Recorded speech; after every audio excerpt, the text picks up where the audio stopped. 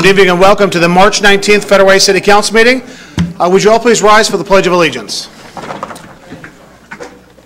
I pledge allegiance to the flag of the United States of America and to the republic for which it stands, one nation, under God, indivisible, with liberty and justice for all.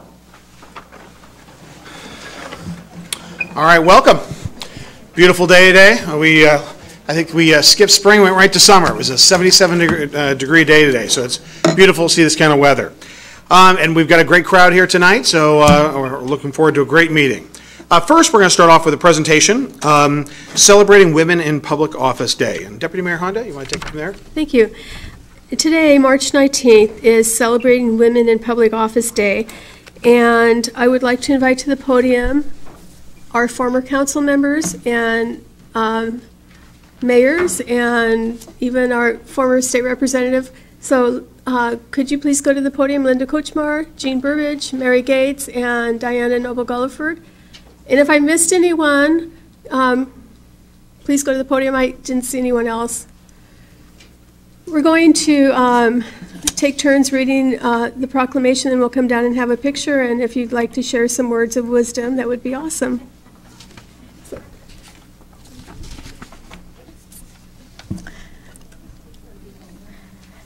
Thank you. Awesome. And we have Gail Pearson, who is a school board member from the Federal Way School District. Thank you for coming, Gail.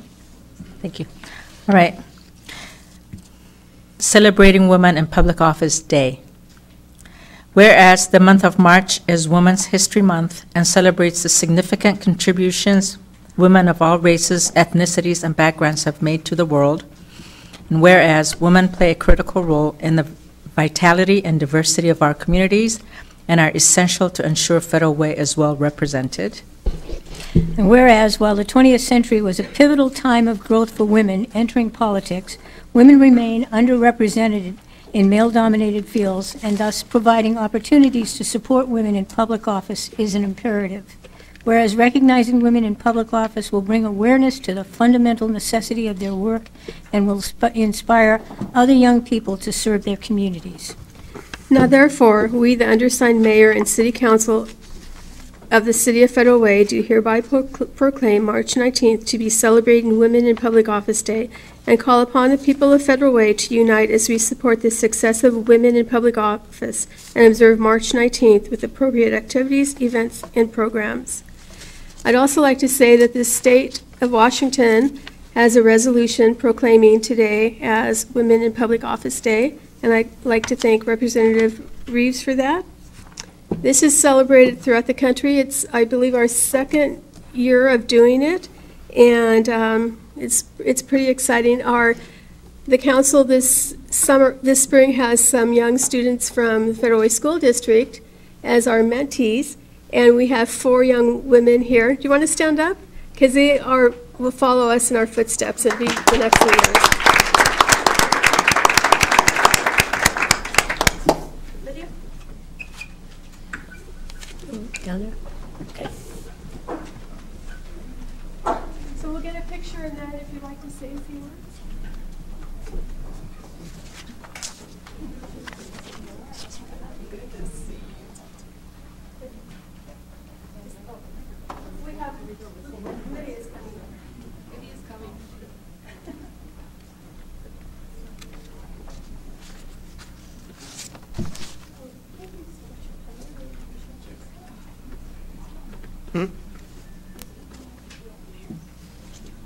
Okay. 8B. Okay.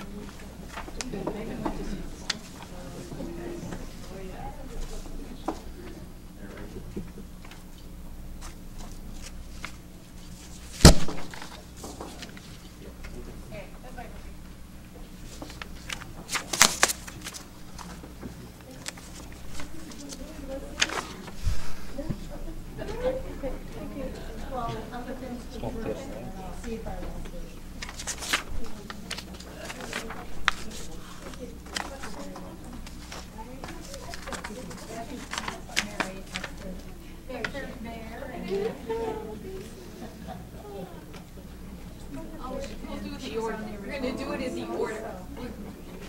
called organizing, and that's what women do very well.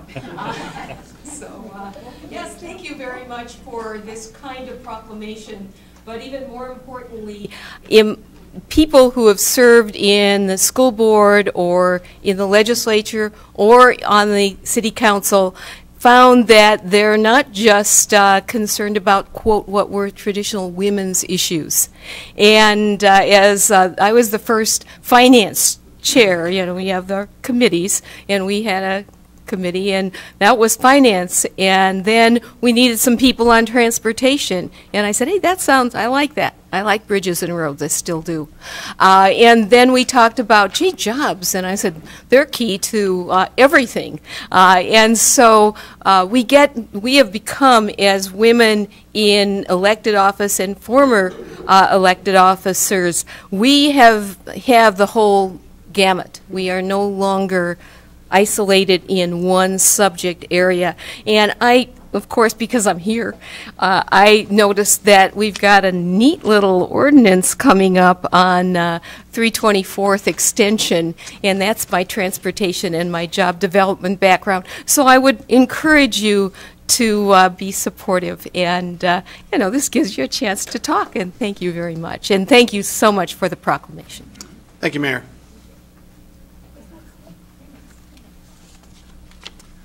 We have another former mayor, our former colleague. Good evening. It's a delight to be here for a few minutes this evening. And I do miss the work, but I enjoy the flexibility I have now. And hearing what Mayor Gates had to say makes me remember a bit more, too, about one of the primary reasons that I enjoyed being on council so much, and that was the breadth of issues that we reviewed and were asked to deal with on a regular basis. It was fascinating to me, and I learned so much, and that's probably what I miss the most, is that involvement. And I would also encourage you tonight, as you review what's on the agenda, to take note of some really important issues that have a strong bearing on the future of our city. But thank you again for the proclamation and for inviting us here. Thank you, Mayor. And for your work. Well, as Mayor Burbidge and Mayor Gates and I, we all served on the council together at different times. And some of us helped build City Hall, which is paid for, may I remind you. But what I want to tell you is that I would imagine that if you go into our histories, you would find quite a history of changes that have occurred, not only in the lives of women, but in the life of the city of Federal Way. And it's interesting to come full circle. I'm not done yet. Stay tuned. I have other things to do in my life. And what I always told the children who came to visit me in Olympia, I said, you know what, you're going to live to be 120, you better figure it out. You've got a lot of changes coming in your life. You're going to change every 2 years. You've got to go back to school repeatedly. And you have to learn to change with the times. And I see that happening with our city. And we still have some problems with our city regarding attracting business to our city and trying to preserve the quality of life. And so I'm happy to have been a part of that. I hope to remain a part of that. And I really thank you very much for honoring us this evening. I want to tell you that when I went to school, which was in the dark ages, now I'm not kidding. I had to get a hold of my college degree, and I called my college and they couldn't find it. And then I said, oh, wait a minute, it was under this name because then it was that. But they did find it. But, you know, the thing is, and so I kidded with my grandkids, I said, hey, it's still good. It's really old, but it still works. But, you know, the thing is the things have changed. When I went to college, we had it was a black Underwood typewriter. There was, I mean, the IBM mainframe was as big as a room. Now it's as big as your phone. And so those technological changes have changed so quickly And so it's really important for us as individuals and to encourage our citizens to become educated and to grow with the times, as well as our city to grow with the times. And so I'm living to be 101, just to let you guys know. So I have a few more years that I still have things I want to do yet. I change my goals, and I keep, every time I hit a new goal, I'm going up for another one. So and I'll let you know what my new goal is. It may be going to Mars. I don't know. I think that's pretty interesting. So at any rate, thank you very much for having us this evening, and it's been a real pleasure, and it's been an honor to serve the citizens of Federal Way. So thank you. Thank you, Mayor.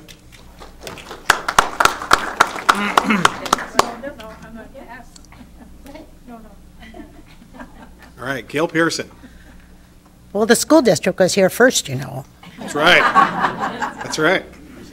Seems to me, if memory serves me, the first mayor of the city of Federal Way was a woman. Debbie Ertel. Being a public servant and a guardian of the public trust is one of the biggest honors that one can have. And I certainly encourage anyone that has any desire to serve the public, to be able to serve in your local community is one of the greatest opportunities that one can have. I certainly treasure the years that I spent being a steward of the public trust, the public money, and the public employees. And thank you for this opportunity, and don't be afraid to sign up and serve locally.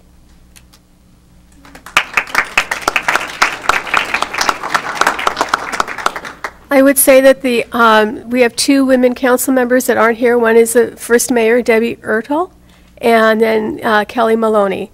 But if you look at the pictures on the wall, these are the women that have been on the Federal Way City Council since we became a city in 1990.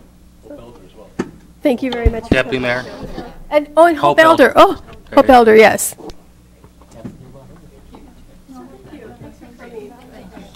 All right, let's give him a big round of applause. Thank you.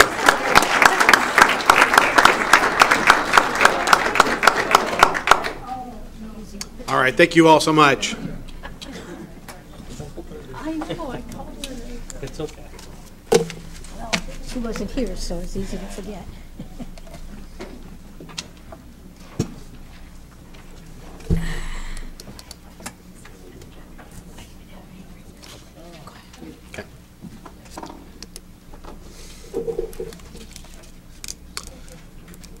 Okay, now going on to Mayor's Emerging Issues and Report. We had a Federal Way Chamber luncheon back on March 6th. We had a presentation from an individual with Sound Transit regarding the Tacoma Dome Link extension and a project update, and that was a very important presentation to the business community and the Chamber. We had a ribbon cutting for Clinic Dermatology, a ribbon cutting on the next day on March 7th. We had the Federal Way Young Life annual banquet on March 8th. That was a busy week, and that was on a Friday.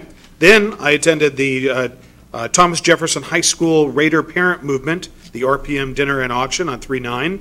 And then that same day, that same evening, we had the Pac-12 men's swimming finals at Weyerhaeuser Aquatic Center on March 9th.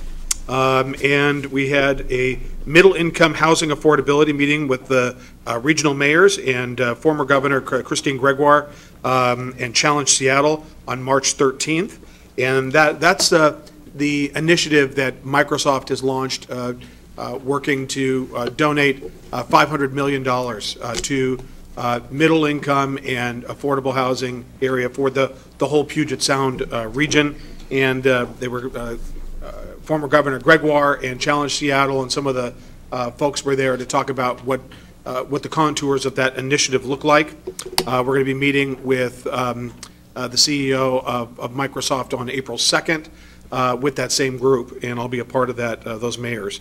I think the idea is to make sure that there is a wide variety of housing stock in our region. It's obviously one of the great challenges in the area, so I'm representing our community at those meetings. We've got in this very room next Wednesday, we've got a severe weather shelter meeting with the faith-based groups and nonprofits. That's March 27th from 11:30 a.m. to 1 p.m. And would encourage members of the public to come. We've sent out invitations. We'll at least have about 45 to 50 folks there. Where we've got an immediate gap is in severe weather shelter when we had that snowstorm. We want to make sure that we've got a wide, broader safety net for individuals to be able to come out of the cold, come out of the snow, and we're going to need the coordination assistance with the faith-based groups and the nonprofits. There's a lot of that going on now, but I think there's greater cooperation and coordination that would be necessary.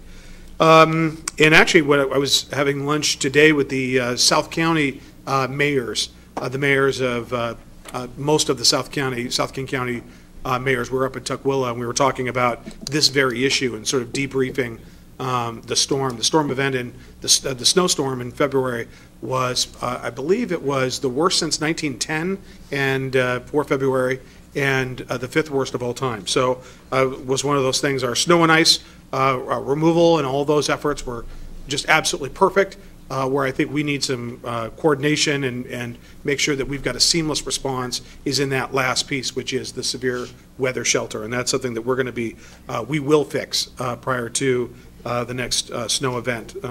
Hopefully by the judge of the weather today at 77 degrees by next winter. But okay, we've got a groundbreaking for the downtown staircase on April 2nd. That's April 2nd at noon. I hope you can make it. The council will be there. And that, while on one level, you know, we've got the Performing Arts and Event Center there and the park. What separates it now is essentially a 30-foot wall. This staircase from, I think we've got donated, not donated, but grant funding and King County funding and a conglomeration of non-general fund money that cannot be used for anything other than capital purposes, but 95% of it was for grant funding.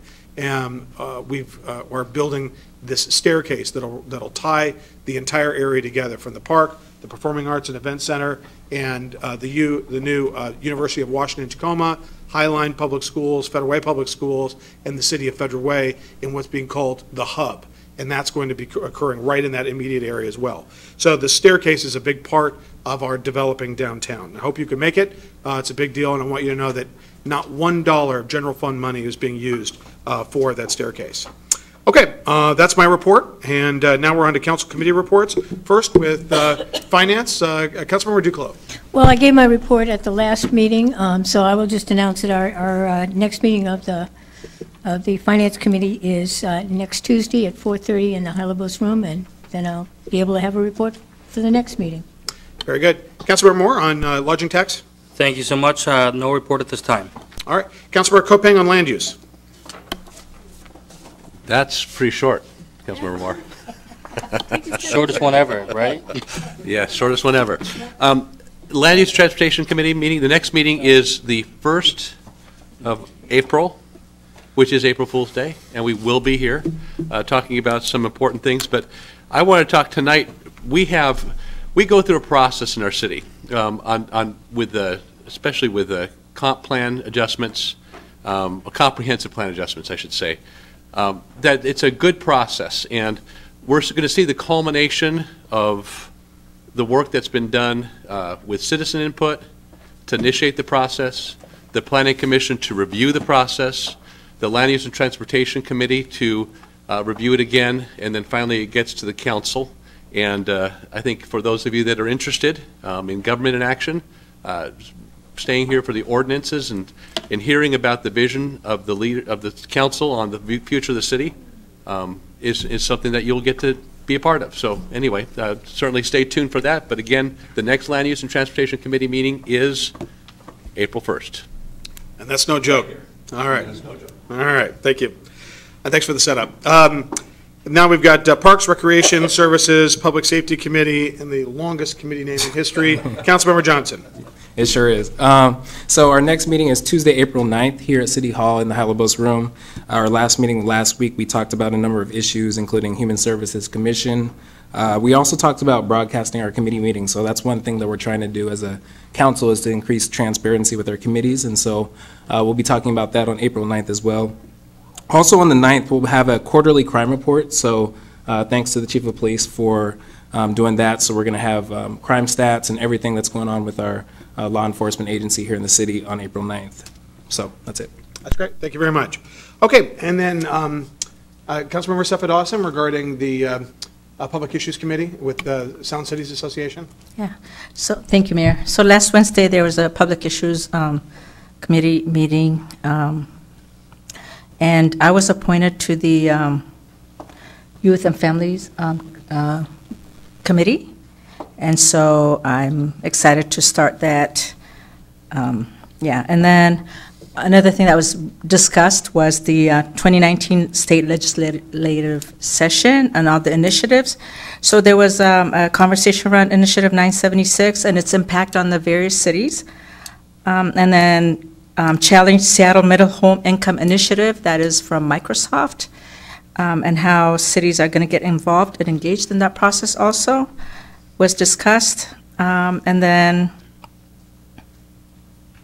yeah, and so one of the challenges or something that they really emphasized was on workforce housing and how we all need it in our communities and how to make that happen with our zoning and how to really prioritize and make that available, because a lot of the conversations are around affordable housing and low-income housing, and so how do we talk about the middle-income housing as well as workforce housing. And King County Parks levy renewal. There were a lot of things that we talked about. Vision 2050, homelessness, Charter Review Commission that some of us here on the council attended. Yeah, so there was a lot of conversation. I'll be emailing you the summary of all this and some of the stuff they want us to talk about at next meeting, and maybe have a vote on some of these issues. So I'll be sending them out to you and getting your feedback so I know what to take back to the PIC to the next meeting. And we all got the email about the next networking dinner.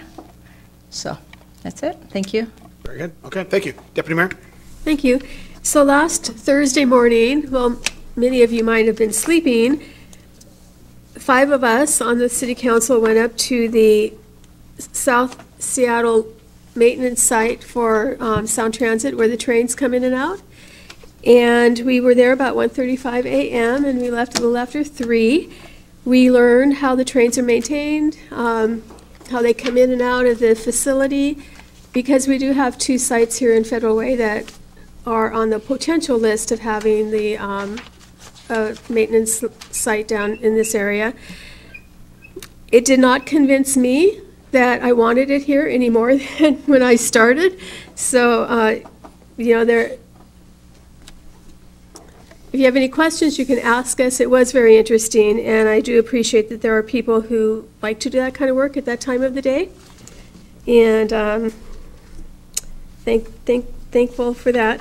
At our retreat, we made some changes to how the council meetings run, and those changes are being implemented tonight. We started at 6:30 instead of 7. We're hoping that we're not here until 11 or 11:30 anymore at night. We also have more places in the agenda for public comment. So if you look at the agenda, you'll see that there are several more places that you can comment. And the council has a Facebook page. We'd like you to go to it and like it and read it. The one thing about the Facebook page is that council members will not be replying, but Jerry Lynn will be replying. So you can ask us questions, and then she will be the one that replies. So please go to that page and like it, and let us know. Oh, I'll get that for you, Dana. I don't know what it is right off the top of my head. But thank you very much. Pass those out, please. Okay. Okay, now we're on to citizen comment. First we have Dana Holloway. Then John Parks.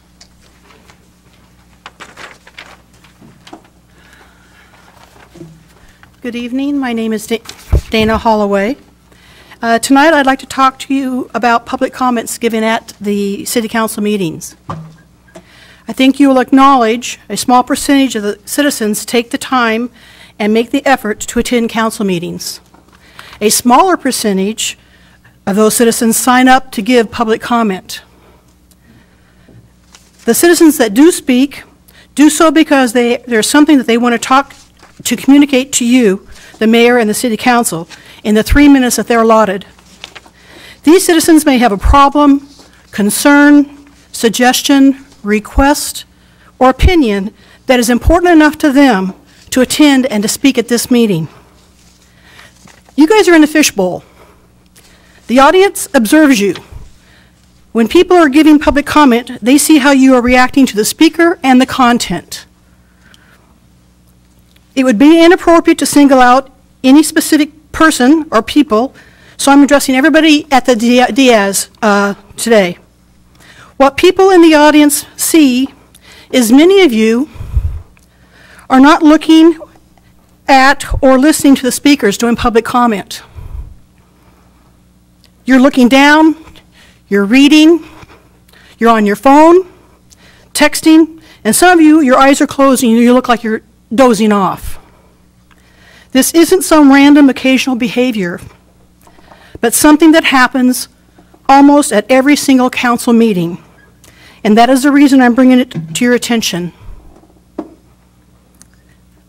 You may not even be aware that you're doing it, but it is inappropriate and disrespectful. People come before you as the elected city officials. Please give the citizen the courtesy of your attention. Thank you. Thank you, Dana. John Parks, and then Bernadine Lund.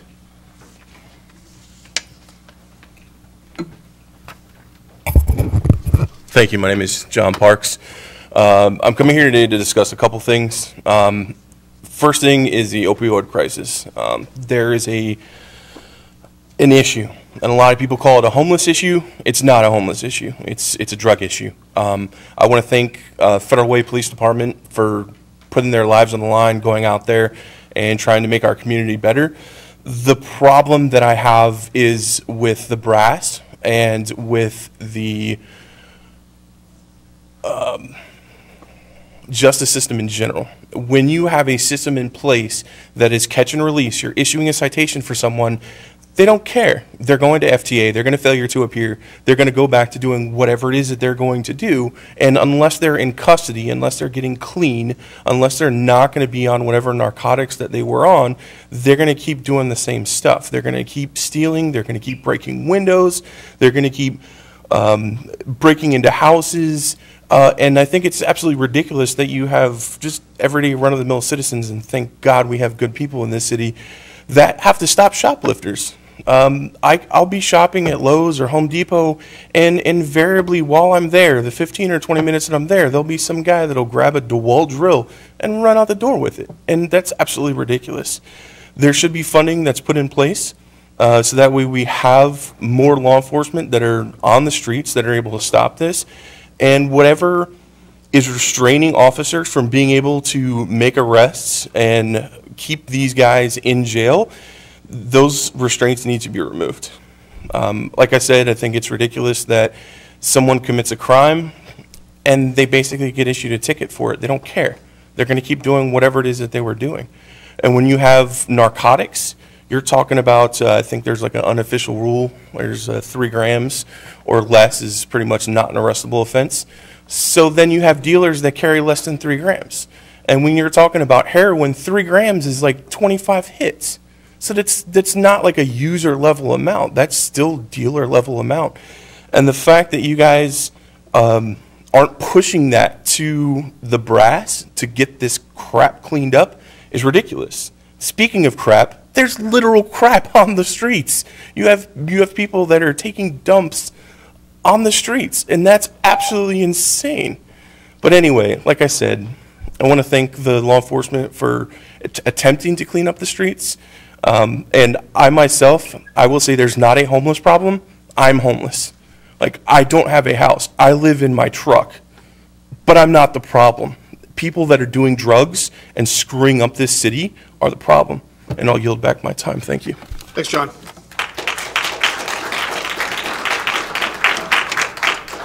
Bernadine Lund and Sue Peterson.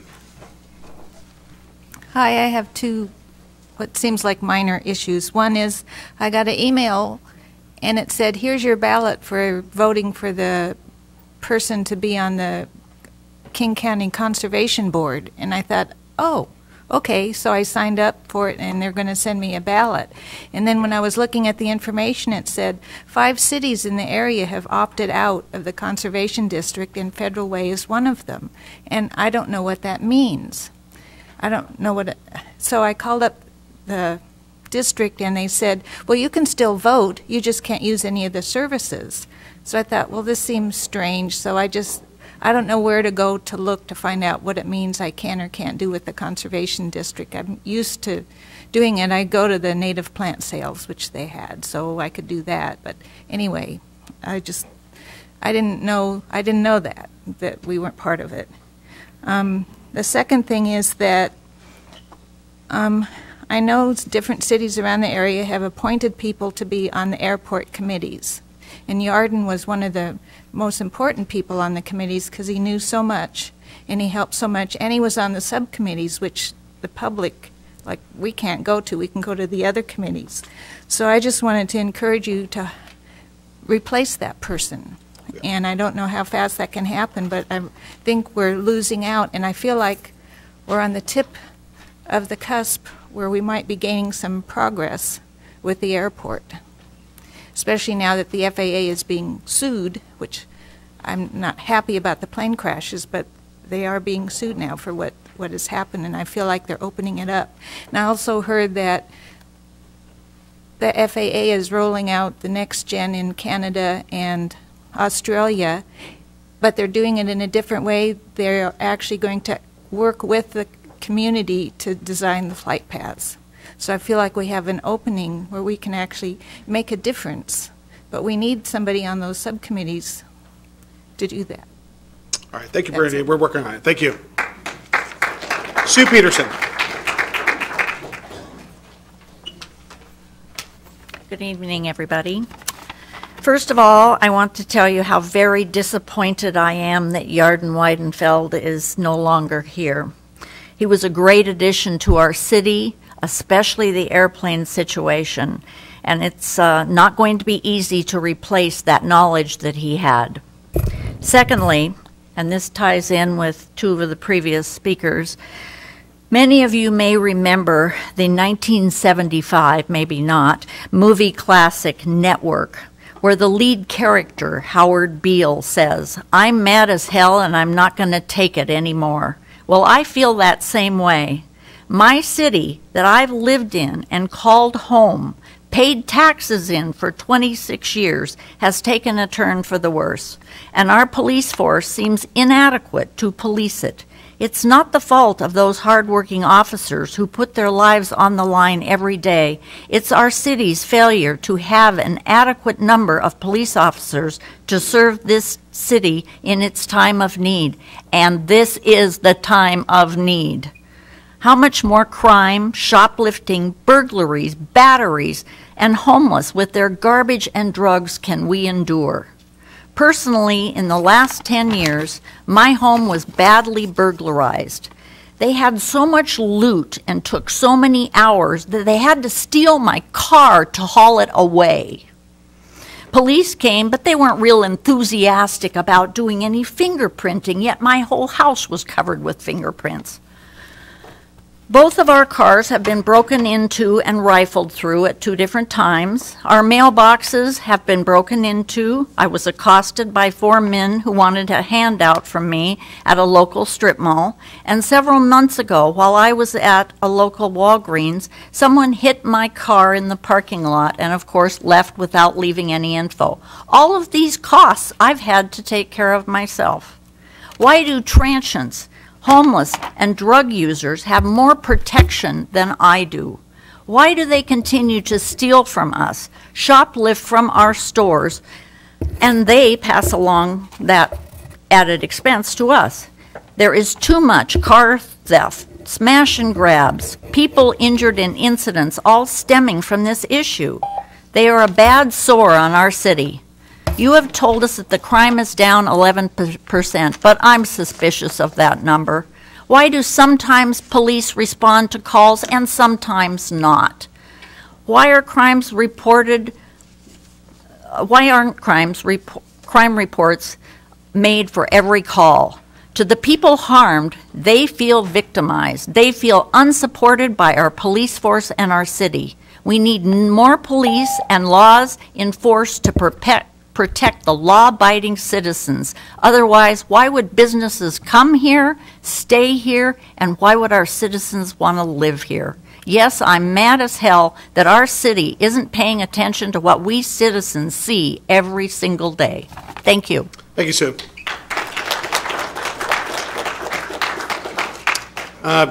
Sharonda Brown. As she makes her way up here, I want to let you know, Sue, actually, officers, Sharonda, come on up, and I just want to explain something. So Valley Communications is the 911 operator center. It's right up the hill on 272nd. Over between Kent and Auburn, and they are the ones that dispatch officers, and they decide that they determine priority based on whether it's a life safety issue, whether it's a property crime, and they dispatch, and they've got are monitoring our officer locations in real time. But that's one piece of it. But we'll get you some follow-up information. Thank you. All right, Sharonda. Yes, I'm Sharonda Brown. I'm a local worker here at the Department of Social Health Services.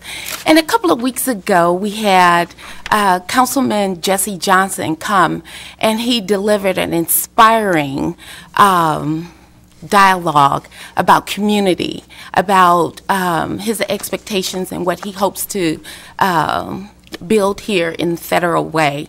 I also want to give thanks to Mr. Hong Tran for his leadership. And as a token of that, we all were so inspired, we decided we wanted to grace him with our autograph. So we have a photo that we took, and all of us that attended that is inspired by you, wanted to present you with this. And thank you. All right, thank you.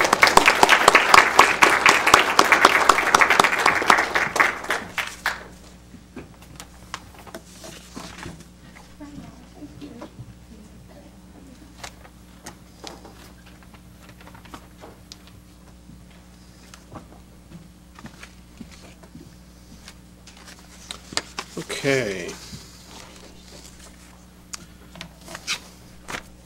I've got a bunch of written comments. Okay, so we've done those. I think we're on to the written at this point. Shar Mariner, and we've got a letter on the backside. If you could have that handed down. And then after that we have, and I'll announce these and I'll hand them down all at one time to avoid delay. Then after that we've got a letter from Beth Peaks, Tony Gringle, Patricia Berry. Oh, and then Scott, we'll have you talk after these messages. And Scott, I've handed out your handouts to all the council. Okay, so thank you very much. And I think for these we need to time them. I think. What's that? A bunch. I lost track. Yeah. Oh, got another. All right, first comment from Shar Mariner. It reads, crime in my neighborhood, March 14th, 2019. Armed robber and police. Lots of shootings scared me, and the helicopter was too much.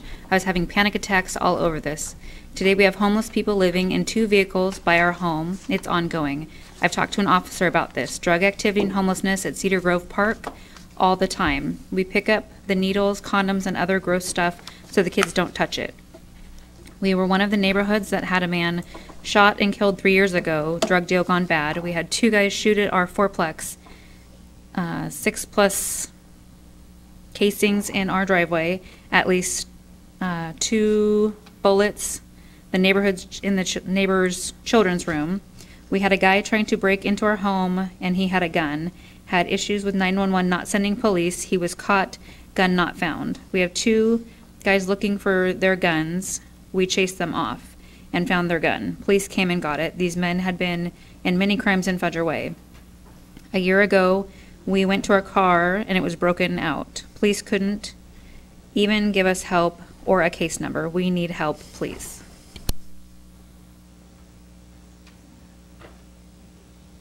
Next letter is from Beth Peaks. It says, I'm unable to attend the meeting tonight, but was planning on taking 3 minutes to voice a few concerns. I would like to request they be read in during the meeting if possible. Good evening, Mr. Mayor, Deputy Mayor, and members of the council. My name is Beth Torgensen, and I have been a resident of Federal Way for over 18 years, but was born and raised in Auburn and have spent much of my life in Federal Way. I have real concerns surrounding the safety in our community, particularly surrounding our youth services and low police officer ratio. These are both very pressing issues in our community, and it appears the tax dollars collected from Prop 1 to cover the police officer part is more complicated topic than it should be for your office. Taxpayers have the right to know how much is collected and spent under Prop 1, as well as how the money was spent. Asking the police department to cut their budget to fund youth services doesn't feel like a winning solution for our future. This kind of shady business is risking every future need at risk, is not being passed when it was put before the voters, and holding elected officials accountable is something that every citizen should be able to do. I think I speak for a lot of us when I ask that the council start being more transparent with the citizens so we can work together for a better future for our city, so parents like myself don't have to worry every time our children leave the house. Perception is reality, and things aren't good in Fudger Way. Thank you for your time. Be blessed.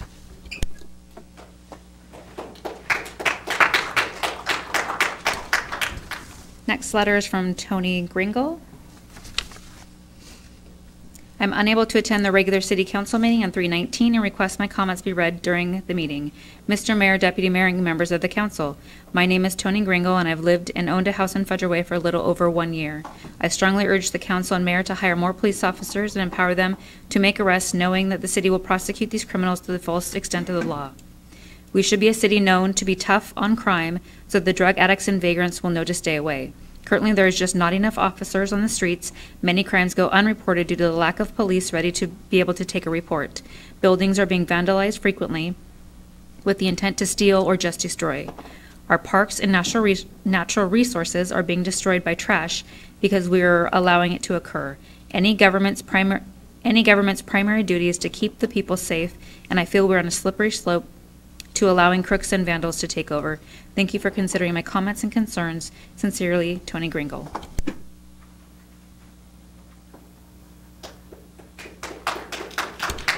Last letter is from Patricia Berry.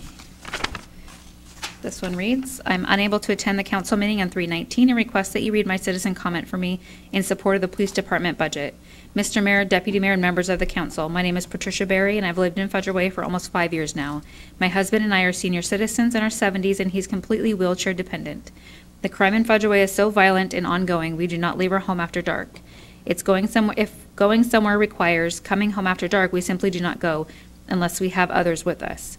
Thus, we do not go to movies or out for dinner or even to community meetings because if there's even a security where we are going, we still have to get there and get back home.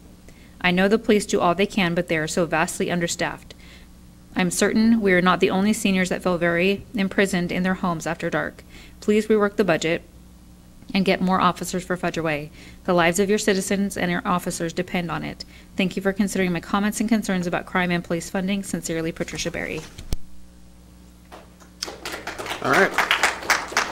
And then Scott Chase. And after Scott, then we've got Zell Delpy. Hello, my name is Scott Chase. Let me put on my glasses. I'm retired now. My name is Scott Chase. I've lived in Federal Way for 32 years. Sorry about that. Thank you. I have a Prop 1 chart here to get through in just 3 minutes, and now it's timing. So line A, the general fund in red provided enough revenue in 2006 for 1.39 officers per 1,000 residents. Line B, the council said crime was too high, so they convinced voters to pass the Prop 1 utility tax to fund 18 additional police officers and establish an enhanced police force. Line C, the 1.60 officer ratio is simply the result of adding 18 police officers to the base level general fund ratio of 1.39. Red and blue makes purple. The 1.60 ratio was even mentioned in the 2006 voter guide. Line D, there was an economic downturn, so starting in 2011, the council pulled general fund revenue out from under 18 of its own officers, causing staffing levels to fall back to 2006 levels, even with taxpayers still funding 18 Prop 1 officers. Line E, fast forward to November 2018, where the staffed officer ratio was 1.27. Taxpayers still paying for their 18 additional officers, but the lack of general fund revenue has eroded to only fund 1.09 officer ratio. Line F, the general fund only staffed 107 officers in November, even with Prop 1 still funding 18 officers, so the dual-funded officers employed was just 125. Line G, if the original 1.39 ratio was still being supported by the general fund, it would be enough revenue for 137 officers. Along with 18 Prop 1 officers, and the new 2017 federal grant for another 5 officers, the combined total would be 160 police officers. Line H, is the difference between 125 employed officers and the 160 officers that should be employed by all these 3 revenue sources. There were 35 police officers missing from our enhanced police force in November. With this ongoing deficit of general fund officers, the violent crime rate was 30% higher in 2018 than even before 2006, before these added revenue sources. General fund revenue needs to be restored by the council to help fund 160 police officers and restore our enhanced police force. Thank you. All right, thanks, Scott.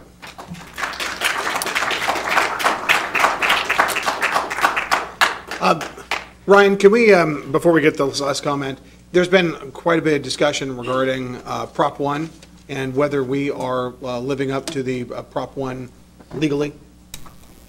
Yes, as this question's been asked quite a bit, Prop 1 money is being used exclusively for the purposes that Prop 1 laid out that it would be used for. Mr. Chase's point is well taken in that some other costs have gone up and we are using general fund money for other things. So the argument that this is somehow illegal is not valid, but the perception of it, I mean, that's the point that's being made. So I'm confident that we are not breaking the law in how we use Prop 1 money currently. It is being used as was required under Prop 1.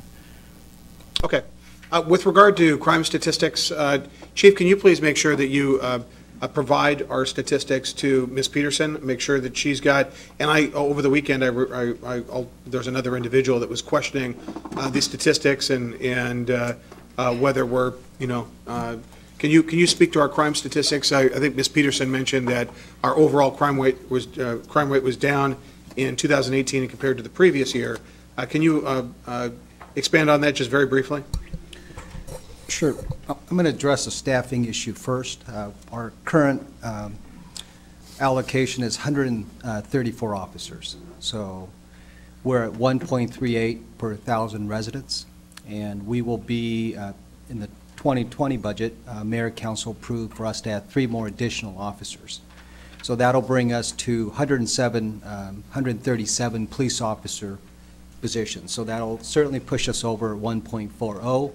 With 137, we are back to the original intended Prop 1 numbers, and we've been gradually, as a city, we've been as low as 122 during the Great Recession, and we've been adding officers over the years now to where we're going to be at 137 come 2020.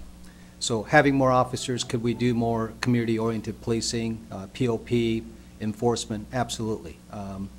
So having said that, in terms of our crime numbers, I've been with the city for 23 years and I've been a police officer for 31. Crime is cyclical. So currently I would say the economy is really good. A lot of people are working. That is certainly contributing to the reduction in crime numbers. But I think we need to plan ahead and anticipate that the economy isn't always as good as it is now. We are facing, different issues. So certain crimes are certainly down, certain crimes are up. So one of the highlights, one of the positive things is that last year we had 1 gun-related, homicide, which is historically a very low number for us here in Federal Way. So in our well, that gun-related homicide, that wasn't that it was one. A manslaughter. It was an accidental shooting. Death. Yes, sir. So what I'm telling you is that in terms of violent crime, murder is something that, as a community we should be very proud of, because 1 homicide when we had 7 homicides the year before. And so we've certainly had higher numbers, but not as low as, 1 homicide. That's very rare for our community. Also, our aggravated assault, which is felony assault, is, I don't remember the exact number, I think we're down 21%, significant drop. And one of the things I want to point out, and I've shared this with council before, is that most of these, or significant number of these aggravated assaults aren't stranger type of assaults. They're generally domestic violence or someone that you know. Quite often, you're not going to really see that in the media or on social media, but the vast majority of our assaults, either simple assault or felony assault, are, family, domestic violence situations. And roughly, historically, about half of our homicides are domestic violence related.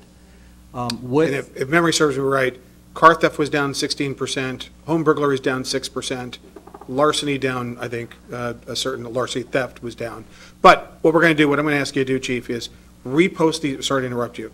I want you to, would you please, repost these numbers on the Federal Way Police home, Facebook page, and the survey about our crime statistics, and let's get Ms. Peterson and anybody else who wants these crime numbers can get them.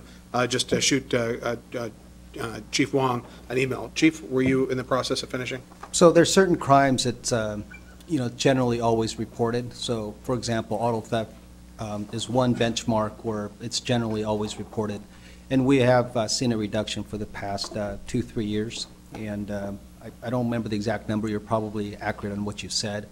Residential burglary is also down significantly, so that's good for our community.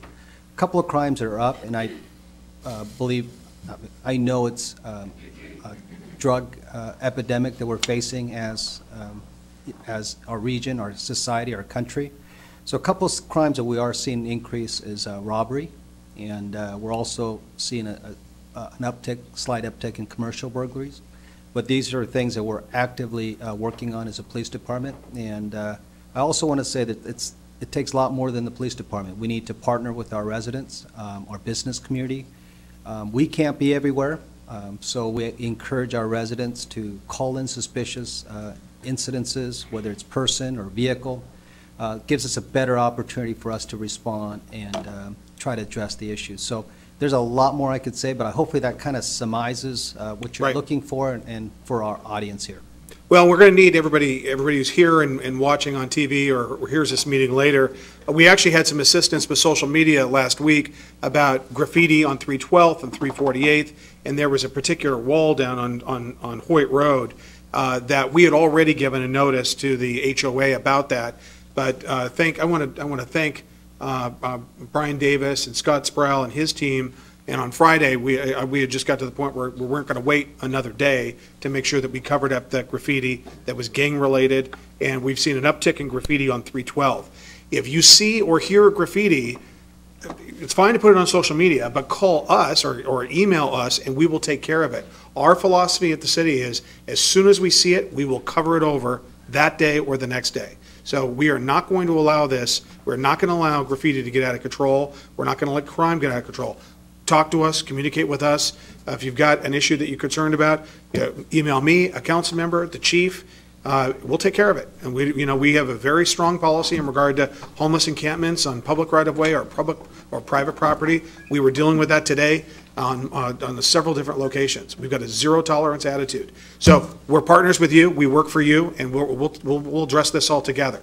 So we very much appreciate your comments about this. And everybody here takes it to heart. We had a very lengthy budget process that encompassed several months last year about the budget. And we're going to go through a budget review here for the adjustment. But how many COPS grants did we add last year, Chief? We received 5 officers. Microphone, please. Microphone. We received a grant for 5 officer positions, federal grant. We were one of only 3 cities in the entire state that received federal COPS grants money for, or was it this side of the mountains or for the whole state, Chief? I think it was on the west side of the mountains? West side of the mountains. Okay. I think there were 2 agencies. Okay, thank you. Okay, thank you. We've got one more public comment. Zell Delpy. Oh, and then I've got Anna Patrick.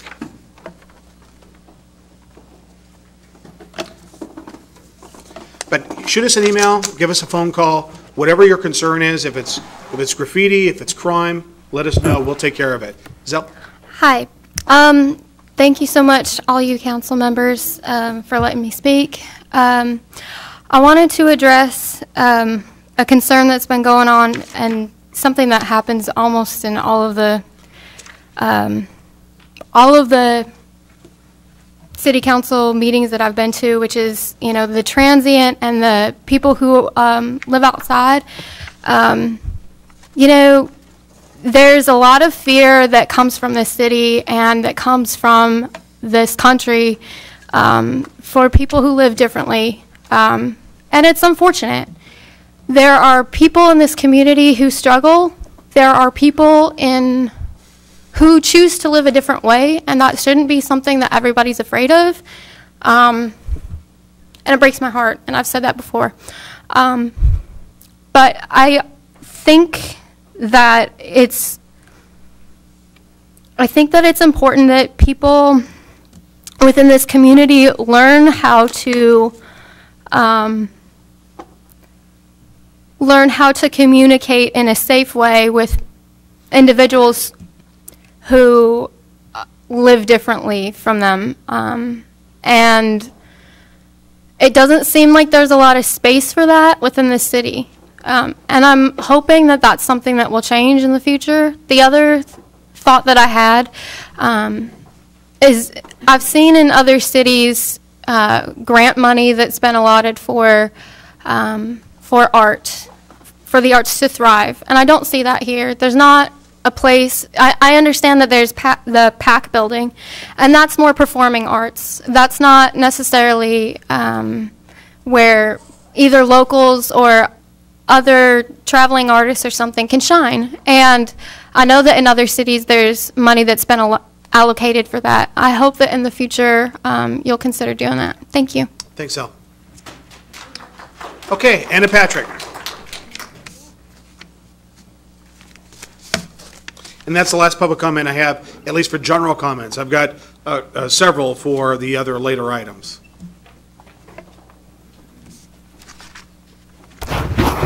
Evening, Mayor and Council and public. So I just wanted to add a few comments. I've talked to you, Mayor and Chief Wang, about my concerns with regards to House Bill 1591, and from what I understand, they've amended it now, and so it's now just become sort of a committee, but I'm not sure. But I'm really hoping that our city will push back against these Seattle-type policies for the homeless that allow vagrancy and legalization of heroin and meth.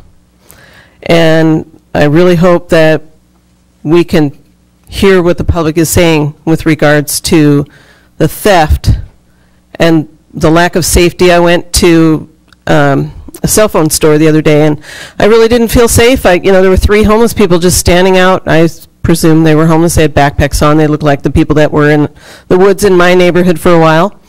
And, they were just loitering around, and one by one they went in there to ask to use the phone, and eventually I think they left with one. So, these businesses are trying to be kind, but they're being taken advantage of, and they're leaving our city.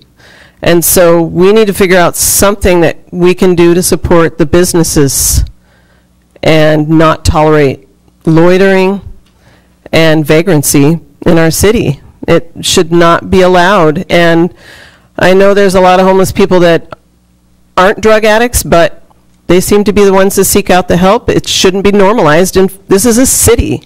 This should not be a normal way of life. If you want to live like you're out in the mountains, go live in the mountains. This is a city where we should have rules. Leaving feces on the sidewalk should not be tolerated. So I want to thank the police officers for doing everything that they can. Our neighborhood feels better at the moment. I appreciate that. Thank you. And I want to know, when the camps are cleaned up, how can we keep them cleaned up? Why are we spending so much money on these camps and then we just let them come back? What can we do to prevent them from coming back and, keep them out of the camps where they're destroying it, leaving trash, needles? It's not acceptable, and it's not safe. If we want a future for our children, we need to clean this place up. get the vagrancy out of here, the human trafficking, the crime. I guess that's all I'm going to say. I would like the city to look at crime data, maybe start to look at more pieces of the data, the drug parts, people caught with drugs, whether we're going to prosecute them or not, we should somehow document it so that we can start looking at what the causes are and have some data to back it up. And maybe look at the 911 calls more, because they aren't all responded to, because we don't have enough police. Thank you. Thanks, Anna. Actually, Anna, I'll follow up on a couple of things. I talked to our city lobbyist today about that bill, and while it's contemplated that that's a task force, it has not moved out of Rules Committee in the state legislature. It got out of committee. It had a bill on that issue about essentially creating essentially a Bill of Rights for individuals that are homeless and not being able to move them off public property. Trust me, every city has their eye on that bill very closely. It moved out of committee quickly, but it has not passed the House yet. And like as you mentioned, there's a possible task force. I don't know if it'll end up. I asked our lobbyist today to track down where that's at, because we want to make sure that this doesn't get passed. It's something that I'm watching very carefully. I also want to let you know. With regard to, there was a prior, I think a prior speaker, John, talked about drugs. We don't have any kind of philosophy or policy with the police department that we don't arrest people for small amounts of drugs. The King County Prosecutor's Office and what they're doing is what they're doing. That's not how we do business. And we also, this council passed unanimously a resolution opposing safe injection sites, which I believe are criminal and in violation of the oaths of office of those individuals who are doing it. So that'll never happen here. And you're welcome. Okay. Thank you. All right. So any other public comment for the general public comment? Okay. Consent agenda. These items, thank you everybody for public comment. Most important thing we do, Suzanne, do you have a quick one for general? Okay, for the later? Okay. Okay. So consent agenda. These items have gone through committee, and they can be passed by one motion, but after I read each of them, or all of them, I'll ask if a council member wants to pull an item for separate consideration. Okay, here we go. These are the minutes for the March 5, 2019 regular meeting. Item B, 2018 Emergency Management Performance Grants. Item C, the third amendment for janitorial service. Item D, equipment purchase, one additional Parks Department utility cart using replacement reserves. Item E, HVAC services contract award. Item F, tree services contract award. Item G, use of additional unallocated mitigation funds to complete the purchase of one foreclosed King County parcel for open space and recreation. Item H, renewing an MOU with Internet Crimes Against Children Task Force. Item I, police services agreement with Commons Mall. Item J, public safety testing, PST, total compensation amendment from $37,500 to $37,500 to $47,500. Item K, 2019 Human Services Commission Work Plan. Item L, 2019 Asphalt Overlay Program Bid Award. Item N, NPDES Annual Report and Stormwater Management Program Update. Council, is there a particular item that you would want pulled for separate consideration? Okay, hearing none, Deputy Mayor Honda, do you have a motion? Yes, I move to approve items A through M on the consent agenda. Second. It's been a motion and a second. Is there any discussion? All those in favor? Aye. All right, matters passed unanimously. All right, public hearing. I'll now open the public hearing on item A, the Community Development Block Grant CDBG Citizen Participation Plan. First, we have a staff presentation from Jeff Watson, our Community Services Manager. Jeff? Good evening, Mayor, Deputy Mayor, members of the Council. The policy question this evening is, should City Council approve the updated Community Development Block Grant Citizen Participation Plan? The purposes for the Citizen Participation Plan is it sets forth policies and procedures on how the city is going to use the CDBG program funding.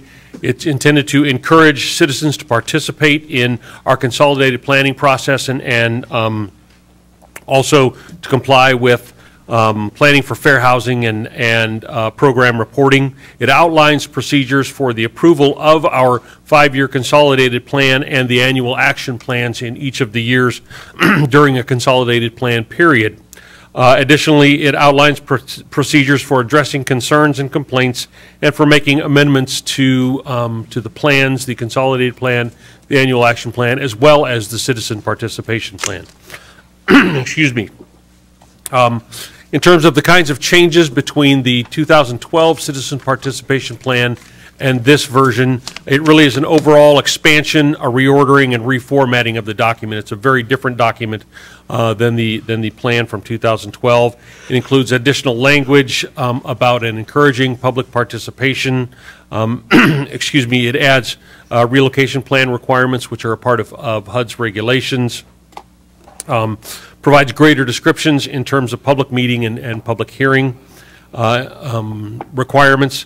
We've also included new definitions for changes or modifications to the consolidated plan, the annual action plans, and the citizen participation plan that include a revision, and each one of these is a little bit different for each of the 3 types of plans, a minor amendment and a substantial amendment. The revisions generally are things that don't require any sort of public process. It's you know, changing grammatical errors, that kind of thing in plans.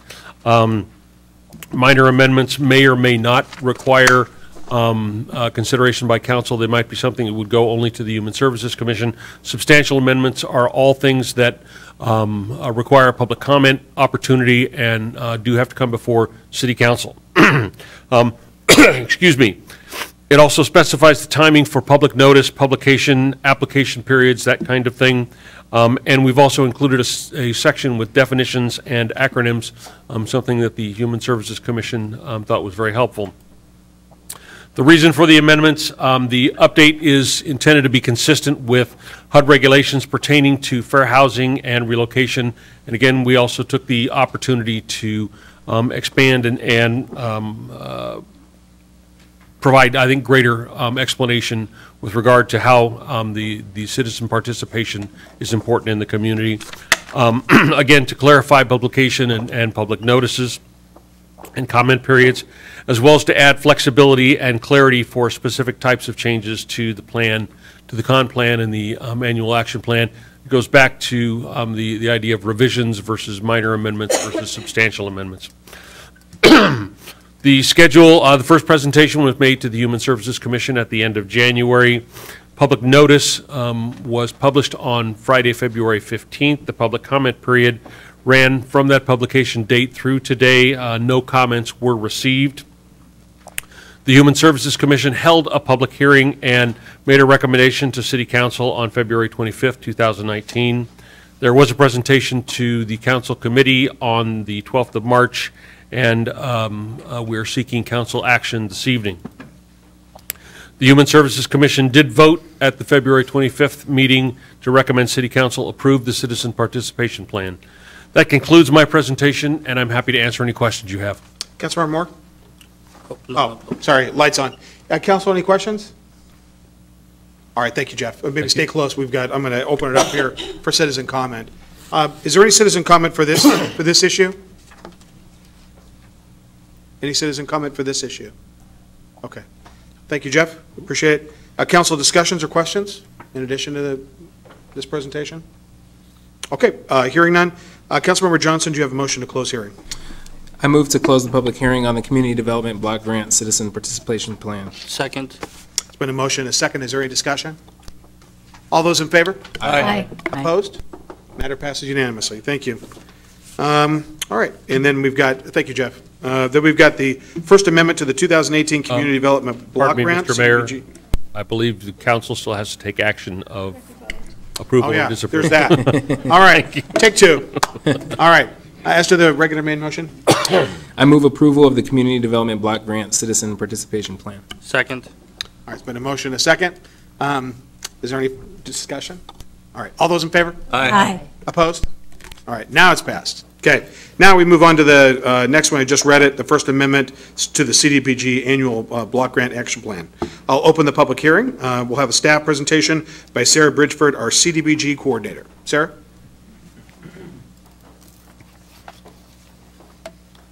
Good evening, Mayor Farrell, Deputy Mayor Honda, and members of the council. Thank you for having me this evening. I will be presenting the First Amendment to the 2018 Community Development Block Grant Annual Action Plan.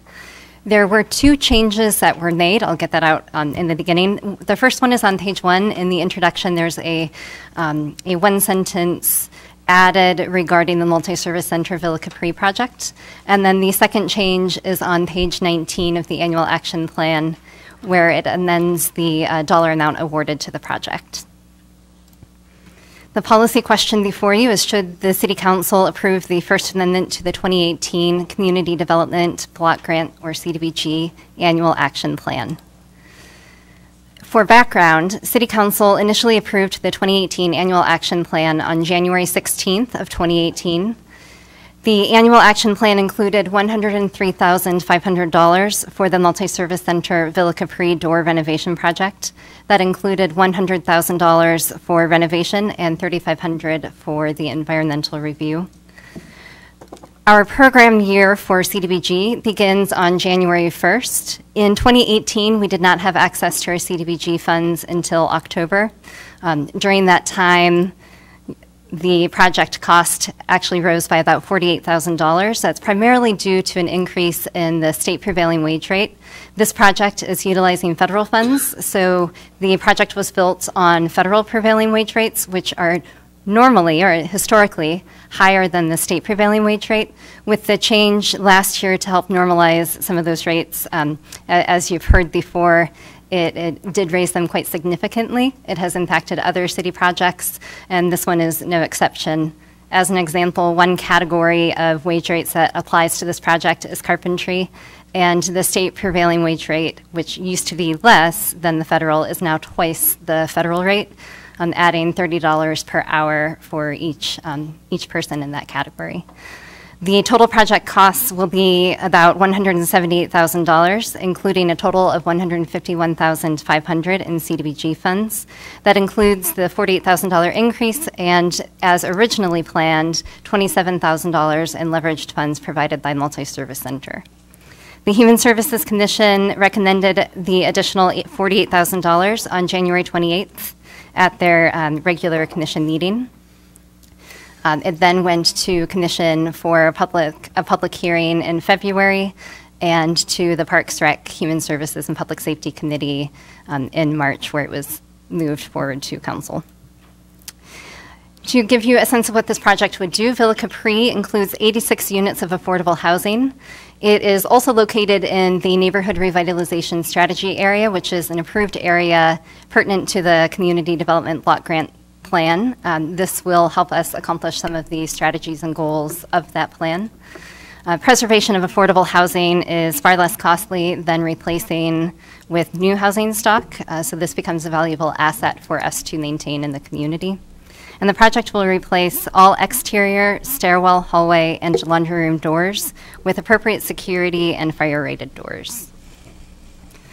So the funding that is being allocated or recommended for allocation to this project, the additional funding, I should say, comes from a handful of projects that have underspent. And then one in particular is the Multi-Service Center at Villa Capri, had been awarded $30,000 for playground replacement.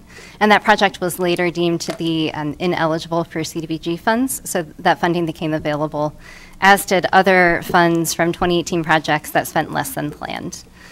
Providing additional funding will not impact other projects. All current and planned projects have been fully funded already with the CDBG funds, and no projects were declined funding. I am joined this evening by Amanda Santo with Multi-Service Center and Celeste Kirk with Allied, who's the property management company for Villa Capri. So if you have questions, myself, Jeff, or Amanda and Celeste would be available to answer them. Councilor Duclos. I'm going to be in vote in favor of this because I was the CEO at the time that bought Villa Capri and changed it from a place that was drug-ridden into a very, very nice home for low-income people. I'm glad to see it's still going good. And I will be in support. Thank you, Councilmember. Thank you, Sarah. Council, any other questions, comments? Okay, thank you, Sarah. I'm going to stay close. We've got citizen comment next on this issue. Is there any citizen comment on this issue, on the CDBG Block Grant Award or Action Plan? Come on up to the podium, and then just state your name. We'll get a pink sheet later. Hello, council members, Deputy Mayor, Mayor Farrell. I have a question. My question would be, is the funds from the Gates Foundation going to be utilized for this project? Good question. Could you state your name for the record? Craig Patrick. Great, very good. Thank you. Sarah, you got an answer to that? The money from the Microsoft? No, the funds would not be. So the renovation, the total cost is $178,000. It can be fully funded with this. The importance of moving forward on the project immediately is that the doors are in pretty bad disrepair, and over time they've gotten worse. This application was initially submitted in 2017, and just because of how federal funds work, we are now essentially 2 years out from the time that they had first identified this, and they could not wait for additional funding to become available, which is why we're coming to you for the amendment. Very good. And just one quick comment on that. Mr. Patrick, actually, it reminds me, when I was in the briefing with the former governor and all the regional mayors, they are actually looking for a couple of pilot projects to identify here in the next few months. They've got a very aggressive time frame, but that appears to be internal to that process and not imbued in our CDBG funds at this time. So I think what they're looking for some projects that are ready to go that they could possibly jump into. More to follow. And I know, now that I know you're interested in this area, I'll keep you informed. I'll keep everybody informed. I apologize. I just wanted to address the issue with the funding, the distributions of the funds. Because apparently Mr. Gates was saying that $250 million would be for Redmond and middle income, and $250 would be for low income South King County. I think more of an equity distribution for socioeconomic equity questions, like $125 million for low income in Federal Way, $125 million in Redmond for low income, $125 million middle income Federal Way, and $125 million for middle income in Redmond or the east side. That's socioeconomic stratification when we start putting $250 million low income, $250 million middle income. That's what it is. It's economic stratification. And if you're interested in social justice, this should really be a red flag. Right. That's why I'm at the table. I couldn't agree more. And that's exactly what I told the governor when I met with her. But I've got my eye on that ball. I hope you can negotiate that, and if you can't negotiate it, I hope you can walk away and tell them that they can keep their money. Exactly. Thank you. Thank you, Mr. Patrick. I agree. Okay. There has to be a wide variety. Deputy Mayor Honda? Sarah, could you please explain to the public why we get our funding so late and why we can't start these projects in a timely manner? Yes. So our funding is tied to the federal budget. This is federal funding. And with the recent delays in recent years, it means that we've not had approved plans from HUD, the U.S. Department of Housing and Urban Development. Last year, I think the federal budget was approved in April. And we received our award in late May or early June. And just because of that delay and then the process to get final approval, it means that we're getting our funding later and later. This year, we're hopeful that we'll have it in August. The program year again starts January 1st, which means that we're left with a very short window to try to get projects completed in the year. Capital projects can carry over to the next year without impacting funding. They just continue their implementation.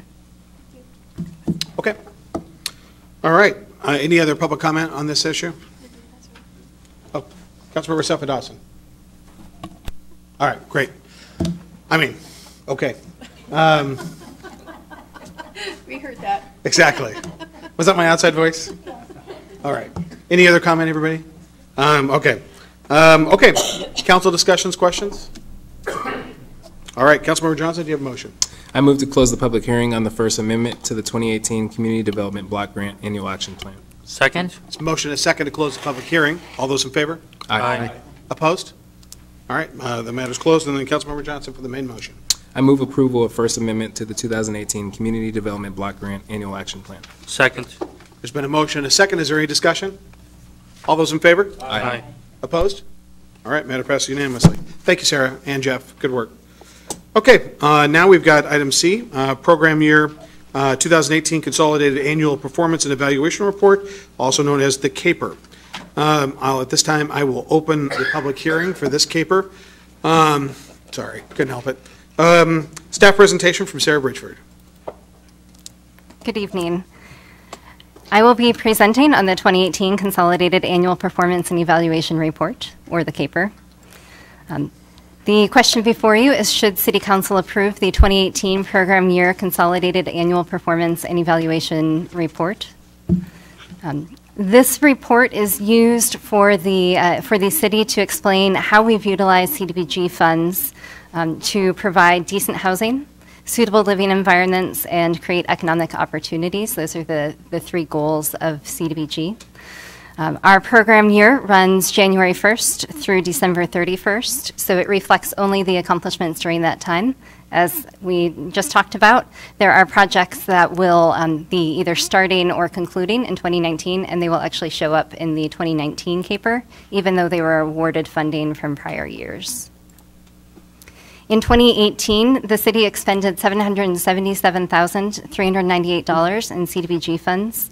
This leveraged $215,654 in other funding and assisted a total of 487 persons. The majority of the CDBG funds were used to assist very low and low-income persons from Federal Way. In 2018, capital and economic projects that completed included the completion of 22 homes with home repair in the city of Federal Way. There were an additional 2 that were in process or that have already completed in 2019 or will soon. 8 businesses were created and 2 were expanded. A total of 93 businesses and individuals received technical assistance. A house that had been acquired in 2017 using CDBG funds had renovation completed by Habitat for Humanity, and it has been occupied by a 4-person Federal Way family, and that happened in June of 2018. Using public service dollars, that's capped at 15% of our CDBG allocation each year. We provided 244 persons with disabilities assistance to attend classes to help them live independently. We helped 19 households comprised of 65 individuals prevent homelessness through rental assistance. 50 persons received employment training and placement services. 35 persons were placed in jobs by the end of the year. Some of the other individuals were still engaged in services. And 2 infants received critical care after having been drug exposed. The timeline for the 2018 CAPER began on February 15th when the public comment period opened. The Human Services Commission had a public hearing and voted to recommend approval to City Council on February 25th. It moved to committee on March 12th for consideration, and committee voted to move the CAPER forward to City Council this evening, where we are having the second and final public hearing and hopefully adoption. We will be submitting to HUD no later than March 31st. I'd be happy to take any questions that you might have. Councilmember Moore? I'm sorry. Okay, sorry, anybody's good. Yeah, Deputy Mayor Honda. Thank you. The Prevent Homelessness for the 65 individuals, was that providing rent assistance for 1 month, or how many months per household? It's a one-time assistance. Do you know if they're still in their homes?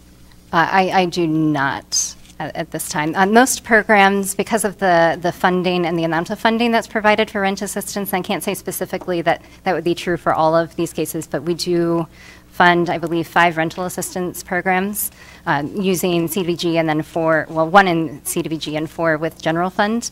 And to my knowledge, none of those programs have enough staff capacity and funding to continue ongoing follow-up with families, especially when it's one-time assistance. So typically, that's not a metric that we have regular access to. Okay, thank you.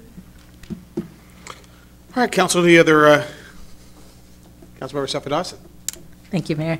Thank you for the presentation. My question is around home funds. We don't get those funds, right? That is correct. King County administers the home fund, which is another funding source through U.S. Housing and Urban Development. We are part of the home consortium, so their plan covers all of the county, including the city of Federal Way. So are there any that were served with those funds?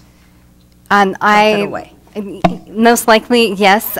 They don't show up in our caper. Our caper is specific to the CDBG program. Yeah. But we would be happy to get you information on the home program and utilization from the City of Federal Way. That would be helpful. Thank you. All right. Anything else from council? Okay, thank you. Is there any citizen comment, public comment? Okay, thank you. Council, any questions or discussion? Okay. Hearing none. Deputy Mayor, excuse me. Councilmember Johnson, do you have a motion? I move to close the public hearing on the program year 2018 Consolidated Annual Performance and Evaluation Report. Second. Been a motion and a second to close public hearing. Is there any discussion? All those in favor? Aye. Opposed? Okay, and the public hearing is closed. Councilmember Johnson for the main motion. I move approval of the program year 2018 Consolidated Annual Performance and Evaluation Report. Second. Been a motion and a second. Is there any discussion? All those in favor? Aye. Aye. Opposed? Matter passed unanimously. Thank you very much, Sarah. Thank you, Jeff. All right, council business, 2019 Planning Commission Work Plan. First, we'll have a staff presentation from Margaret Clark, our principal planner.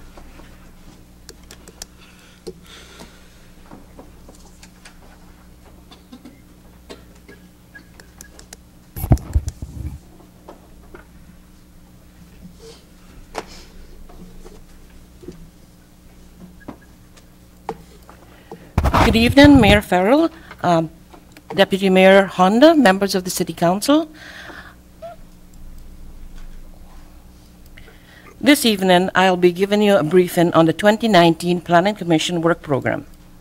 The policy question is, should the City Council adopt the 2019 Planning Commission Work Program as recommended by the Mayor and outlined in the staff report? So every year, the Planning Commission's work program is approved by the City Council. This evening's briefing will cover what's called housekeeping items planned for completion in 2019, non-housekeeping items planned, items completed in 2018, the 2018 Comprehensive Plan amendments, and the 2019 Comprehensive Plan amendments. And what I'm going to be doing is just hitting the highlights, because you've got a detailed staff report in your packet, and I'm anticipating it might be a long meeting tonight. So, housekeeping items are tracked throughout the year, and they should require little work as far as amending the code. And so I'll start by addressing lots counted when determining short plats. Right now, we've got what's called public purpose tracts. These would be like open space or stormwater detention tracts. And so when a subdivision is proposed, many times you've got your open space tract, you've got your stormwater tract, but it's not clear whether these tracts should be counted as part of the lots. So a short plat goes up to 9 lots. If you've got a open space tract and a detention tract, and you've got 9 lots, that pushes it up to 11 lots. Then what that means is that it changes from a short plat to a preliminary plat. And the review processes are quite different. Short plats are reviewed administratively, whereas a preliminary plat goes to the hearings examiner for a public hearing, and then it goes to the council for approval. And there's quite a bit of difference in application fees for a short plat versus a long plat. So this amendment would be clarifying whether tracts, open space tracts, are counted as long as lots or not. The next amendment that's proposed is requiring notice to people within 300 feet of short plats. In 2007, the definition of a short plat changed from up to 5 lots to up to 9 lots. Now, that's a difference of 4. There could be quite a bit of impact on neighbors from 5 lot to a 9 lot short plat. So we're proposing that we provide notice to property owners within 300 feet of the short plat. And also will be requiring the applicant to post the site, because that would also be a requirement. Another proposal is to require only 1 notice for an administrative variance versus 2, because we think that 1 notice is adequate. Another proposal is to clarify language in the land use tables in the city code related to daycares and eliminating urban agriculture in commercial zones. Right now, we've got commercial daycares, which could be up to 50 students, and then we've got what's called in-home daycares. And in-home daycares are actually run from a person's home, and there's up to 12 kids that are taken care of. In-home daycares are home occupations, whereas commercial daycares go through a process. So we would want to be clarifying that in-home daycares have no process. So now non-housekeeping items are more substantive in nature and they take more time to review. An example would be the Shoreline Master Program update, which we are working on right now, and it has to be finished by the end of June. Another substantive amendment would be the Critical Areas Ordinance. Back in 2015, if you recall, we approved major changes to the Critical Areas Code. Since that time, in the 4-year period, the Department of Ecology has made some changes, and we would need to change our code to comply with their changes. And another one would be to continue our research on housing issues. We did quite a bit back in 2017 when we had our multifamily moratorium. But then the council asked us to continue in the future. We would also continue reporting on sound transit issues and projects, and then every year, invariably, the council comes up with something that they would like to add to the work program. Last year, it was the mini storage amendments. So very briefly, let me go over what we completed in 2018. We finished up on the 2017 Comprehensive Plan update. We eliminated the public hearing for selection of comprehensive plan amendments. Every year, in September, between July and September, we accept requests from the public for amendments to the comprehensive plan. And then after that, what we do is we take it through what's called a selection process. We take it to the LUTC and then to the City Council. In the past, the City Council would make their decision on whether these items should be considered further in a public hearing, and the amendment changed that public hearing to a public meeting. We also made amendments to allow commercial wineries, distilleries, and breweries in the city. They're allowed in the suburban estate zone, which is our agricultural zone, our neighborhood business, our community business, the city center core and the frame, and the commercial enterprise zone. Another code amendment that we finished was establishing an historic preservation program, and also permitting what's called small cells in the right-of-way. Traditionally, you've had like the big cells that are on like utility poles. Now, technology has changed where there's smaller pieces of equipment that can be attached to buildings, utility poles. They're about the size of a pizza box. And small cells would be located closer to each other than traditional larger cells. The other thing that we did last year was the design standards for self-storage facilities. And one of the changes was that self-storage facilities has to be in a multi-floor building, and it has to look like either a multifamily or office building. So this is for mostly aesthetics. And the other example is that 40% of the facade facing a right-of-way must be glass. Then we also adopted an ordinance relating to floodplain development and permitting processes. Prior to last year, we did not have a process to review any sort of development in floodplains, only our shoreline regulations. So the last two items tonight, the two ordinances that you will be reviewing, are the 2018 Comprehensive Plan amendments. They are the future realignment of the extension of South 324 east of I-5, and the second one is the Milton Area Comprehensive Plan and Legislative Rezone. That's for about 56 acres. So that will be discussed later on. What we received for 2019, we received two requests. The first one was a site-specific request from ESM, which is a local engineering firm, to amend the conditions of comprehensive plan approval to remove the requirements for a master plan for this area. This is the Kitts Corner area, south 220th, west of Pacific Highway, Kitts Corner Apartments, the wetlands. These are 19 acres of what's called commercial BC zone property. So one of the conditions of approval back in 2005 is that it goes to BC but then it had conditions of approval, and one of those conditions is that they have to have a master plan approved by us. This is what the master plan looks like. And you'll see it shows the locations of the buildings in specific locations. There's a table that shows the sizes, the gross floor area of the buildings, and the uses.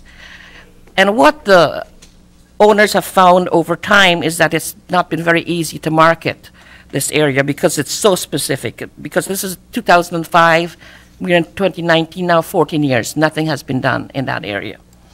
The next request that we received that we will be actually reviewing right after the two ordinances, I don't know what the final action will be on that, but this would be the next step, is the 2019 Comprehensive Plan amendments, is we received the site-specific request from the Hines Group for a comprehensive plan amendment to change the designation of Belmore Park, which is south of the mall, from multifamily zoned RM 3600, which is 1 unit per 3,600 square feet, to city center core. There's approximately 63 acres. There's a mobile home park with approximately 336 pads. So right now, this is the city center core right here. So if this was approved, it would extend it southwards, add in 63 acres. What we've done so far is we've briefed the Planning Commission on January 16th, we briefed the LUTC on March 4th, and tonight is your briefing. So the options in front of you is adopt the mayor's recommendation as contained in the staff report, adopt the mayor's recommendation as modified by the LUTC, or do not adopt the mayor's recommendation. The LUTC did not modify the mayor's recommendation. And I'd be happy to answer any questions. What is the mayor's recommendation? Okay. Council, any questions? All right, Councilor Cope. I move approval of the 2019 Planning Commission Work Program as recommended by the mayor. Second. All right, there's been a motion and a second. Is there any discussion? All those in favor? Aye. Aye. Opposed? All right, matter passes unanimously. All right, item B, authorization to pursue bond financing for SCORE jail bond defeasance. First of all, I have a staff presentation from Ade Arula, our finance director, and Ryan Call, our city attorney. Good evening, Mayor, Deputy Mayor, and council members.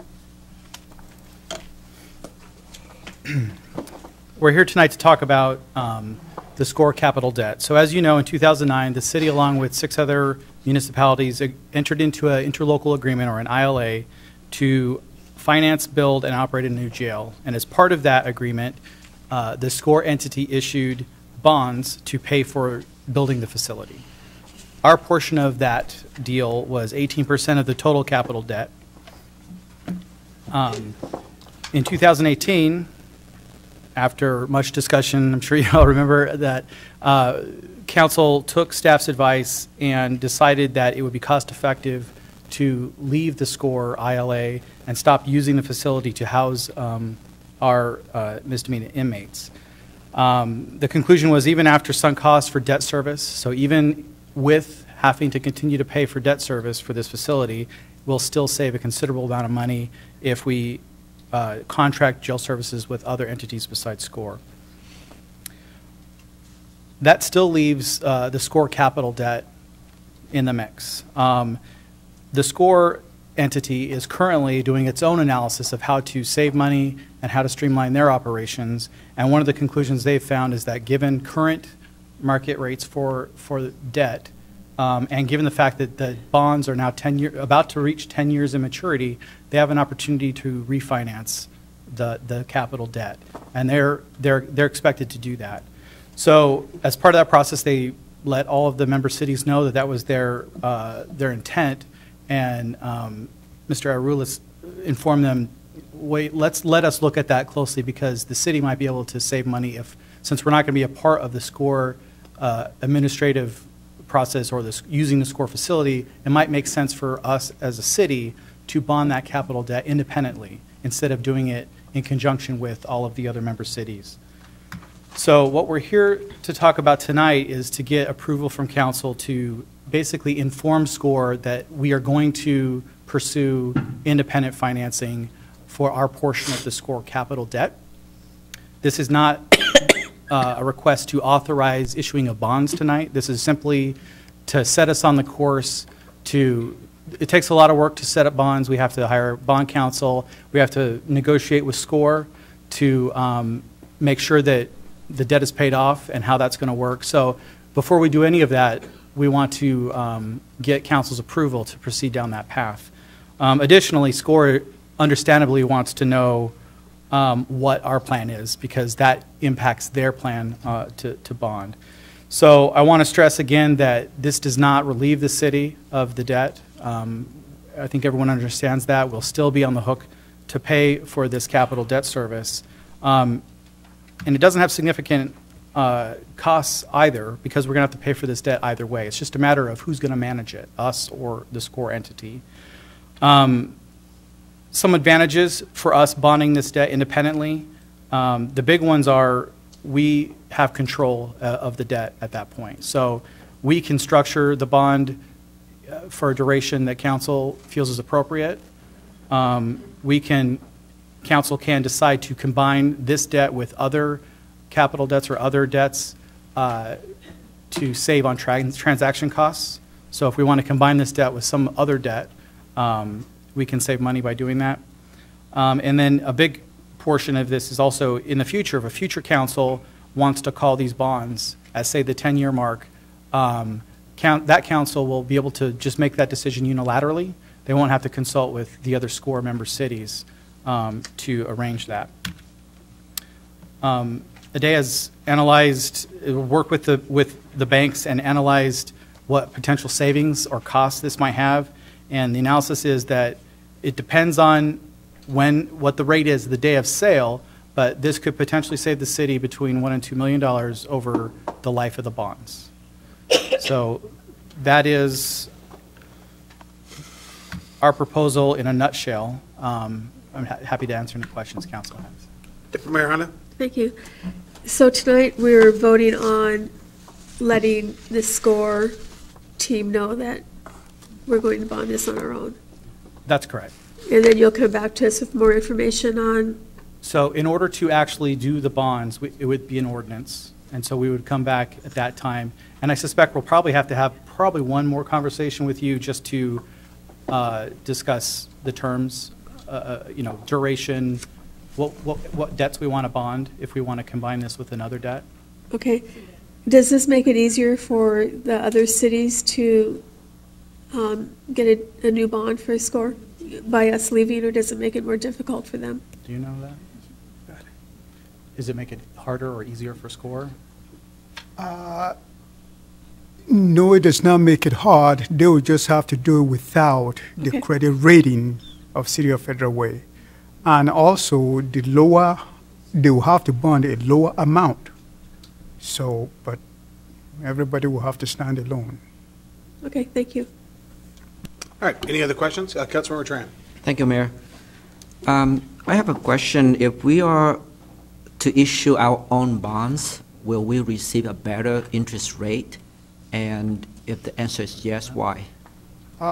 Actually, because now it's taking up a space, because we're obligated to pay this bond.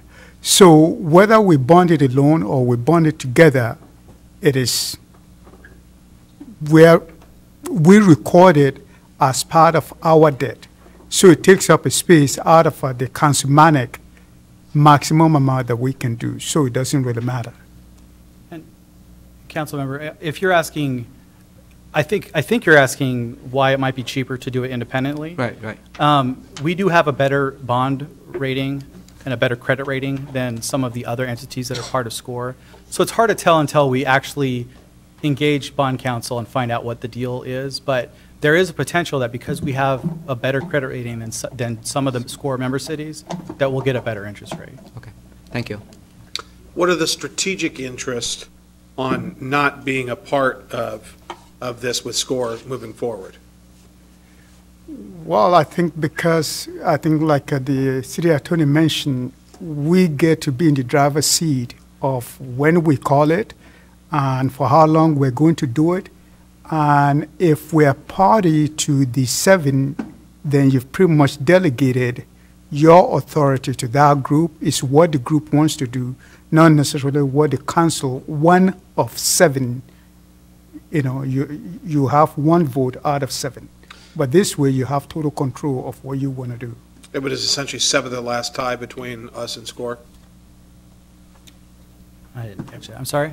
This would essentially sever the last tie between us and SCORE? That's correct. I mean, the analogy we keep using is maintaining a joint residence after a divorce. You don't want a mortgage shared with the other party. It's just messy. So this is the last, this would basically sever the last financial tie to SCORE. Okay, Councilmember Tran, actually, Councilmember Seffa-Dawson, Councilmember Tran, and then the Deputy Mayor. So when we entered into the interlocal agreement, was there a, what was the duration of that agreement? Was there any kind of a timeline? The ILA is perpetual. It has a 5-year term that automatically renews every 5 years. Mm-hmm. So it's perpetual. The bonds had a term, and I believe they were 30-year bonds. 30, correct. They were 30-year bonds. So we're 1/3 the way through the original bonding period. So it started in 2006. So we were in this third phase of the renewal of the interlocal agreement. I think the ILA was 2009. I think that we're about 10 years in. Okay, that was my question. Thank you very much. Councilor Tran. Thank you, Mayor. My follow-up question is, if we are going to do this ourselves, is there a potential impact on our long-term credit rating? Just like personal, when we take on a new loan or new credit card, our credit score will hit, right? Actually, that is what I tried to answer before, because we're showing that as part of our debt burden now. So actually, it will be a neutral effect, because we're showing 18% of the total bond of SCORE on our book, and that is part of what they rank SCORE for. So that is part of what they use or they review to give us our AA2 that was done early this year. So it will not have any impact on us. I can follow up a little bit. Moody's is more sophisticated in their analysis of our credit rating than, say, the credit rating agencies that we all deal with personally. It's not per transaction. They look at our total debt capacity, what kind of revenue we have coming in, and then they make their decision. So just because you have a transaction, it doesn't necessarily impact your credit rating. Okay, thank you. Deputy Mayor. Thank you very much. Will we do this before we leave SCORE at the end of the year? I believe SCORE wants to do this before the end of the year. Yeah, I think the bonds are callable around October, November of this year. So the bond has to be done by that time. Our last day on SCORE, I think December 31st. Yes, we will have to do it before we leave SCORE. Thank you. And the reason why it's on today's agenda is they ask for notification prior to April 1, so they can plan accordingly. Okay. All right. Any other questions or comments? Councilmember Duclos, do you have a motion? Yes. I move to authorize the mayor and staff to notify the SCORE Administrative Board that the City of Federal Way will issue its own bonds to refinance the city's portion of the SCORE capital debt instead of participating in the SCORE bonding offer. Second. It's been a motion and a second. Is there any discussion? All those in favor? Aye. Opposed? All right. Matter passes unanimously. Okay. Item 8, ordinances. First reading. Council Bill 754. Relating to the 2018 amendments to the Federal Way Comprehensive Plan and Comprehensive Plan Map to realign the future extension of South 324th Street further south to connect with Weyerhaeuser Way South. First, we'll have a staff presentation from Rick Perez, our city traffic engineer, and then we'll go from there. All right, Rick. Thank you. Good evening, Mayor, Deputy Mayor, and Council. So here tonight to talk about the proposed South 324th Street Extension Comprehensive Plan Amendment. And that would be amending the termination from 32nd Avenue South to Weyerhaeuser Way South. And the reason this is before you is that it entails a change in the language on a capital improvement project shown in the comprehensive plan that identifies a South 324th Street interchange and extending 324th as a 5-lane minor arterial currently to 32nd Avenue South, and that would be replaced with Weyerhaeuser Way. So the original alignment that came out of the 2007 analysis where we looked at this was to have, here's the Commons and 324th where it turns and becomes 23rd Avenue South. That 324th would be extended across the freeway and hopefully would have some ramps to I-5, and then curve up past this existing building that DeVita is leasing and tie into a roundabout essentially at the intersection of 32nd Avenue South and South 323rd Street. Now, so this is again a design visualization graphic that we did back in '07, and so here again is the intersection of 23rd and 324th on the southeast corner of the Commons, extending across and having a roundabout right here with a realigned 32nd Avenue South and a realigned 323rd. This is proposed to be 5 lanes, and that 32nd would remain its current 3-lane configuration, and this segment of 323rd actually would be widened to 4 or 5 lanes. So, and there's been several discussions about, what are the impacts of this, and one of the issues that's been raised is, well, what about the Olympic pipeline, which would be common to either alignment. Similarly, why are we doing this? Well, one of the issues was when DeVita came in and proposed building an expansion of their facilities, they wanted to provide a new building here on these 2 lots that they have already purchased and have kind of a campus type connection between this new building and the existing building they're using. So they didn't want any streets running through. And actually what we had proposed as that alignment would preclude them building the building that they wanted. So we were trying to figure out, okay, what's a good way we can, still create the same functionality for the street extension and allow DeVita to continue. So we started looking at realigning this directly on IRG's property, directly east to Weyerhaeuser Way. So this is what it ends up looking like. Tying in Weyerhaeuser Way, actually pretty close to the public fishing access point. And then one of the other things is that we were also looking at one of the original ideas of tying that into 32nd was trying to provide connectivity between the existing BPA trail corridor and the future one east of the freeway. Currently, the comprehensive plan has 324th eventually being widened to 5 lanes with bike lanes on the south side of the mall. And so the idea was we could continue the bicycle and pedestrian facilities across, tying into 32nd, go up 32nd to the BPA corridor, and continue that trail eastward within our boundaries, our potential annexation area, out to 51st Avenue. In reality, that's a planned regional trail that would continue to follow the BPA trail all the way out to Covington, and then follow 18 all the way out to Issaquah Hobart Road. So when we looked at this realignment, we said, gee, I think to maintain that functionality for the bicyclists and pedestrians, we need some type of trail connection between this new roadway and 32nd Avenue South. And so that's what's being proposed here as part of this. So, again, much has been made about, what does this really mean and what does it look like? And so I wanted to, somehow I skipped a slide. One of the things I wanted to mention is that, the comprehensive plan is a long-range document, obviously. It's a living document and outlining the vision of the city. So over time, you know, the comprehensive plan needs to be updated to reflect changes in that vision.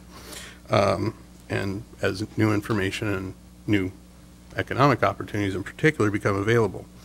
So we're looking at these opportunities to allow and enhance economic development while still meeting the overall vision. And, you know, some states require their comprehensive plans to be extremely specific. In Oregon, if you move an alignment more than 150 feet, that's a major comprehensive plan amendment. Some other states like California. Rick, can you elevate your, maybe talk more? I'm sorry. It's okay. Okay. Just make sure that you know, that everybody can hear. Okay, yes, Okay. I'm sorry. So California, by comparison, is really broad. If there's a line on the map, it's considered a very, very wide line. And so in California, we wouldn't even be having this discussion. But wanted to make sure that we were transparent in what we were doing here. So as a result, roadway projects really need to be considered in a very general sense. And when we show a project on a map, it should be considered a wide line rather than getting into specific design details, because we're at a planning level, there's no level of design ordinarily. And so we don't know exactly what might be in the way and how we might have to realign things as we get into design of new corridors. So, having said all that, so this slide is showing exactly what the differences would be. So again, this is the DeVita site. And the original design that was done in 2007, and this is about 5% level design, was to have that roundabout right in the middle of this parcel, having to realign 32nd Avenue to it, which is about 570 feet of realignment. And then remove 980 feet of the existing roadway and traffic circle and reconstruct that. So all in all, you're constructing, you know, about 2,000 feet of new roadway. Whereas with this proposal, we would be constructing only 980 feet of new roadway and have a roundabout at the intersection at Weyerhaeuser Way. So some of the things, you know, and this is essentially providing the same functionality. And one of the comments we received talked about, you know, changing the travel times. So took a brief look at this, and this is not any detailed analysis, excuse me, but we're looking at from the beginning of this changed alignment to the roundabouts about 10 seconds of travel time. And from there to Weyerhaeuser Way is about 15 seconds. So you're talking 25 seconds to travel this. This is 19 seconds of travel time, and then 9 up here. So if you were using this new roadway and wanted to head north up to 320th on Weyerhaeuser, you're adding 3 seconds of travel time.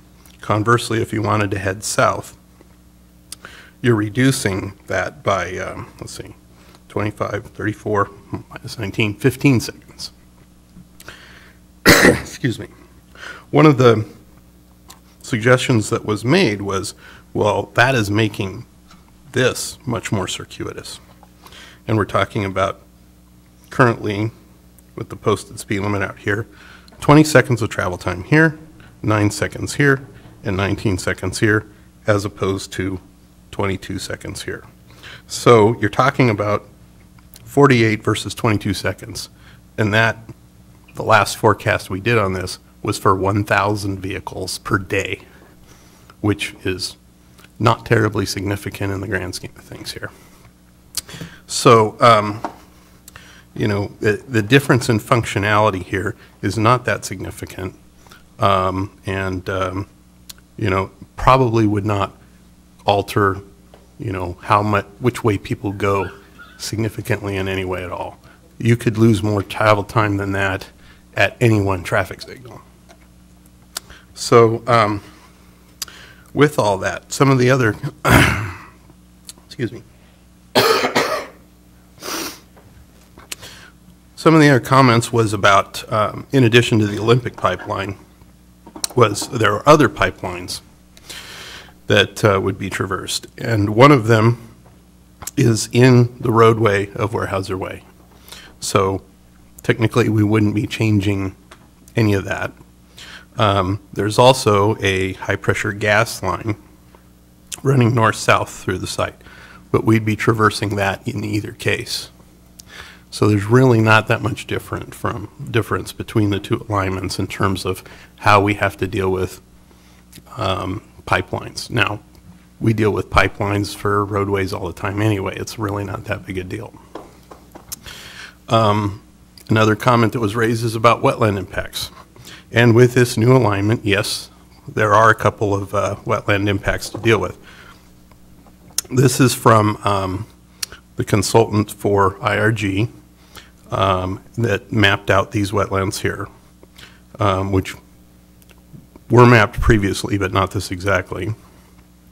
And so it looks like we'd be possibly infringing a little bit on this wetland, and this wetland impact would be slightly more. So yeah, there's potentially some impacts of that. Now again, I'll remind you, this is a very low level of design. And when we get to a detailed level of design, then we'd be looking at greater detail about how to deal with the wetland impacts. We may find it's cost effective to just mitigate those wetland impacts at another location. Or it may be that we can slightly shift that roadway alignment, narrow the north side of the roadway by not using planter strips and utility strips, and so modifying the sidewalk width even. Or we move the intersection at Weyerhaeuser Way further south to avoid it entirely. So we have several options to deal with that wetland impact when we get to the level of design that, you know, we're looking at actually constructing it. This is a ways out, and we'll be evaluating this as part of the larger city center access project. So there's also a cost savings with the new alignment. Because you're talking about reconstructing part of 323rd, part of 32nd, removing the existing roadway and the right-of-way acquisition, which now then DeVita doesn't get to develop that site.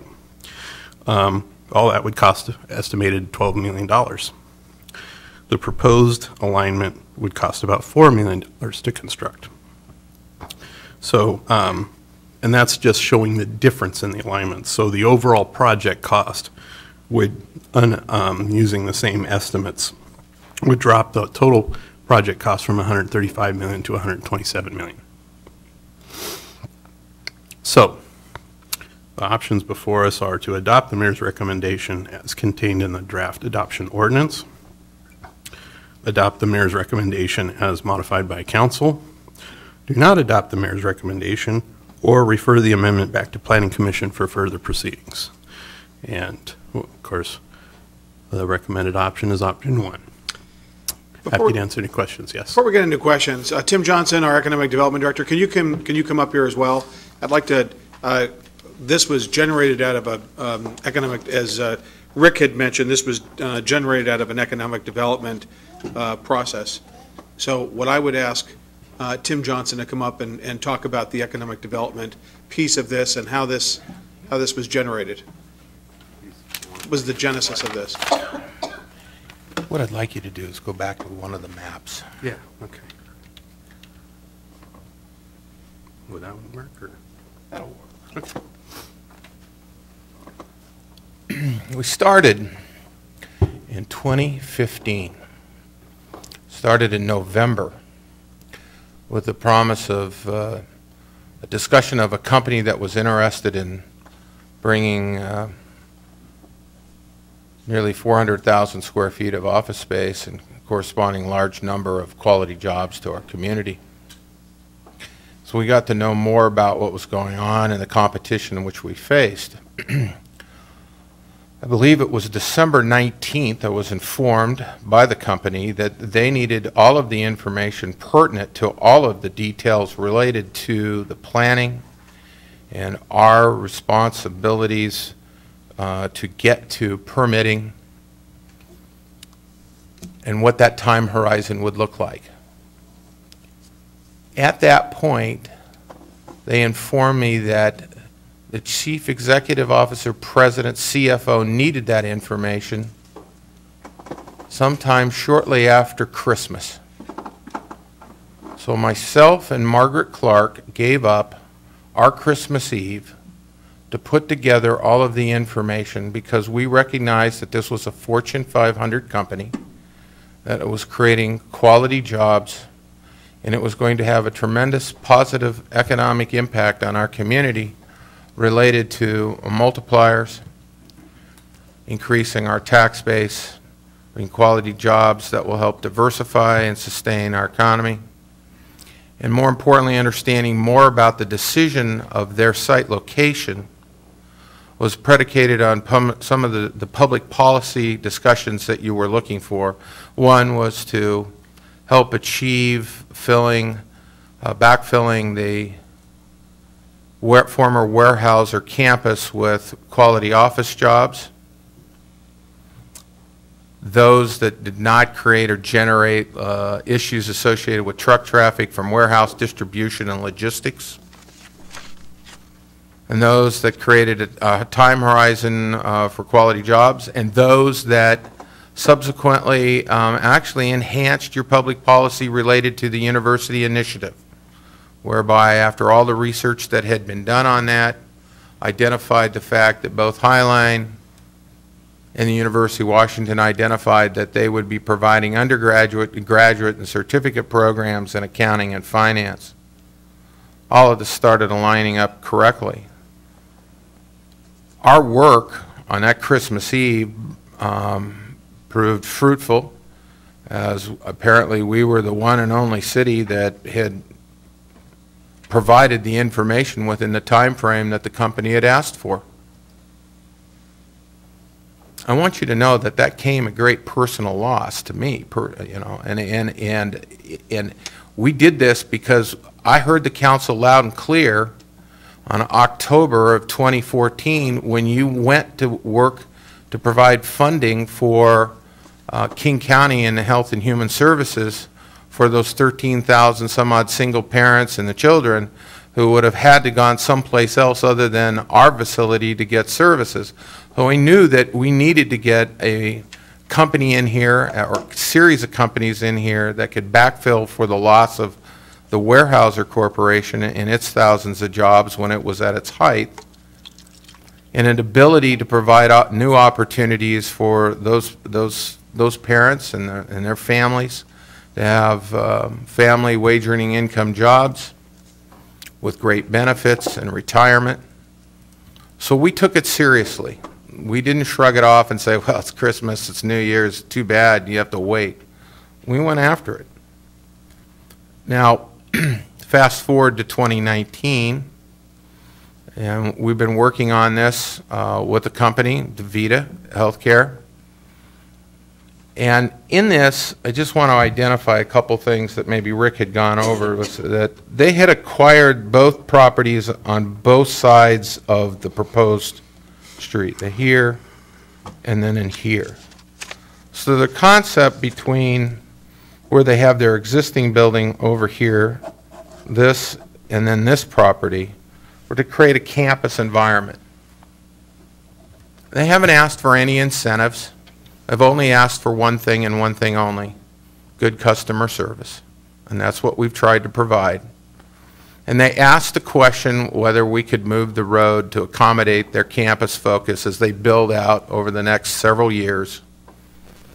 And when you think about this, the 145,000 square foot existing facility that they have, with something around another 200,000 in phase one, and then potentially who knows what they do, and the next one, and maybe it's another 150 to 200,000. It will make them singularly the largest office end user in Federal Way, and one of the largest in South King County.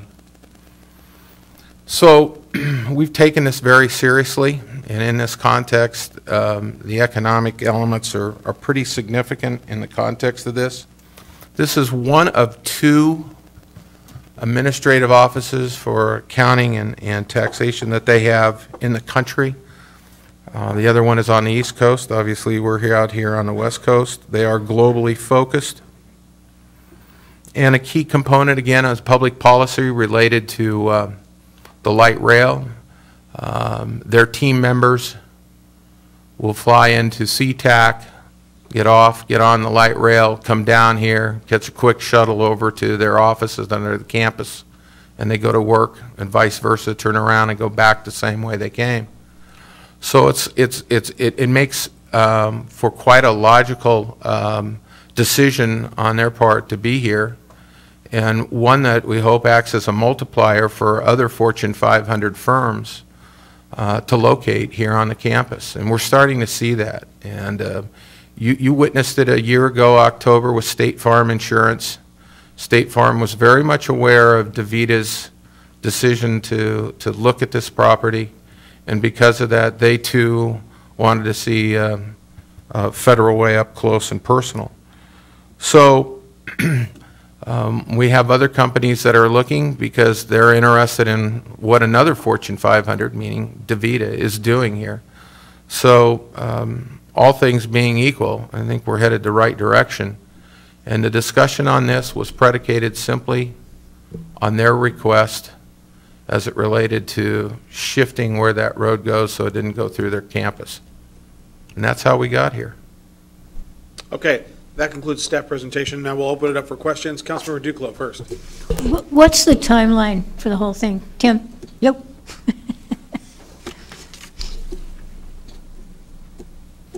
If I'm not incorrect, everything has to be open and operating by 2020, beginning of 2021.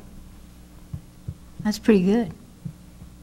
Thank you. So when we started this, when we started looking at that, we backed all the way into this equation. Okay, Tim and Rick, if you guys could stay close for questions. Councilmember Moore, do you have a question? Thank you so much. I think this question will go for Rick. I understand there's already an existing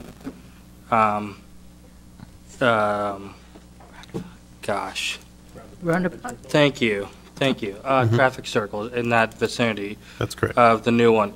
Can you talk to me as to why, just so I'm aware of the history, why we're, and for the public to know, why we can't use that? And in fact, actually, that exists, can you point out, Rick, where that this is, and you may note that I called it a traffic circle, not a roundabout.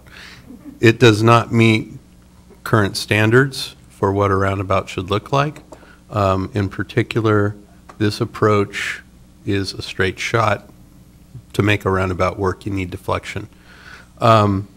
Secondly, this needs to clear the existing building, which is just barely off of this, and to put in a curve tight enough to bring that in would, it's a lot sharper than we'd want to see for a street that we intend to post at 35 miles an hour, and as a result of that, may create some safety issues.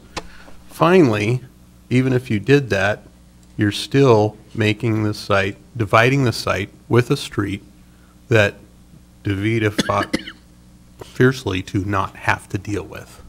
They want that a non-street connection between the new building and the existing building. And that was very critical for them. Okay, and so if I understand you, just to take one of your points, with your, how many years have you been in this? 22. 22 years of experience, you're saying that to be able to put a curve around and post a 35 mile an hour is just not good judgment. It would not be a good design. Okay, thank you. Councilmember Seffa Dawson. Thank you, Mayor. I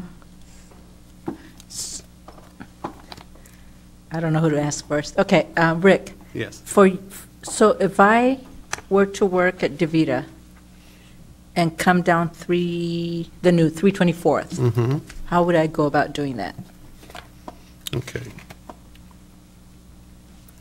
Let me go back a bit. So, depending on where you were coming from, if you were going to DeVita, probably you wouldn't necessarily use 324th because there would be no driveway connection between the new street. They want their street, or they want the building to face towards 323rd as a lower volume street. So they would probably come across 320th and down 32nd. They could come across, come out to Weyerhaeuser Way, and then back on 323rd. Okay, that was my question. And so the current building they're in, they're leasing, Yes, that's my understanding. and they plan on staying in there for a while, longer? Well, since it seems like this is extremely important to them to have that connectivity Right. between the two buildings, it sounds pretty permanent to me. Oh, I was waiting for Tim, if you know anything. He was nodding his head, so. I just get confirmation of yes, it's part of their campus. Okay, so they Proposed have, campus. they probably have a long-term lease. Well, I'm not privy to that, but yes, they do have a lease on that property, and they're not going anywhere with that. Their intention is to continue to work from that location, build the next site, Phase 1, work in between that, and then work on Phase 2. Okay, and then with the jobs, they're livable wage jobs with benefits? Because a lot of times when we talk about creation of jobs, my concern is that they could be low wage, minimum wage, which are not livable, and no benefits, and so that's my other question. me I know give you you an touched answer on it a little bit, but I wanted to. This is a Fortune 500 firm. We're not dealing with a startup here, and we're not dealing with a customer call center where people typically make minimum wage or not more than $15 an hour. These are highly technical skilled jobs. Opportunities present themselves and pay extremely well, up into the 6 digits. This is a healthcare company, so this is administrative facility for accounting and finance for a healthcare company. So we have, and you know DeVita because we have several of their retail healthcare, renal, kidney care facilities here in Federal Way. Their corporate headquarters were in El Segundo, California. At one time, they moved to Denver, and they've been in an expansion mode ever since and continue to grow and expand. As I said, they're global oriented. So you ask about benefits. Yes, a healthcare company provides excellent benefits for those kind of folks that we're talking about earlier, particularly some of those 13,000 single mothers and children who would come to rely on having a mom or a dad work at a company that would benefit from having a good wage and salary package, such as health benefits, and also retirement. So they would equal to or better than what the city of Federal Way could offer an employee. Okay, and then lastly to you, the connection between, the connection between the university campus maybe and? Okay, again, one of the key things that as the city engaged the University of Washington into the activity, we looked at what the demands were for future areas of study. And the report that was done by American Management came back and showed beyond a shadow of doubt that even without DeVita, accounting and finance in our professional business services sector is a very important element for continued study, both at undergraduate, graduate, and certificate level. And so as the hub, Highline and University of Washington come together, their curriculum will be incorporating accounting and finance as a part of the programs that they will be offering at undergraduate and graduate certificate level. So it falls perfectly into the public policy of which you have initiated as it relates to the university initiative. Thank you. All right, Councilmember Kopeng. Rick, if you could go back to the realignment of South 324th Street extension, I just want to talk about the pedestrian and, yeah, there it is. But prior to doing that, I just wanted to say I've been in the DeVita current location, and the improvements in that building are very impressive. I think it reflects certainly a level of commitment that they have to their employees, in that they have created a very nice environment in which for them to work. So I think it's certainly, and I've heard nothing but positive things about them as far as an employer is concerned. Very impressed with them as a company and proud that we have an employer like that in Federal Way. Certainly would like to see that them grow here and continue their partnership with us. But regarding the pedestrian and bicycle connection to 32nd, could you detail that on this map so that we can understand that a little better? So this is still, as I understand it, under discussion with pending their approval of the site plan. That it's probably going to be on the east side of the building, which would be somewhere in here, and connect out, so to 323rd. So in my ideal world, it would be over here. They thought that would disrupt their campus environment that they're trying to create. Sure. So okay, this would be the fallback position. Okay, thank you. All right, Council? Deputy Mayor? You can go. Who? Councilmember Tran? Thank you, Mayor.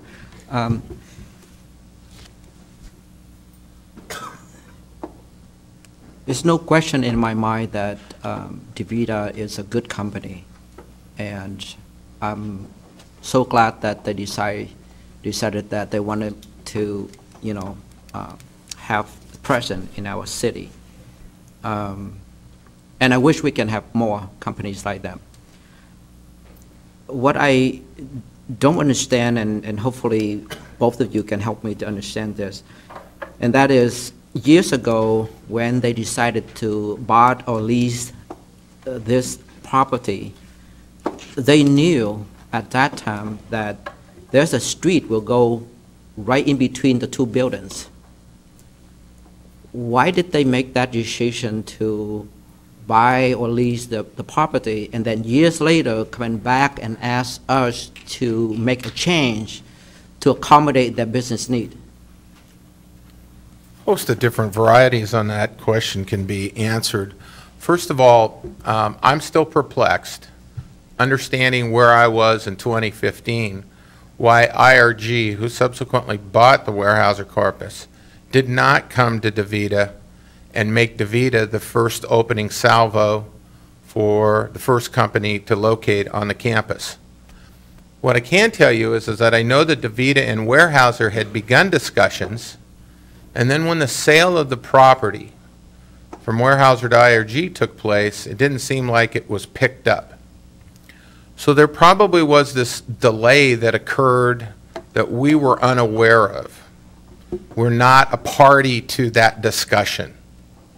So at that particular point, and as they went through this element appeared to them as they do their site location work, as they do their due diligence. And as they got into the due diligence and saw the options that occurred, they posed the question. I think that's the best general response I can give to you. As they did with a variety of other issues about wetlands, sensitive environment issues, interest of the community, interest in the city, interest in the university initiative, interest in what would happen as the light rail ballot measure passed. What did that mean? What does that look like? Will it come over on, was it going to come over on the eastern side of the freeway? Was it going to stay on the western side? Where were stations going to, all these questions started to just evolve.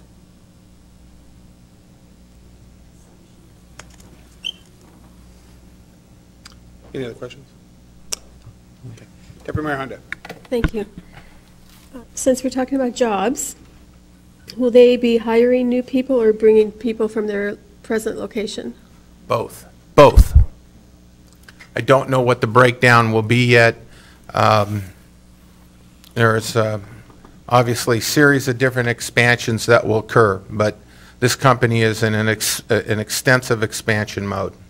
So I would expect that there is this many new jobs as there are people moving here from other locations.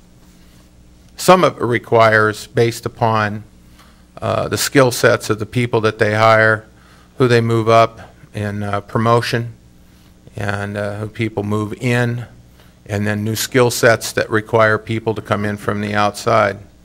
So again, we have a wide array of jobs associated with this. Certainly it's focused on accounting, taxation, but you have administrative services, you have IT, just as examples of needs in this area. And of course also community outreach. One of the things that DaVita is very good about is working in our community. Okay, thank you. I understand comprehensive plans do change, and they need to change with time and with new growth. When the comprehensive plan was written for this area, and the 324th was going to go through this area and then go out 32nd to the light, and then it was going to continue to go north. Yes, that is correct. And so now it would not go north at all? 32nd Avenue would still extend northward. So to the extent that that was used, and that's why I cited the 1,000 vehicles a day that would potentially head north on 32nd if we stayed with the current configuration. That, yeah, those, if they were to continue north on 32nd, that yes, there would be some out of direction travel for them. They would come up to 320th, either on 32nd or on Weyerhaeuser Way, to be able to continue northward. In my view, 1,000 vehicles a day is not a significant number. That's what we designed for I mean, that's the volume boundary we use to distinguish a local street from a minor collector residential street. So on 324th, you're only expecting 1,000 vehicles a day? No, to use 324th and come up 32nd. Okay. And vice versa. So 320th is already a very busy street. Correct. We have growth already occurring on the north side of 320th, which is in King County, unincorporated King County, and we anticipate more growth. Correct. It seems even 1,000 more cars on an already maxed out street, which could be, in the very near future, have quite a few more cars on it. How can that handle even 1,000 cars? Okay.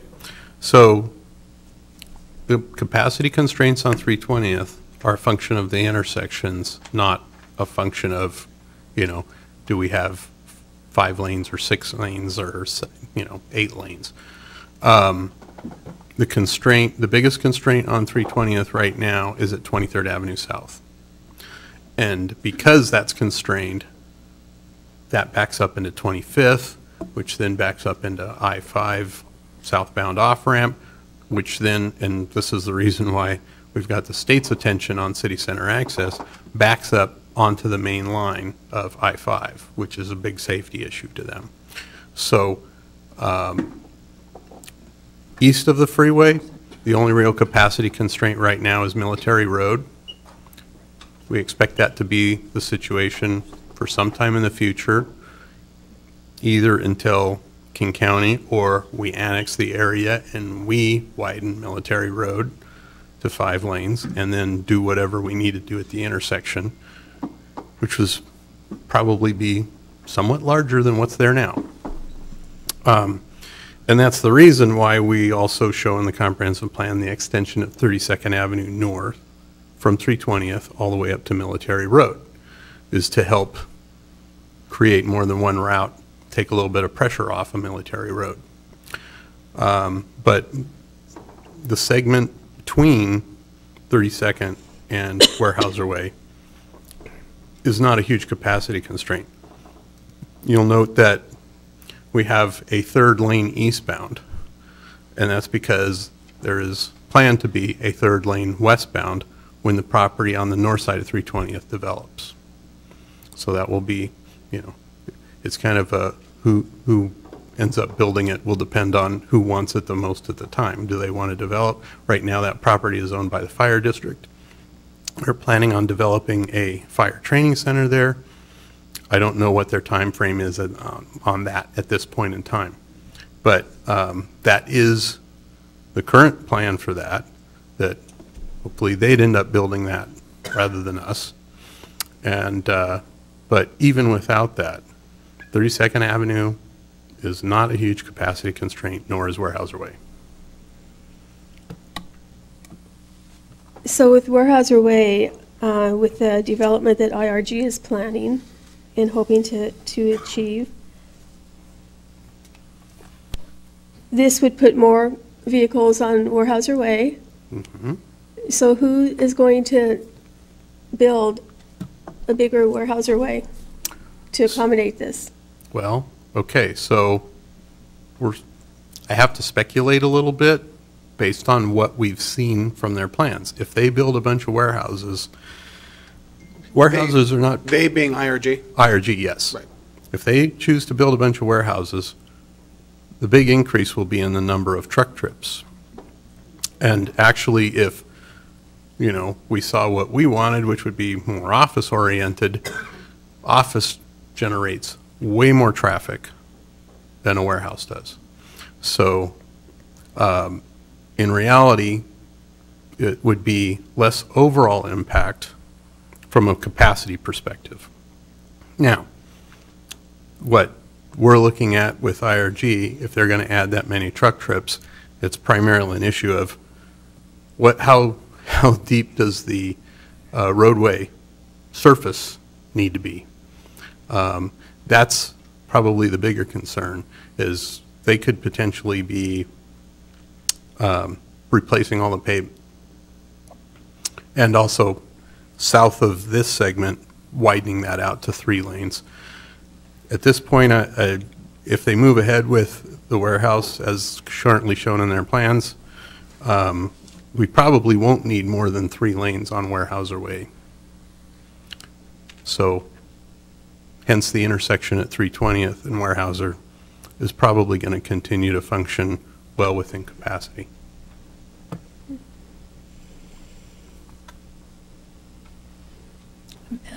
Is there any way that this building could be built and we could still have this go somewhere around the building to 32nd and then go out without going into Weyerhaeuser Way? So again, you'd have to reduce the design speed of the roadway to tie in.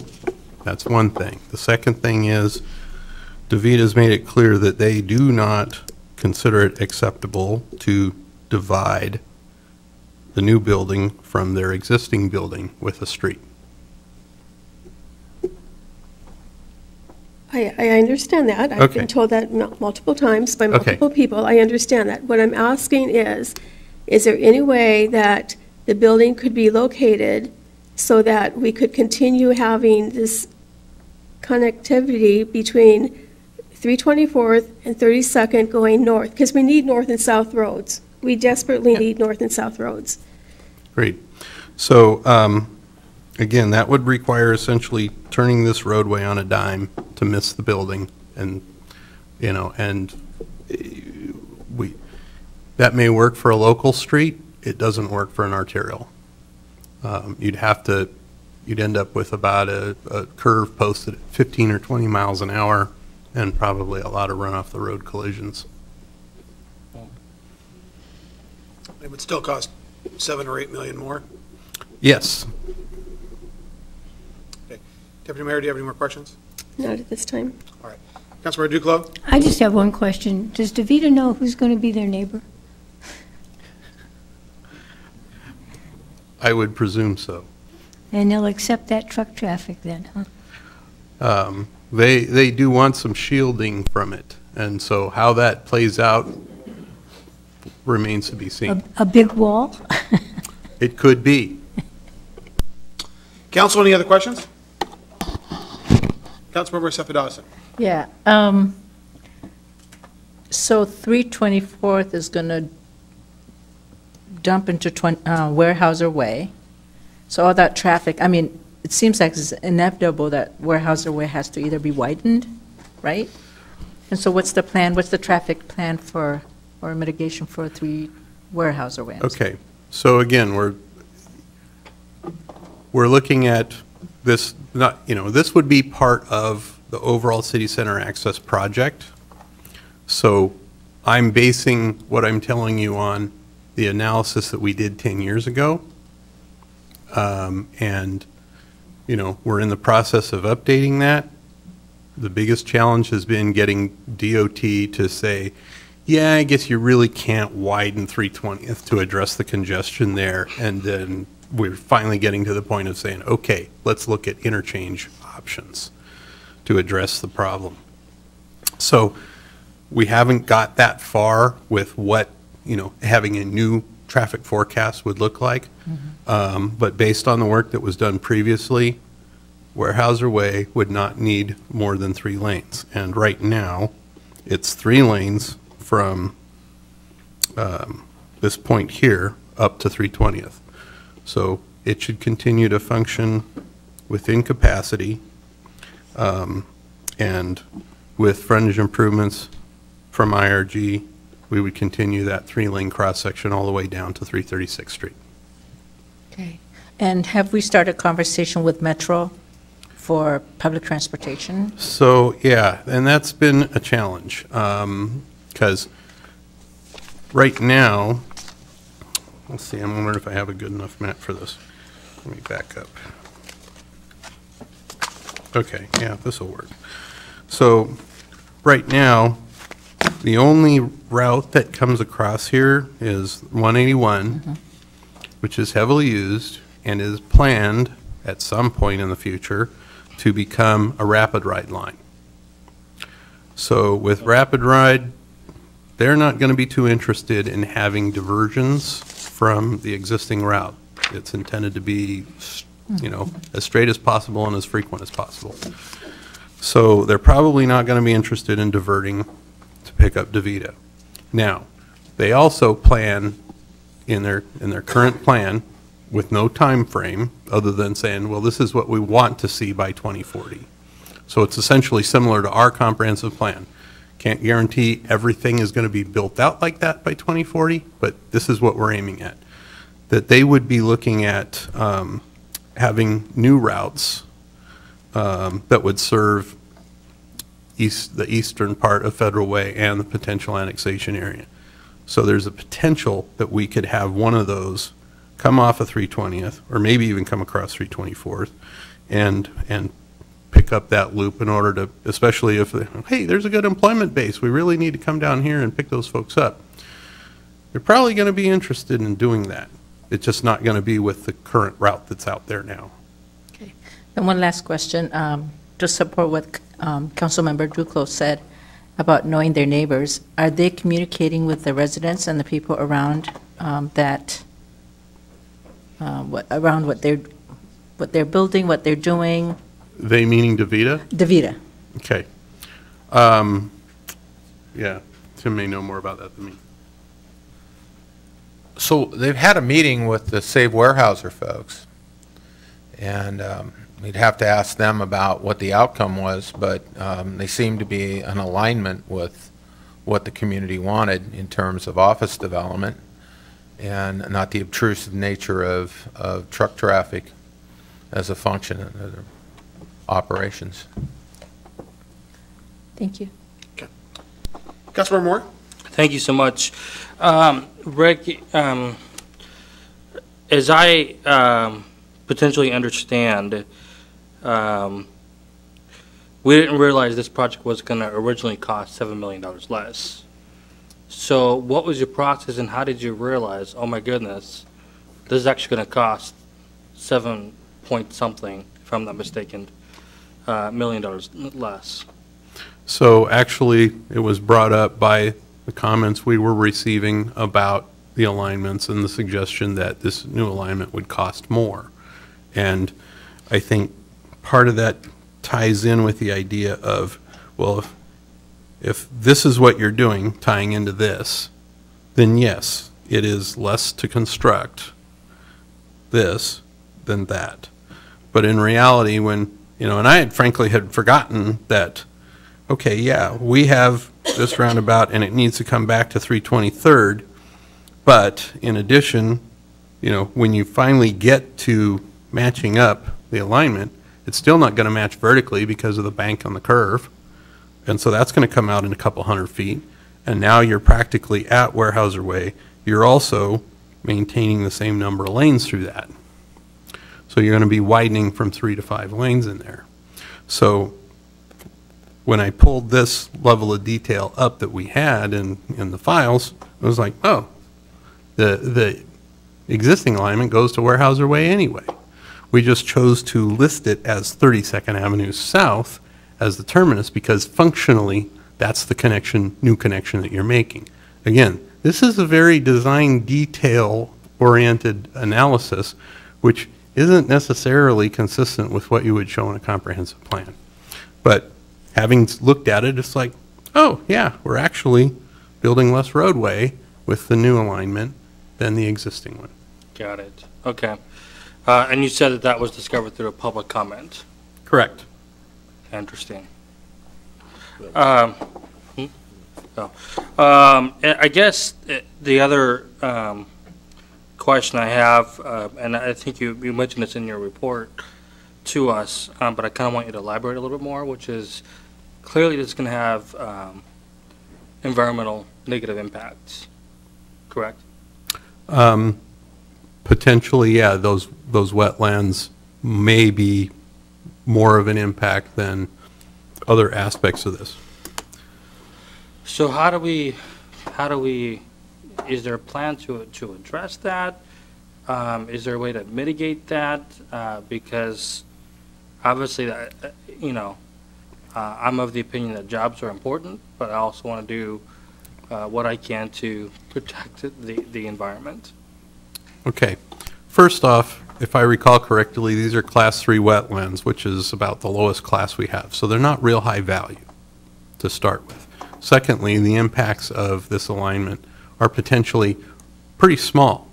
And it may be more cost effective to mitigate those impacts by creating new wetlands off-site than it is to even mitigate this. But we have several different options here. We could potentially realign this.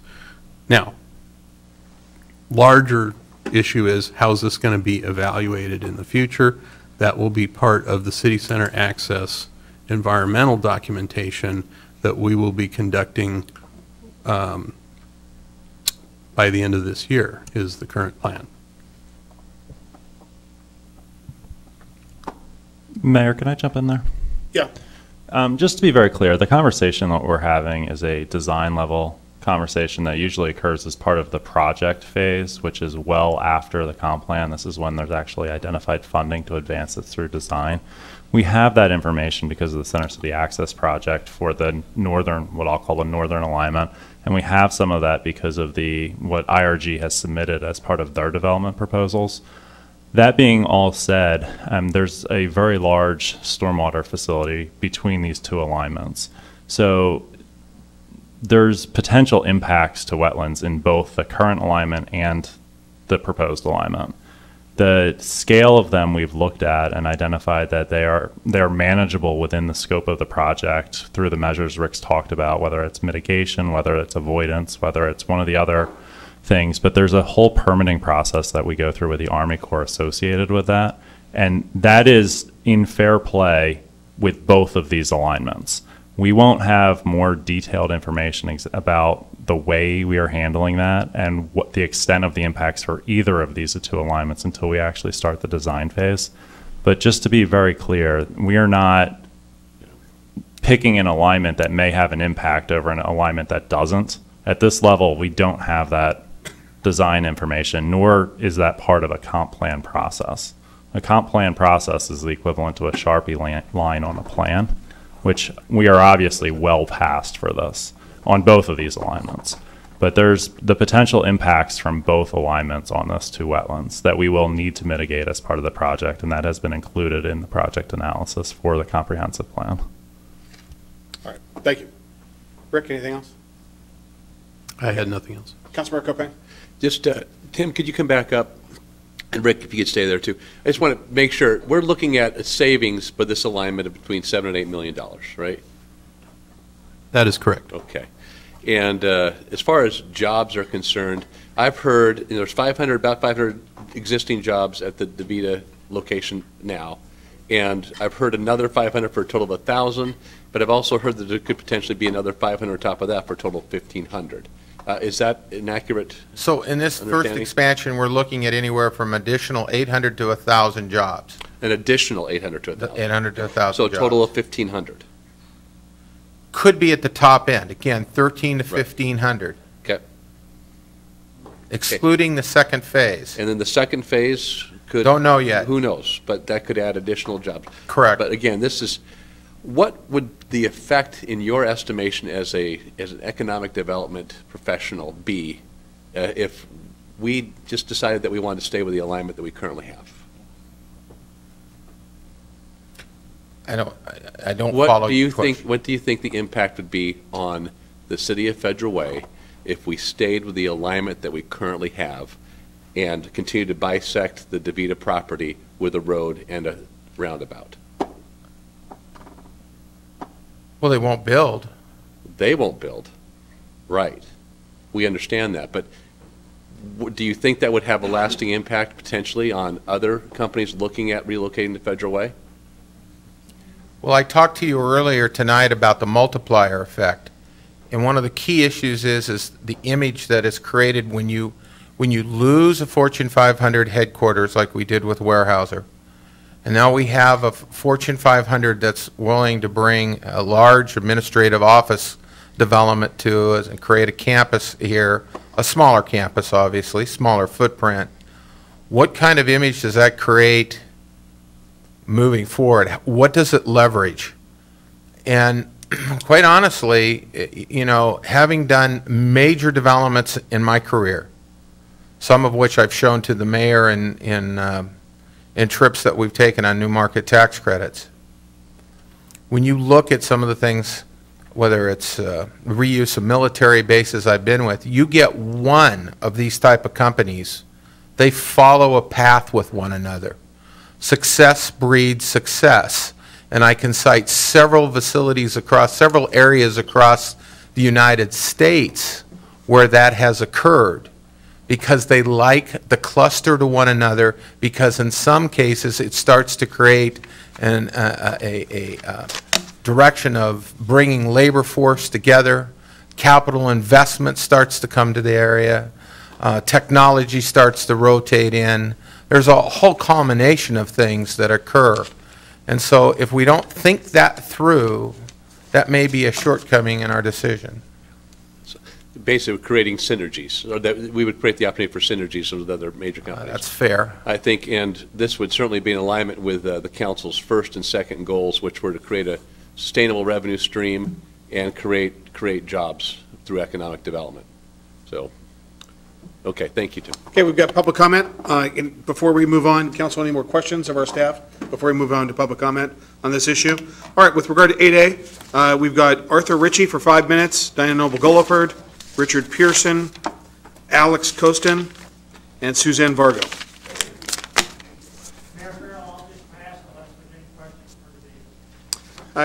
Council, Mr. Ritchie can approach the podium. Does anybody have any questions for Mr. Arthur Ritchie with DeVita? Mr. Ritchie, can you please state your title for DeVita? I'm the Senior Director of Real Estate Development. Okay. All right. Thank you. So, Mr. Ritchie is here. Mr. Ritchie, would you mind coming to the podium just for a second, just for a moment?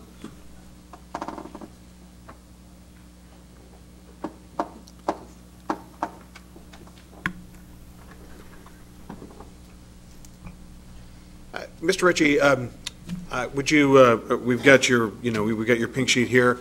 How long have you been contemplating the addition? First of all, how long have you been in that current building? I think we moved in 2012. Okay. And then how long have you been contemplating the second building? Since 2015 with Tim. And how important to the development of the second building is the alignment proposal here? We have a lease expiring in Tacoma. We're going to need a home for roughly 776 people, teammates. So we're either going to put them in that building or we're going to go someplace else because we don't have any other options. The facility in Tacoma is in downtown. It has unreasonable parking. We have tons of security and the same issues that you all discussed early in your meeting. Homeless and vagrants and theft and break-ins to cars happens down there. So our teammates need a more secure place to be, and so we're very hopeful we're going to have a new building right here in Federal Way. Okay. All right. Councilman Moore, do you have a quick question? Yeah. Well, it's nice to meet you. I've never met you My before. pleasure. Yep. So I guess the question was asked, might as well ask it again, and that's, is there intent, I would imagine you're going to move some of those jobs into Federal Way from Tacoma. All of those jobs will move to Federal Way. Okay. Yes, right. sir. So, and there's obviously plans to hire for new people, for new openings, new jobs, correct? Yes, sir. Okay. Just the time it takes us to get from today to 2021 when we start moving in January of 2021. The company, we're not ceasing our growth. We will continue to grow and continue to need accounting, finance, revenue operations, those types of positions. We'll have to fill them here as well. All right. Okay. Thank you. Thank sir. you. Councilmember Assefa-Dawson has a question. Yeah. Yes, ma'am. So how are you marketing to Federal Way residents to apply for any of those positions currently? Because it makes sense for them to, even if it means working in Tacoma for a year or two, it makes sense for them to We don't have any continue to work space in Federal Tacoma Way. for them. The building's completely full at this point, and there's no place for them to go in Tacoma. And the same's true in Federal Way, as a matter of fact. Building's 100% occupied. Wow. Okay. Thank you. Yes, ma'am. All right. Thank you very Thank much. you, Mayor Phil. Thank you. Did you have a question? Will we have time after the citizens' comment for council comments? Sure, of course. Okay. Yeah. Debate. Okay. Okay, as we said, thank you, Mr. Ritchie. Diana Noble-Gulliford. Then Richard Pearson.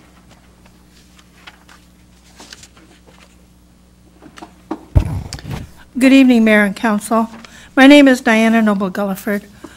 I serve on the Planning Commission Federal Way. And I wanted to share with you my personal opinion and perspective as a planning commissioner. I'm not speaking for anybody else except for myself. After the presentation that we had by staff, and I appreciate what Margaret and Rick Perez do and the time and their expertise, there were some information gaps and discussion among the planning commissioners. And in fact, there was a motion to table this decision until we had more information. I seconded that motion. We had some discussion. One of the things that came up as a result of that discussion was a staff statement saying that if we don't approve this alignment, then DeVita is going to walk. That was a very sobering and concerning statement for me and probably the other commissioners. So the motion to table did not pass, and the commission, as you know, agreed to pass it, including myself. You know, it was unanimous. I went home, I had an uneasy feeling about the discussion and so on, and it's just me. I like to kind of roll around the discussion and the facts that are presented. And I found a SEPA checklist, an updated one that DeVita filled out. I want to read it to you.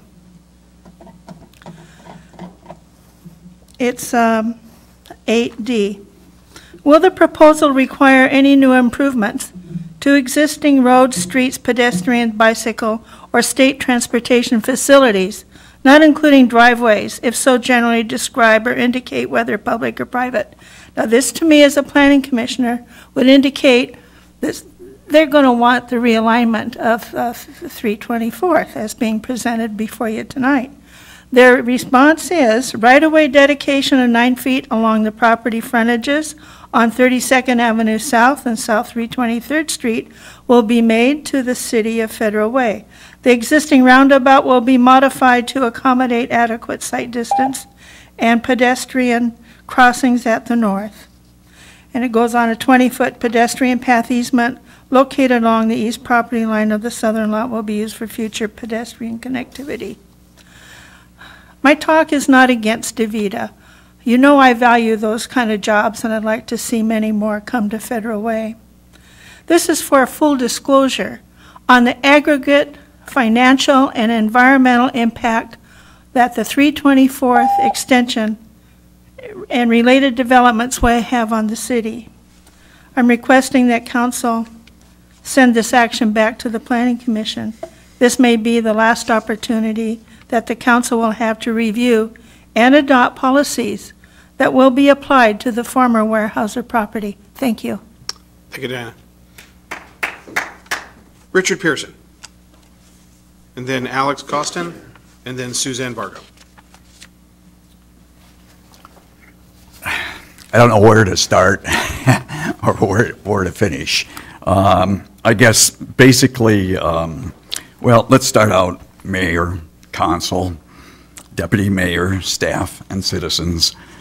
First off, I appreciate the fact that you're letting us comment last. If it's only for 3 minutes, we get to comment.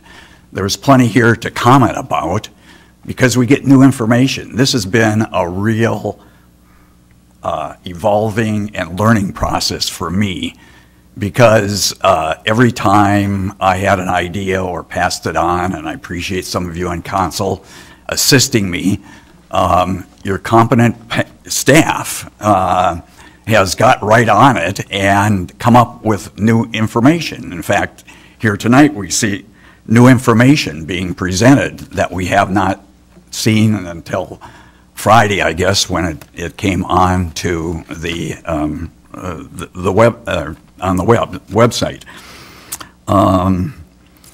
You know, I have a lot of things here that I could be saying. I mean, your staff is very adaptable at developing these things.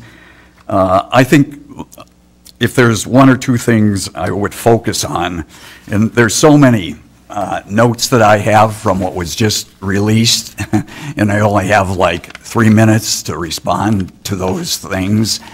You know, like what was presented to the Planning Commission and what we have now is so much different in terms of the detail of information. The cost information, which I'm the one, I think, that got the cost information started, and which DJ or CJ or what mentioned, what is it? EJ, excuse me, EJ. I'm not good at names, and that's part of the senior citizen thing, I guess I'll claim. You know, like he says, this is just supposed to be an overview. We just happen to have some more information here. This is not a complete view of this. So if this is not the complete view, you know, then to me, the cost information, the $12 or the $7 million that we're getting is not that much relevant. Also, the economic impacts, and I address this particularly to DaVita. The economic impacts here of both the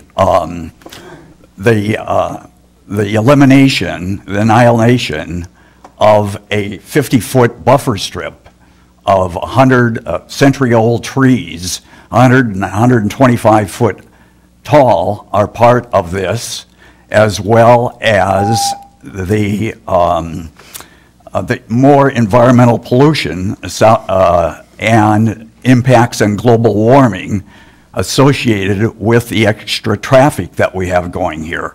And talking about traffic, I mean, we've got like 5,000 cars, and this is part, and I quote this from the original, 5,000 cars coming across and only 1,000 cars going north. I guess the other 4,000 cars are going to come down to Weyerhaeuser Way one way or another. Okay, and final, I'll wrap it up here, I guess. So I talked about the environmental impacts. There are other environmental impacts. And I would just say to DaVita, you know, you have all these jobs that are available. I think we have plenty of empty office buildings in Federal Way, even right within a mile of the corporate headquarters. So if we talked about this, couldn't we find another better solution in terms of putting, and we haven't even seen on this, except for some hand waving, where the actual existing building is going to be. We don't see that in the data that's being presented here. Where is the building, and how does it, and why does that building have to be right there? They have the other lot on the other side. Thank you for your attention. Thank you. All right, Alex Costin. I apologize. I wanted to talk about the last topic, so I'm just asking for my time to be allocated. Yes, sir. We're going to discuss the last. Done. I'll put it in that pile. Thank you. Suzanne Vargo. And actually, I need a ruling from legal counsel. Legal counsel, Suzanne, I see you've got comments on both hearings. Yeah. So, counsel, do we have an opinion on what the rules are in regard to? I've got one comment for this item and another comment for the other item. The council rules were amended to allow one comment per topic. So you can make as many, you can make one comment per topic. Got it. Thank you. All right, Ms. Fargo. Thank you, Mayor and staff and citizens. I will try to get this done in the 3 minutes, but just like Dick pointed out, everything I had planned pretty much went out the window. I'm very confused and concerned about words like probably, speculate, presume, possibly. These are not factual words. This is rhetoric. It is a storytelling time. And I think as DeVita sitting here, to not come up and speak and talk about what their plans truly were, but to have a planner of the city speak on their behalf, I found very disturbing. For the 2,000 feet of road that would be built, remember that's a 5-lane 2,000 feet of road. So if we let DeVita have their way, and they get to dictate in this city what they want, when they want it, and how they want it, who's to say that other companies aren't going to come in and do the same? And where are our codes? Where are our policies? Where's our legal process to do the right thing? Or do we just get to roll over because DeVita wants to come through? And you know what? Why don't you just run a shuttle bus? Build on the vacant land that you bought, put that building there, and simply pay for a shuttle bus for your employees to go from building to building. This would save millions of dollars, tons of time, and we would not be standing here. What I wanted to talk about last time when I spoke about the retention pond, it would be moved, and I was completely dismissed by staff and basically told I didn't know what I was talking about. I do know what I'm talking about. DeVita has a cease order up against them from 2017 where they graded and they cleared this retention area as well as 4 other parcels illegally without a permit. What has happened with this? Was ecology notified of this violation? Was NDPES, were there any pollutants that came out of this clearing? Was it reported? What happened here? Is there a restoration plan? Well, we certainly know that if there's a cease order in Federal Way, you can proceed to work through it, as I've waited for over 2.5 years for my restoration plan on the Ellingson property. Is this another case where the city is failing to follow its own codes? That seems to be what's going on here, as with the threats made from DeVita, be it truth or not, was still an intimidation tactic used to pressure the LUTC and council to make a hasty decision. A question was asked in meetings past about the cozy relationship between IRG and the city, and possibly now DeVita. I would like to re-ask that question without the aggressive reaction from our mayor. What is the city going to do to avoid the look of corruption with IRG and the processes going forward? What we have here, folks, is a despicable treatment of the citizens, the environment, and our entire legal process. This is a false farce of information, intimidation, and a good old boy deal. Be bolder. dig deeper. Resist what you are being told to do. Do the right thing. And do not be another yes man in this charade of politics. Thank you. All right. Okay, that concludes public comment for, that's all the pink sheets I have for that section. Let's see, would the city clerk please read the ordinance title? Council Bill 754 relating to the 2018 amendments to the Federal Way Comprehensive Plan and Comprehensive Plan Map to realign the future extension of South 324th Street further south to connect with Weyerhaeuser Way South. An ordinance of the City of Federal Way, Washington relating to amendments to the Federal Way Comprehensive Plan, amending the Federal Way Comprehensive Plan and approving a city-initiated comprehensive plan amendment to realign the future extension of South 324th Street to connect to Weyerhaeuser Way South instead of 32nd Avenue South.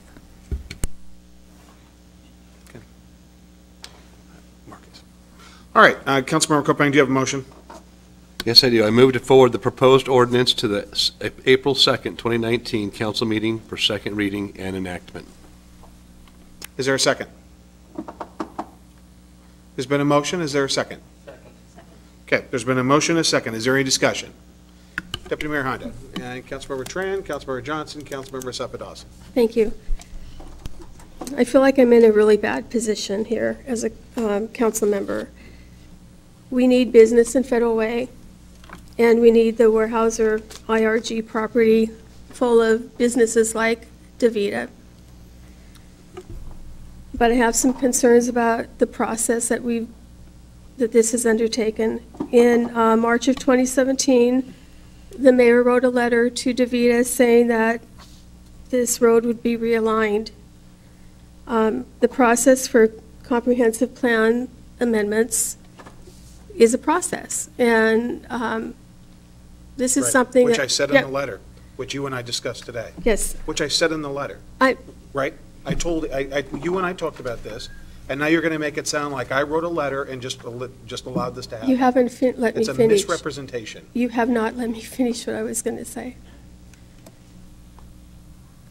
May I continue? Sure. Thank you.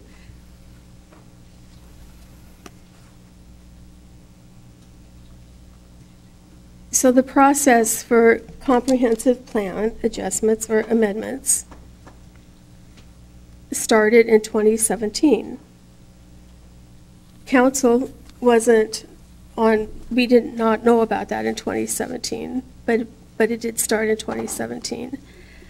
I want to thank Tim and Margaret for your work on this project, especially during the holiday time. And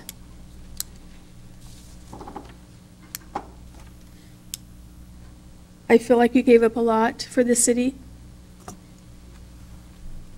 DaVita, we were told, didn't ask the city for many incentives, but yet they had about a week to come up with the information that was needed, and I don't know how long we knew or DaVita knew that this information was needed. And they've asked for a road to be realigned.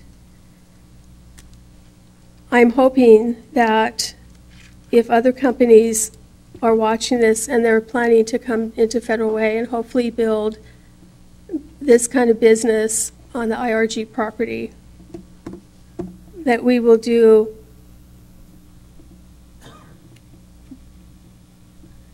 this kind of work for them too, because we need to be fair and we need to work with all the businesses that are interested in coming to Federal Way. Mayor Farrell, I'll say this publicly, the reason that I brought up the letter is because it seems to be an elephant in the room. I did not accuse you or say that you did anything wrong. I brought up the letter. And I certainly don't mean to upset you, but it is an elephant in the room, and I wanted to make sure that people knew that the process had started in 2017. Right, and you failed to mention in that reference that what we provided to them was a 3-page document that outlined the permitting process. And the timeline for the timeline. That's right. But you didn't let me because you interrupted me, Mayor Farrell. No, but you wrote a letter saying I approve this road. Could we stop the bickering here and get on with it? I did not write a letter saying you approve the road. You interrupted me before I was allowed to finish what I was saying. And it's of no importance. That letter And thank you for bringing that letter. Essentially, did not prejudice any party. We were trying to accommodate DaVita to save 1,000 jobs for this community. And I did not say that it did. All right, fine. Councilmember Tran? Thank you, Mr. Mayor. Diana, thank you. Thank you for being here today and sharing your concern with us. I agree with you that we're not against DaVita or any company. In fact, we do value those companies that provide high-paying job to the community, to the people of the city. Having said that, with the information that you share with us today, I have concern.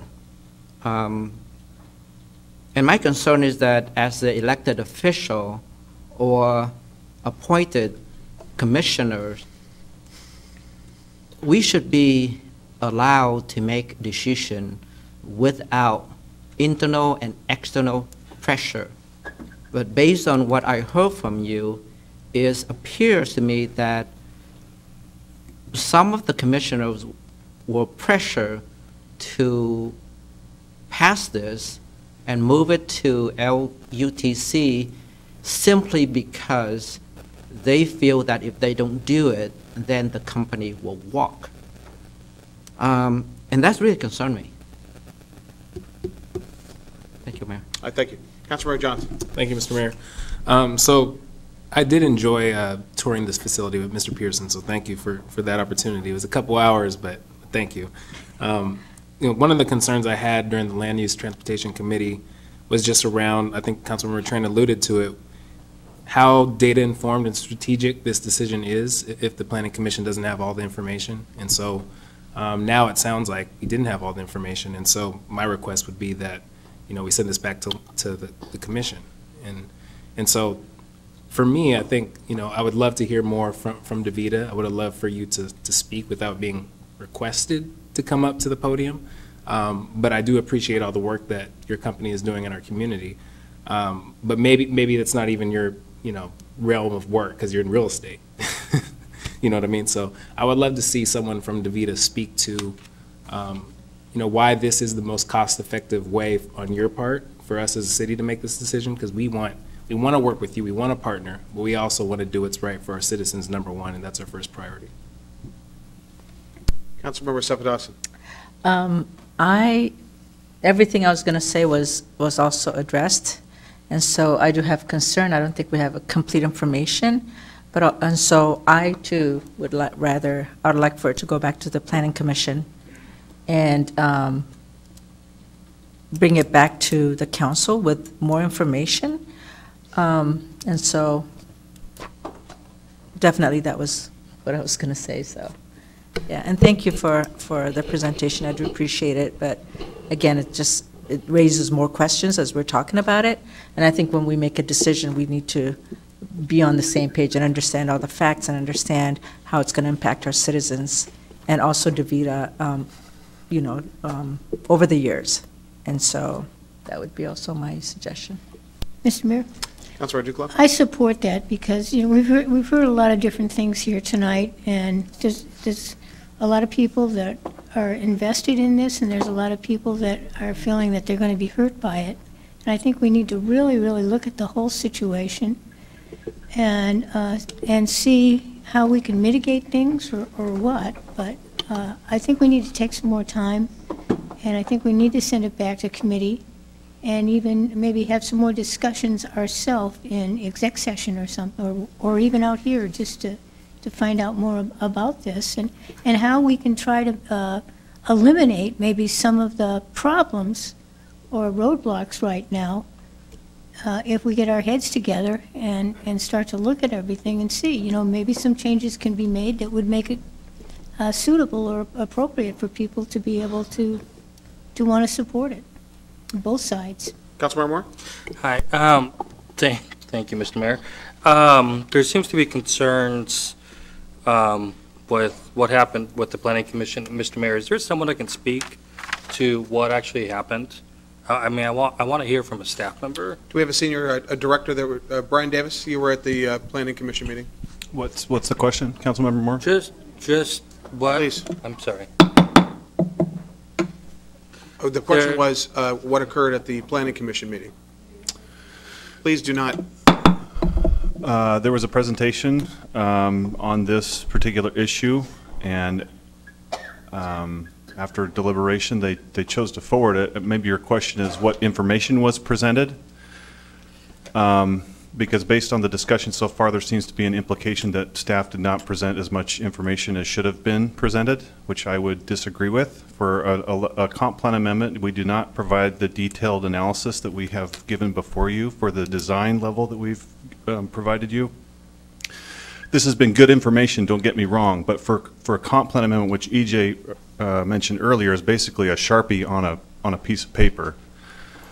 We don't get into these kind of discussions, but at your direction, we can certainly do that. But that's not the normal course, and that's what was presented at the Planning Commission. And if we were to get another proposal or an ask of a business or a church or a nonprofit or some other tax benefit to the city or economic development impetus for the city, we would have given the same recommendation that's before you tonight. This recommendation makes sense regardless of the job and economic development impact. So again, the implication that we didn't provide enough information, I would disagree with. But we're certainly happy to take direction from the council and present the same information that we provided you tonight to the Planning Commission. So from my understanding, generally, that the general practice is that that's not the information you typically give to a planning commission. It's not. And that's consistent with all the other issues you've been working with the planning commission. Well, in terms of comprehensive plan amendments, when it comes to road alignments, that's correct. What we were presented is what we normally would provide to the commission.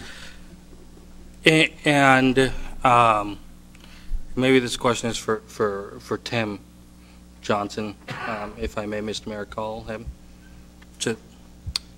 Tim? And while he's walking up, it appears that some of my colleagues are wanting to resend this back to the Planning Commission for further discussion. And certainly I respect that decision, but we do have council goals, and certainly I think I've been studying this issue as some citizens will tell you, but I'm concerned about the opportunity that we may lose on. And you're obviously, you can count, you're seeing where the trend is going. What negative implications is this going to be for DeVita? I mean, this has been well over 2 years and going. I think your question is better answered by Mr. Director Davis in terms of the timeline moving forward relative to the land use issues, the SEPA issues, and he can give you a good insight on that. If you would answer that, Director Davis, that would be valuable for the council to hear. So when we would next present this to the Planning Commission, it would be April 3rd, which would mean the LUTC would hear it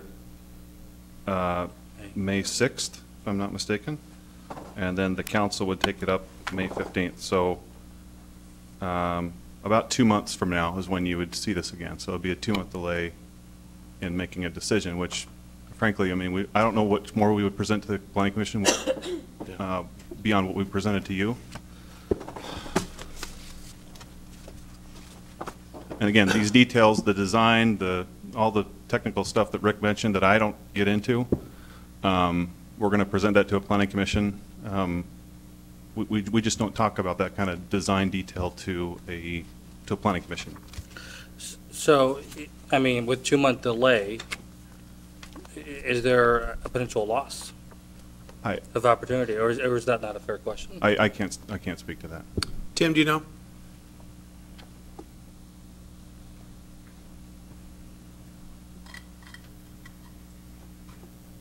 Listen, again, I've been criticized tonight for using words possible or probable or assumptions, hypothetical issues. Listen, I can't answer that question. I'm not privy to the third-party contracts that they have as a leasee with a landlord. What you heard tonight was they have a contract. They have a lease contract. It expires. They need to move into a building. Now, if they don't have a building to move into, then you need to ask the $64,000 question of them, and whether they'll give you the answer or not, I don't know. But we've looked at timelines from day one when we started this in 2015. This was the timeline that we provided to them. And I would expect that they are working in line, in concert with those timelines that we provided. Deputy Mayor Honda, do you have a question? I do. It's almost 10 o'clock. I'm sorry. Councilmember Kopang, and then it's almost 10? Yeah. Why don't we do, Go ahead. do you have a motion? I move that we extend this meeting past 10 p.m. Second. It's been a motion, a second. Is there any discussion? All those in favor? Aye. Opposed? All right. Councilmember Kopang. I think we've conflated two issues. A comp plan amendment, which is a general diagram of where an intended road is going to go, and the actual planning of the construction of the road and all the details that accompany that. And that's not what was before the Planning Commission, and that's not what's before us now. That was not before LHC. It's not before what was before us now. What's before us is drawing a line from I-5 to Weyerhaeuser Way, or continuing a line that goes through DeVita. One results in $7 to $8 million in savings to the city, and the assurance that we will have between 1,000 and 1,500 jobs based on your testimony tonight. I don't know what else we could bring to the Planning Commission. They already voted unanimously 7-0 to move it forward once they understood the importance of this, and we want to send it back to them. I don't understand the reasoning behind that. I can understand this is a challenging conversation for some to have, but having read all the information, having worked with Dick Pearson as extensively as I have, Dick has been the instigator of a lot of the questions, and the staff has been able to dive deeper into this to answer those questions because they understood there was some community concern around this. I think that is how government works, and that's how it should work. It's been transparent in that we've basically said this is what we're proposing. We've gotten into greater details, and the question, one of the questions that was asked is, are we allowing DeVita to bully us? And I really bristle at that characterization. No offense intended, but I've bought houses. And when you buy a house, a lot of times you'll ask for a concession at some point. You'll say, I need a lower price, I need you to fix the roof, I need you to take care of getting the crawl space cleaned out. You do those things. The understanding is if that doesn't happen, the deal may fall through. I think what DeVita asked for was reasonable. They said, there's no road there yet, so I'm not asking you to vacate a road that's already there, which would be a difficult conversation for any city to have with a prospective future partner. What they said is, can you change the plan? And we can. And we can save money. And we can bring jobs. So I'm looking at the deliberation that we're having tonight, and I'm scratching my head. Our number one goal is to improve a revenue stream. Does this accomplish that goal? Or does it help to accomplish that goal? Does it, Tim? It appears to be on the surface. Okay. So there's a possibility it might not enhance our revenue. Is that what you're saying? Or are you being very careful now? Because I'm very careful on what I'm saying, okay. because All the right. criticism just seems to run rapid. You can't say anything anymore. So, and there was a gentleman in the room earlier that was carrying a gun, so I don't even know what to say anymore. Is the likelihood that revenue will increase higher or lower with the addition? Higher. Okay, higher. The likelihood is higher. So we've qualified that sufficiently enough for you to give me a yes answer, and I appreciate that. The second thing is, is economic development. Would this have a positive or negative impact on economic development in our city? In your estimation, and again, is it a higher level of potential for economic development to occur in our city or lower? Based upon the attraction of new jobs, investment in real estate and subsequent construction, it shows all inclinations of superb economic development activity. Fantastic. And as I said earlier in my preface to my remarks,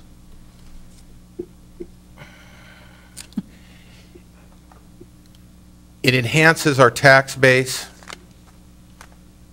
it diversifies our job base, it enhances our city's image and multiplier to attract other business and industry to our community. Okay, good. So it really fulfills both goals 1 and 2. Director Davis, are you concerned at all that we would not be able to address the ecological impacts of potential development of both the realigned 324th and the DeVita campus? Or do you think that we have the safeguards in place to ensure that's not an issue? Any development that comes before the counter at the city has to follow the established environmental process. It's pretty extensive, isn't it? Yes. Are we going to give a pass to DeVita because they're DeVita? We don't give passes to anyone. Okay, thank you. That's good to know. I think getting back to the mayor's letter, I believe that letter was written with the best of intentions for the city. And I think that that letter basically, it laid out a plan that, interestingly enough, got stopped because of the processes that we have in place to protect the city. What happened was the staff recognized, wait a minute, based on the unprecedented detail of this particular comprehensive plan, we are going to need to revise the comprehensive plan to allow the realignment. That was not something that was expected, and here we are. So now we're talking about removing one line and changing it to another. Again, the question comes back down to, are we going to be bullied? I don't feel bullied. I feel like, I know you do, I feel like we have a partner that's asked for a concession on a road that has not been built, with the outcome of bringing jobs and possibly and potentially, based on the qualified assent of Tim Johnson, even more jobs coming. So that's a good thing. So again, I asked the council, why were you elected? Were you elected to make decisions, or were you elected to kick the can down the road? And I think that we have an opportunity to make a decision tonight. I beg of you, please ask any additional questions that you have so that we can get this addressed and move forward. Right. I don't think it's in our best interest as a city, and I don't think it's in our best interest as a council to continue to delay a decision on something that has the potential to be a transformative development in the future of our city. Right, and if I could, just very briefly, I wrote the letter, as Councilmember Kopang says, and it had attached on March 27th an entire timeline for review, multiple dates, multiple SEPA reviews, and that's what I took exception to, that somehow or another we had just decided we were going to do this without any kind of process, or there was some sort of implication of something.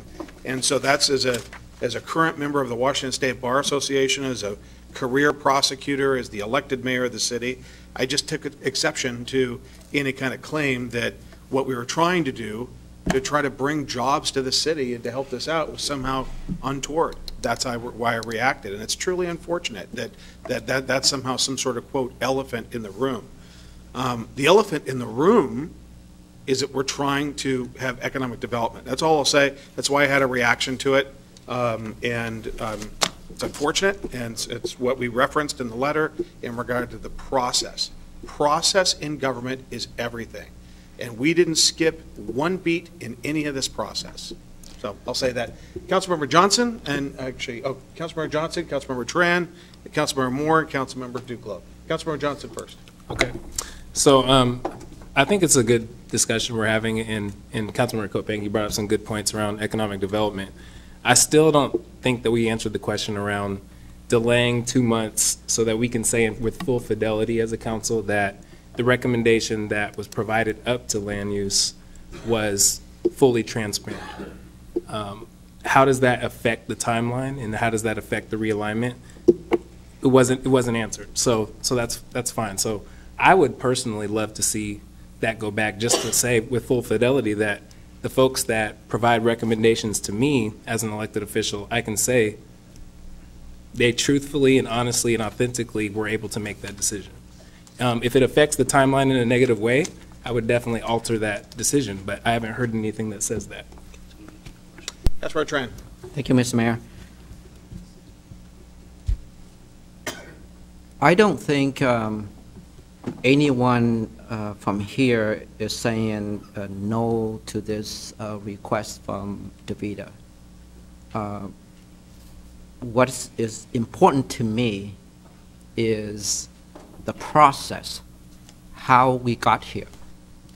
And as I mentioned earlier, my concern is, was there internal or external pressure placed on our commissioners to vote in certain way? That's important to me. And that's why I agree with Council Member Johnson to send it back to the commissioners, knowing that they have full support of the council or majority of the council, that we expect their work and we expect them to do good work. Again, no one here is saying no to this ordinance at all. I just want to make sure that the process is fair, transparent, and full input from each and every commissioner. Thank you. Councilmember Moore. So, and just to reiterate, and I don't mean to push anybody, Mr. Mayor, but we don't have a question in terms of, from DaVita, in terms of how is this going to impact a delay. Is that right? I mean, we have DaVita people here. Well, actually, what are they supposed to say now? Anything they say is going to be construed as a threat. Okay. What can they say? They've told you everything they have to say. Mr. Mayor. Yeah. I don't know why we're not just saying this, but it has never been phrased as a threat to staff. DaVita has been extremely forthright with us what their timeline is in order to meet their goals and what their needs are. And one of the most important things they've stressed over and over again with us is their construction timeline. So staff has done everything they can to get this before council in order to make their break ground date. So there are practical consequences of pushing this 2 months. They might not make their construction deadline. So it's not a threat, but it is a consequence of delay. And in this case, delay may be a no answer from the city. So it isn't an academic exercise in this case. It is a situation where our partner has been extremely transparent in what their needs are, and we've tried to meet those needs. And that's what I think was meant to be conveyed to the Planning Commission.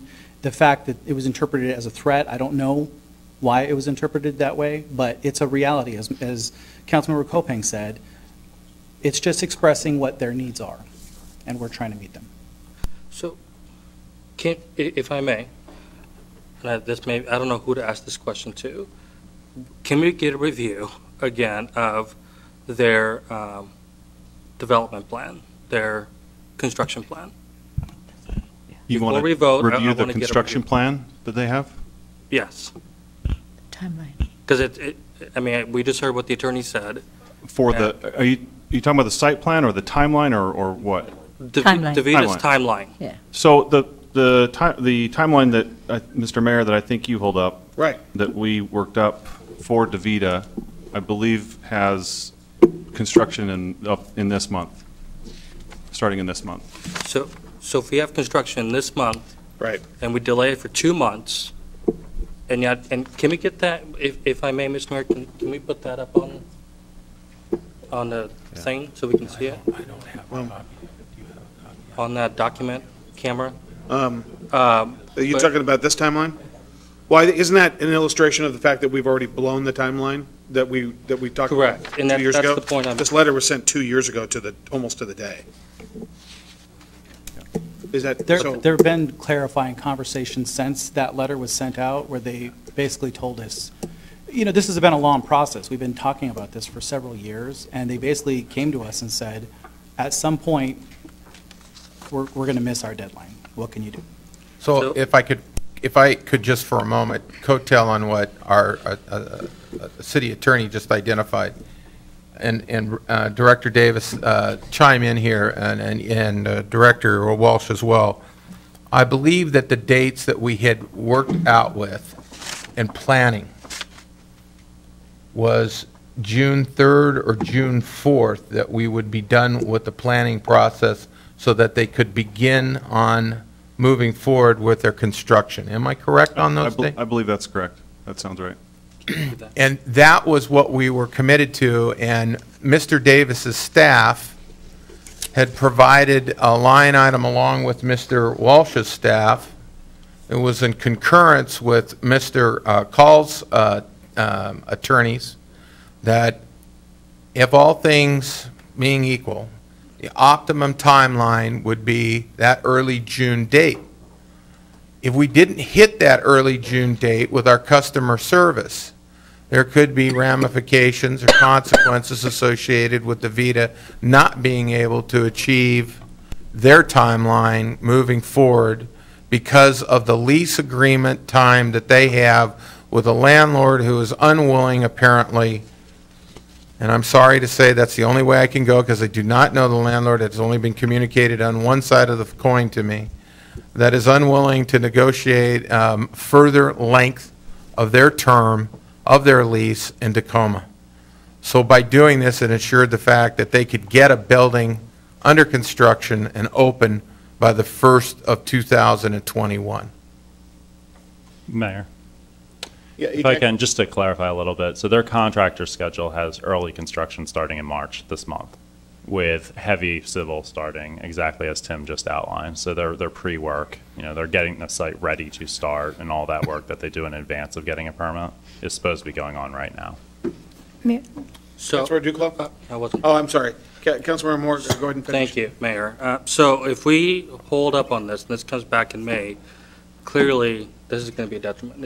Is that what I'm understanding? Yeah. Is that what I'm understanding? Yeah. Yeah. Okay, my question is, what was the vote? What was the count? The Planning Commission? Yeah. It was either 6-1 or 7-0. I don't. 7-0 on that one. 7-0. Okay. And if I could real quick. I really would like to take another vote because I don't want to lose this project. Huh? We haven't voted yet. Okay. If I could real quick to respond to the thought that the Planning Commission was pressured into approving this. I stated very clearly, both at the Planning Commission and at the LUTC, that we would like a recommendation, but it doesn't matter what that recommendation is. I said that at both Planning Commission and LUTC. I want to be clear on that we did not try to pressure them into an approval. I was clear that we said if you want to recommend it with no recommendation or a denial, that's fine, but just for the timing's sake, we would like a decision of some kind. So I want to be clear on that because I'm And Brian, I will say that we had the same discussion in Land Use and Transportation, and I made the same recommendation to the council or the committee that they could just choose to move it forward with or without a recommendation. They choose to move it forward with a recommendation. Deputy Mayor? Thank you. I think that there are council members that still have questions and that they need their questions answered before they can make a decision. And I understand that 2 months in construction could be an issue, but it could also be made up, possibly, at some point in construction. Councilmember Asefa Dawson, Councilmember Tran, and then Councilmember Moore. And Mayor, Councilmember Tran? at some point, can I just talk about timing a little bit? Yeah. We're at first reading, so if council members have questions, they can ask these questions and get them answered before second reading without sending it back to committee. Sending it back to committee is going to kill it.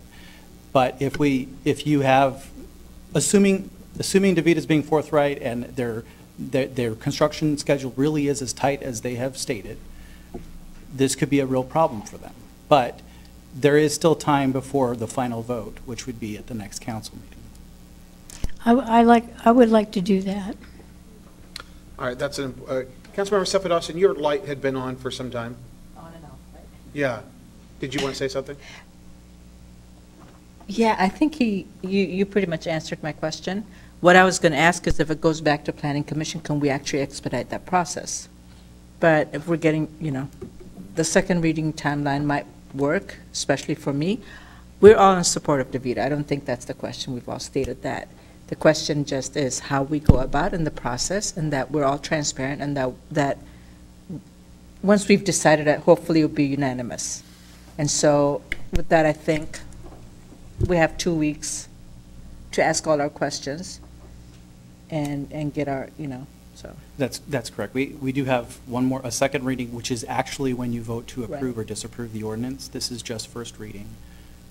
And I think what Director Davis was trying to state was the goal was to get this before council, for council to make a decision. Regardless of how the Planning Commission votes, staff would like to bring this back. If they vote to disapprove it, that would be one factor that council could take into consideration when they vote for this. But at some point, council needs to vote on this on their own. Sorry. Okay. Councilmember Tran, did you still want to talk? Yes, sir. Okay. Thank you, Mayor. And then Councilmember Johnson, then Councilmember Moore. Okay, go ahead.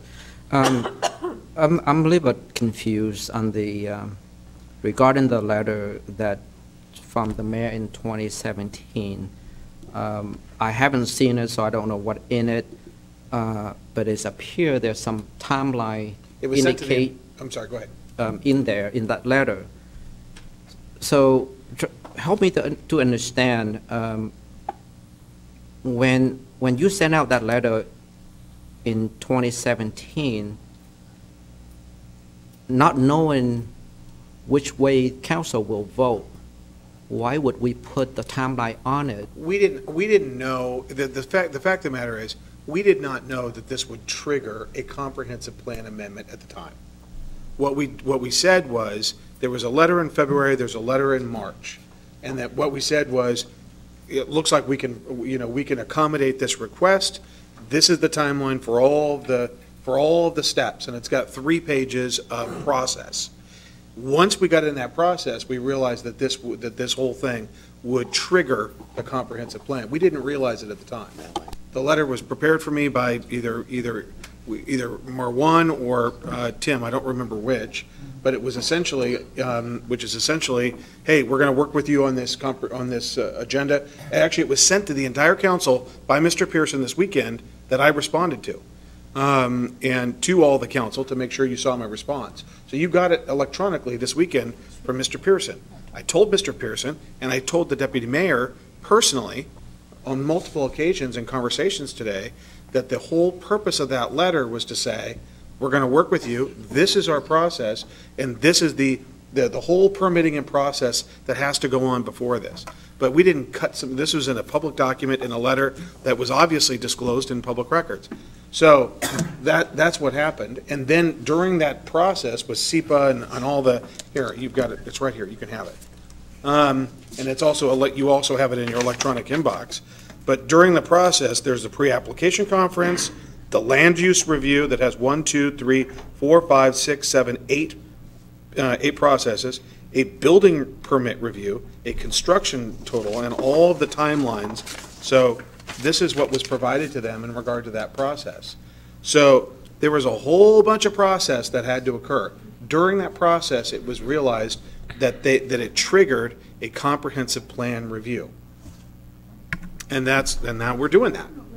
So the letter has no consequence in regard to, it didn't grant anything other than we're going to start this process. We did start this process, and here we are. Deputy Mayor Honda. Jesse. Councilmember Honda. I mean, Councilmember Johnson. It's okay. It's a long night. So I just have a quick question and then a comment. EJ, you mentioned that the pre-construction would start this month. So if our second reading's in April, are they starting the construction before the second reading, or? No, at this point, we've already missed that timeline. Okay, so we're just behind the schedule already. Okay. So my comment was, I think that in light of that information regarding the 2 months will put us even further behind. You know, I'm open to talking with planning commissioners in the next 2 weeks if this is passed. But I do want to talk with more if they feel like that, you know, there wasn't, they weren't able to make a transparent decision with the information that is now presented tonight. And so I'm open to that, but I do think that the 2 months, that changes things. So I'm glad that, Ryan, you answered that question. So thank you. All right. Deputy Mayor Honda. Thank you. And I'm going to respond to what the mayor continues to point to me saying the letter. Before I had a chance to say my entire comment, the mayor jumped in and said some things. He did not know what my comment was because I hadn't shared with him today what my comments would be. So my reason for bringing up the letter was it's out there. People have read it. I wanted to talk about the process. There is a process for this, and this is a process. Okay. All right. Thank you. Thank you, Mr. Mayor. So do we have a motion? There is a motion. It's been seconded, and we are engaged in debate. Yeah. I think I do have one comment. I think that there is an opportunity for us, at least the Land Use and Transportation Committee, to have a special meeting if necessary. We could also go to the Land Use and or the Planning Commission meeting and have some interaction there. I don't know how that would look. It'd probably be better to have a special Land Use and Transportation Committee meeting, but before second reading. Yes. Before second reading, yeah. Yes. Yeah, it'd be a special meeting, absolutely.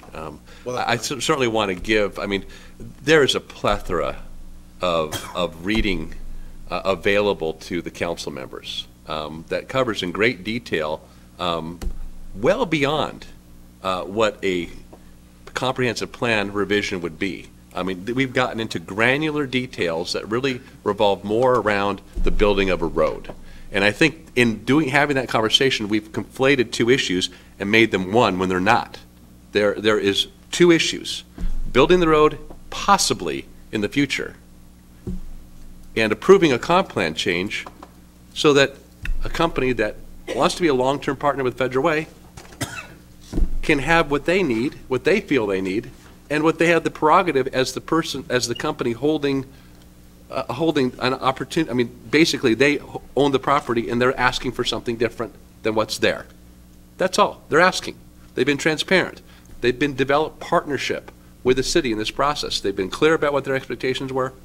I don't think we could ask for a better partner. I really don't. And the fact that there was some confusion or a lack of clarity on the part of the Planning Commission, I understand. This is complicated, but at the same time, there's enough information. I think we can sort out the final details in the next 2 weeks. Deputy Mayor Honda. I believe the Planning Commission meets tomorrow. Is that correct? Yes. Could this go back on their agenda tomorrow, and could they have a discussion and then have another LUTC meeting before our next council meeting? So that, you know, before a decision is made, obviously this council needs some answers to some of the questions. I mean, I heard, I don't want to call it accusation, but I guess implication that the decision was not transparent, and if we throw an agenda item on the day before without notifying proper people, then we might get accused of not being transparent, would be my concern. I think at this point, it just needs to be done, in my opinion. They've had the information. If the Planning Commission has more questions. I'm talking about the public, notifying the public, not the Planning Commission.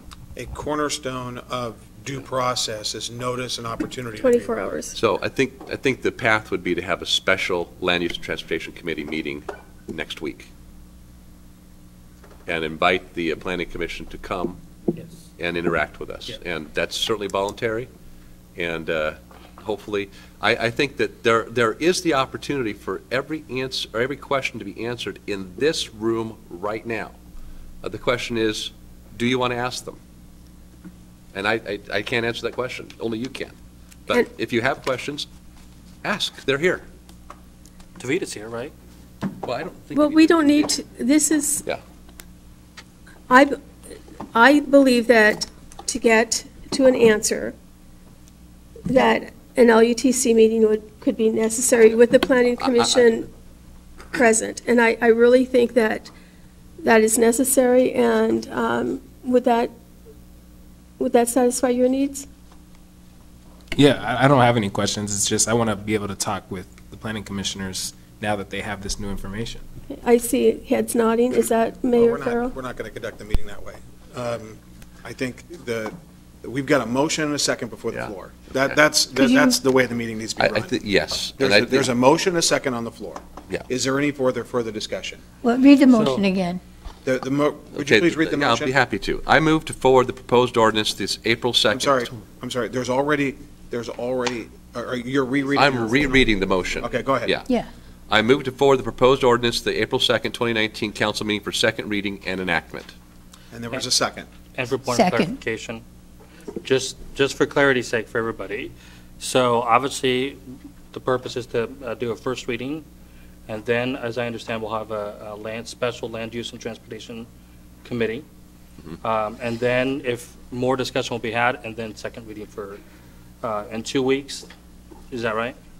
At the next council meeting. Yep, good, okay. Can I just ask real quickly, what questions are we answering? I have no idea. I think what I'm hearing from the council members, or the committee members in particular for land use, is they want to have interaction with the planning commission.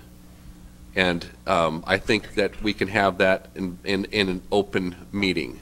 And Understood, but what is staff presenting at the meeting? I don't know that staff would be presenting anything. Okay, all right. Yeah, thank you for that clarification. So I guess my question, what's the purpose of the meeting?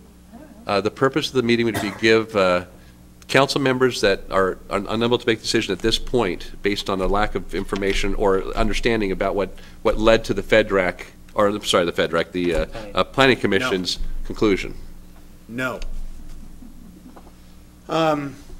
Do you want to amend your motion to include that'll occur? Sure. Okay. I move to forward the proposed ordinance to the April 2nd, 2019 council meeting for second reading and enactment after it has gone through, or after a special land use and transportation committee has been held next week. Second. Okay, there's a motion and second on that amendment that'll add that process. Is there any discussion on that amendment? All those in favor of that amendment? Aye. Opposed? All right, now it's to the main motion. All those in favor of the original motion to move this with the amendment, to move this approval for first reading on to second reading with the LUTC meeting in the interim. All those in favor? Aye. Aye. Opposed? All right, matter passes. Now we're on to the next item. Item B, Council Bill 755, relating to the 2018 amendments to the Federal Way Comp Plan map and zoning map for the Milton Road area, legislative comp plan amendment and rezone. Staff presentation by Doc Hanson. Yeah, we're 4 hours into this. Doc, may I ask real quick? Yes. May I ask a question? Yes. How time sensitive is this matter? This is not time sensitive. We can postpone it. Mike, but we've got a lot of people here. We got a lot of people that have been here for 3 hours. Actually, it's 4 hours. Yeah. All right. Yeah. You've been here for this long. Let's go. Let's go, Doc, please. Sorry, guys. As we're going through this, I hadn't been looking up, so I know you've been sitting here waiting patiently. Let's go.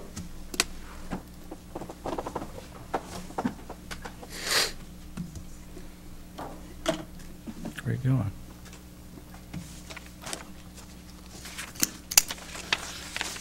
Mayor, Deputy Mayor, members of the council,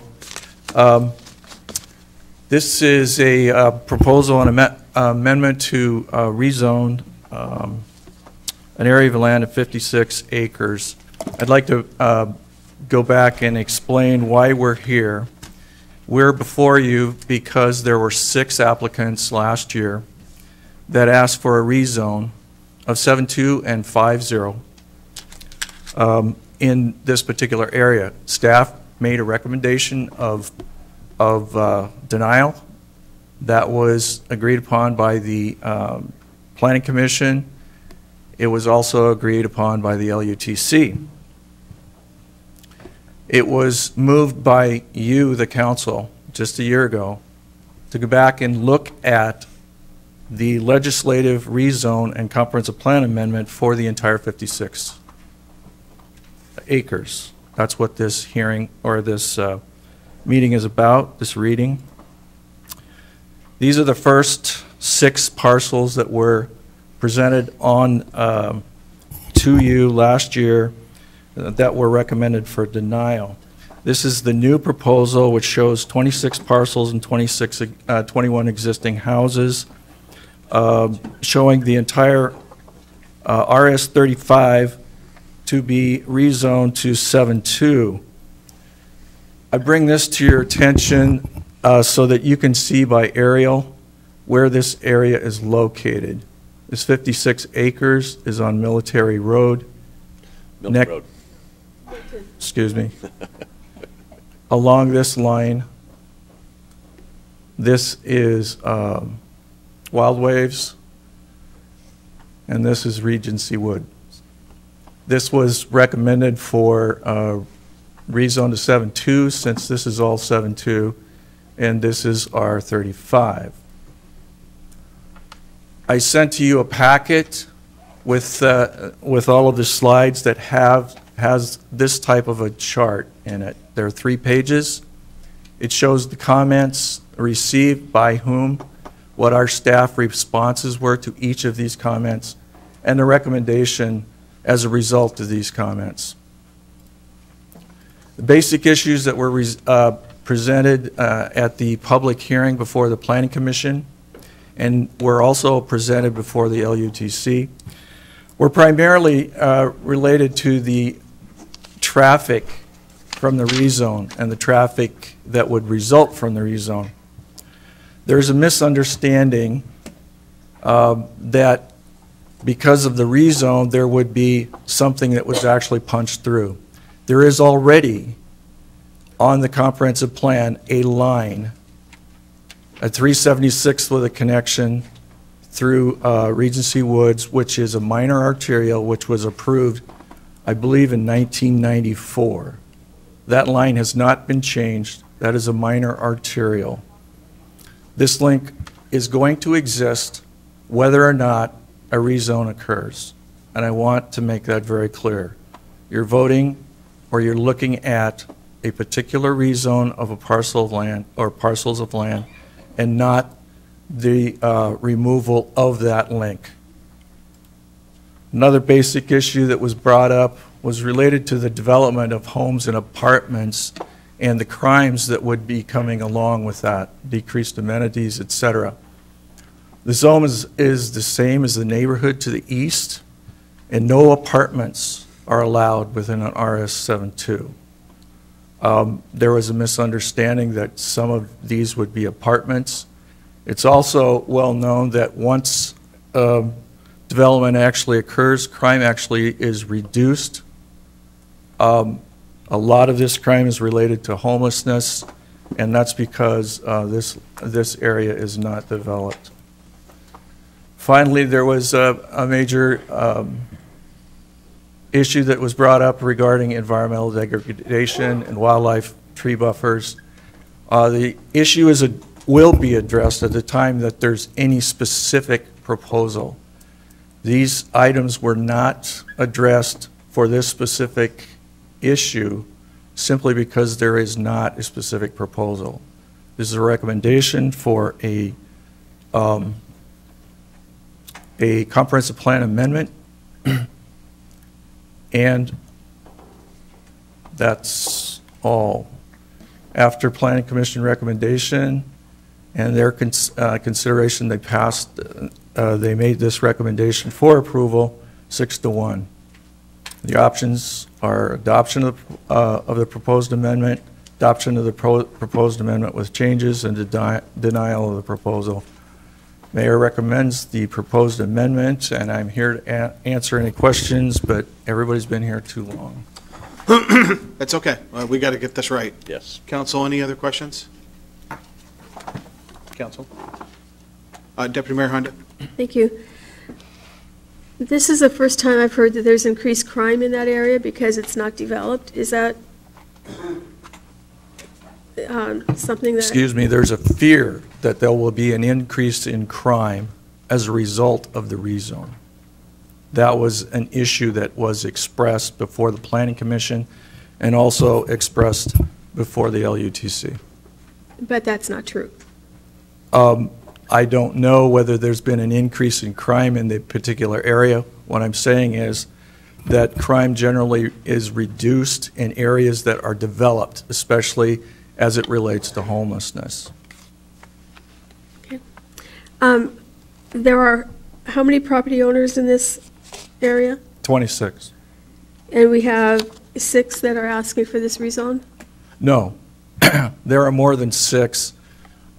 There was actually, there eventually became 9 property owners because the council allowed for additional access for property owners to join in this. So there were another 3 that joined in, but council asked us on the first reading to review a total legislative amendment. We have reviewed that. Our recommendation is to change that. If you'll recall, when we went to the hearing, we were recommending denial because they were spot zones. Now, and at that hearing, we also indicated that we would be recommending approval if the entire site was recommended for one particular zone, particularly RS72. Have the other property owners been contacted and know that this is happening? Everyone has been contacted. And have they had a response? We've had a number of responses in terms of this. Many of those that are against the project are within the project, are within the development of Regency Woods. And we've also received positive comments, and many of those positive comments are within the area that is proposed for rezone. Okay, thank you. Councilmember Moore. Thank you. Doc, forgive me if I'm asking you to repeat things. Hopefully you can. So my first question, I have 2 questions. My first question is, what happens if we vote no on this? If you vote no? Yes, just out of curiosity. What does that mean for that area? Well, that area will remain RS35. I said this before the Planning Commission, and it wasn't out of, from any threat, because from my perspective, it's really up to you and the city as to whether or not you want this change. What I can tell you that over my 40 years of experience, I have seen lands like this that will change without approval by people. Now, I can tell you, as a result of the Growth Management Act and with the demands of land and pressures that will be on Federal Way, this land will be developed. Now, the choices you have before you right now is if this is zone RS72, you're providing more of a guarantee that you're going to have a lower density than you will in the future.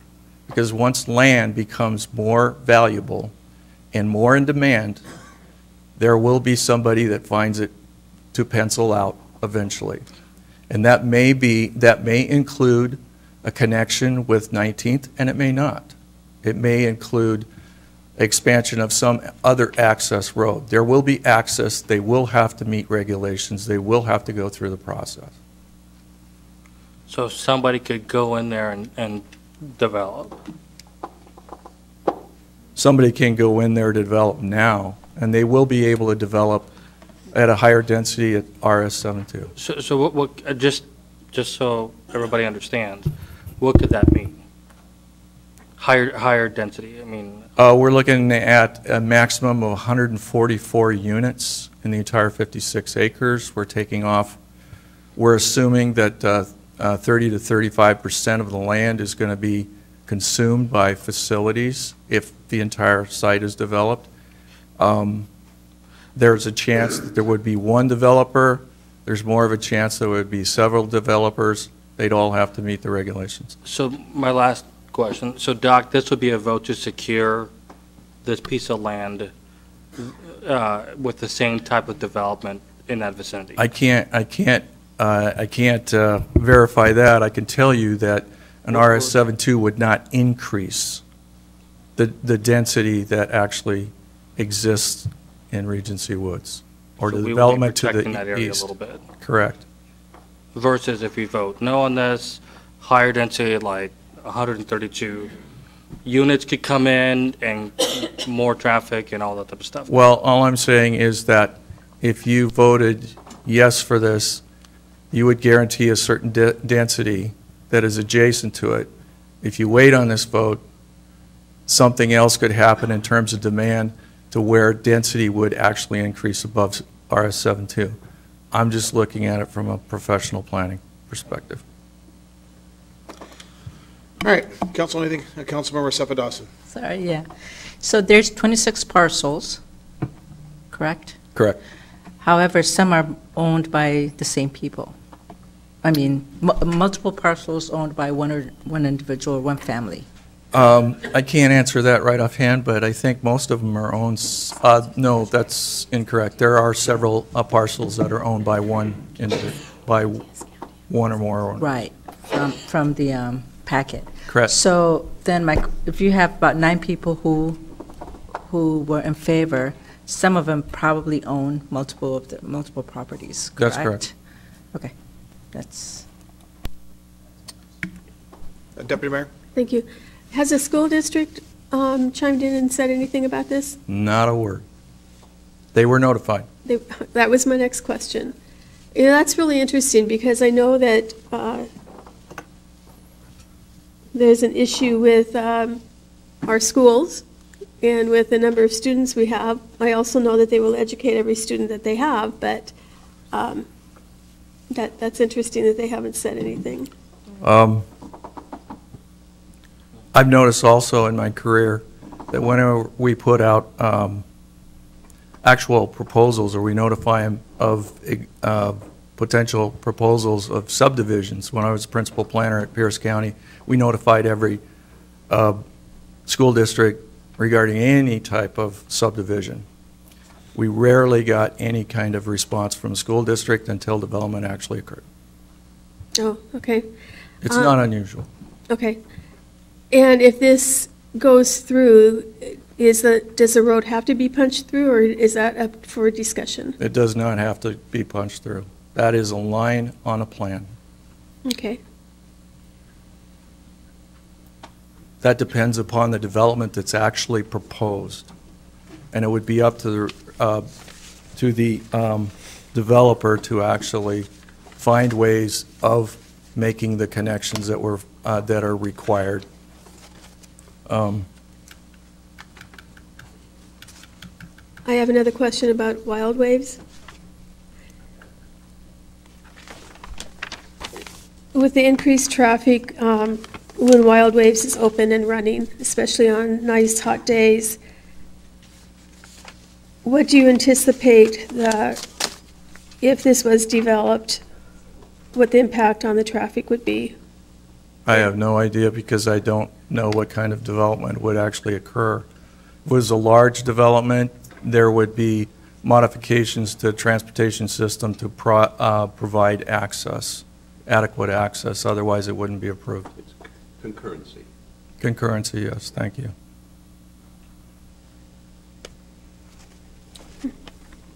Okay, any other questions? Okay, thank you very much, Doc. You may want to stay close in regard to, we've got citizen comment now. And we are all very appreciative of the folks that have stuck around.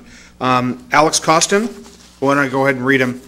Then Yuri Zakarichik, Mark Spauer, Roger Vandenhoff, Sherry Stanton, and Suzanne Vargo. And then we've got a written comment by Mark Johnson. So Alex, you're up. Actually, Alex, he left already. Oh, okay. Yeah. Hello, everyone, Mayor and all council members. My name is Yuri Zakharchuk. I live 1920 South 374th Place Federal Way at Regency Woods. And this is my fourth time I came here, but I'm sorry about my English. Well, I want to read.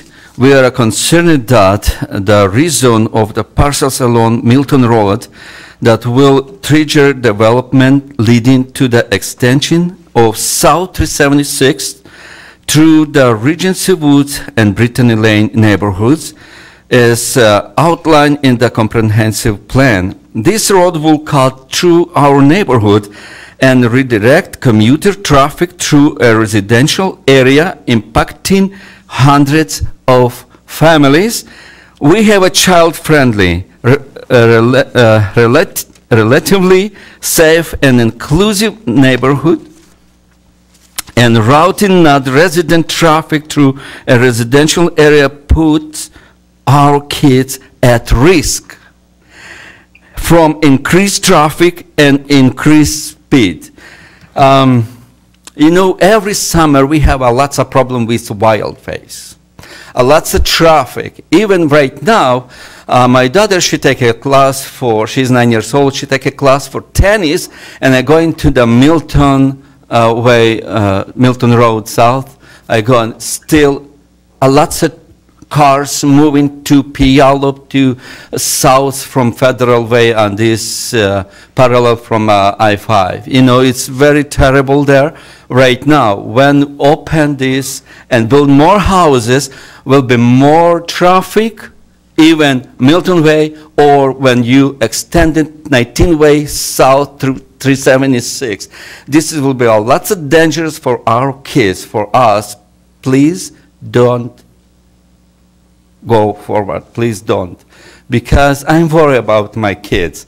And before my dog, she was a puppy, a German Shepherd. One guy, he speeding on 25 miles per hour, and he hit my dog. But I'm worried also about my kids, and not only for my kids, but other families have lots of kids. They walking on that peaceful, right now, that 19 Way South. Even when we have a Wildways open, this is a horrible life for us. Thank you for understanding us, and thank you very much. Thanks, Yuri. Mark Spauer.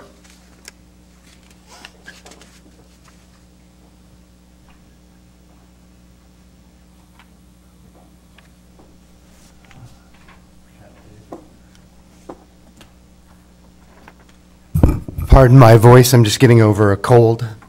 Thank you, Mayor, Mayor. Council members. You can use the mouses. Okay.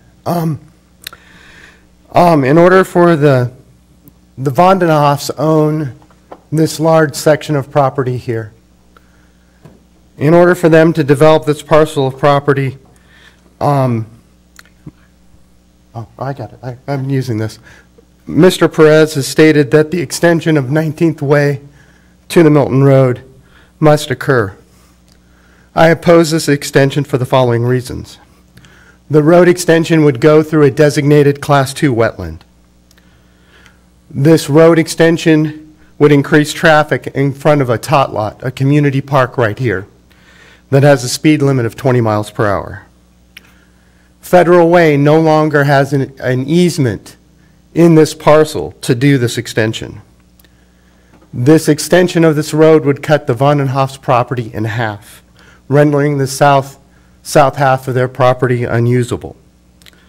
The proposed alignment would come within 20 feet of their existing home. This would also provide increased truck traffic from the gravel pit up through 19th Way and to the Enchanted Parkway. This road extension is currently in the city's comprehensive plan. Mr. Perez stated that a comprehensive plan amendment needs to be filed in order to remove this extension from the city's plans. He said that such a request must include a traffic analysis, and that he estimated that the budget for the analysis would be approximately $20,000. This is on top of the $3,000 needed to file the paperwork. I feel that this issue concerning the extension of South 376th Street is the problem of the city's making. The draft EIS for the master plan for Regency Woods showed the road extension in 1978. When the city approved of the final master plan in 1994 for Regency Woods, the road extension was removed.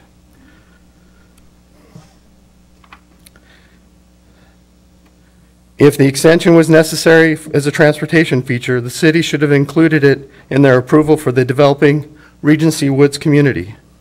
As it stands, people have owned homes in the development for more than 25 years and have come to expect the current road configuration.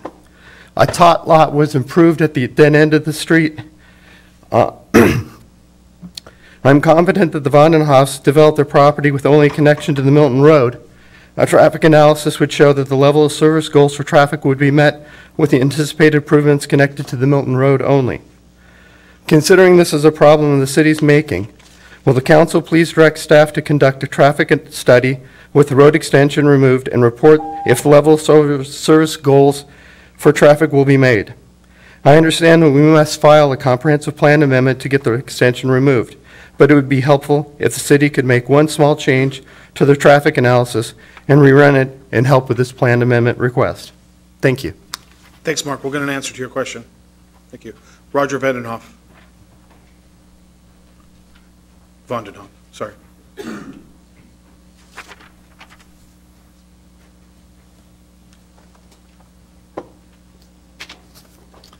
Good evening. Yeah, I'm Roger Vandenhoff, and my wife Jane.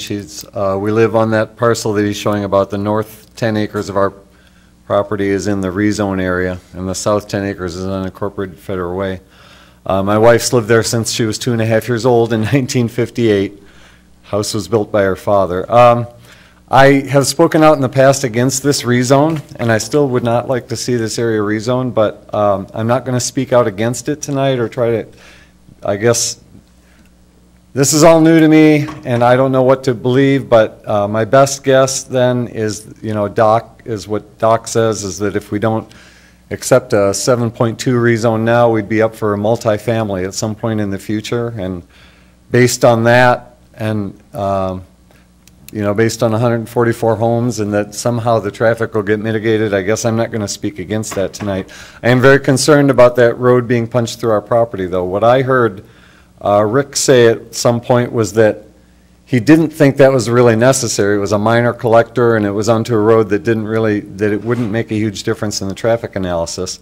So I hope that's the case. I believe that would be the case, but I'd like to second Mark's question is, couldn't the city just make a minor modification to the traffic analysis to verify that you can meet level of service goals without punching that road through after you've put your 144 houses in the rezone area?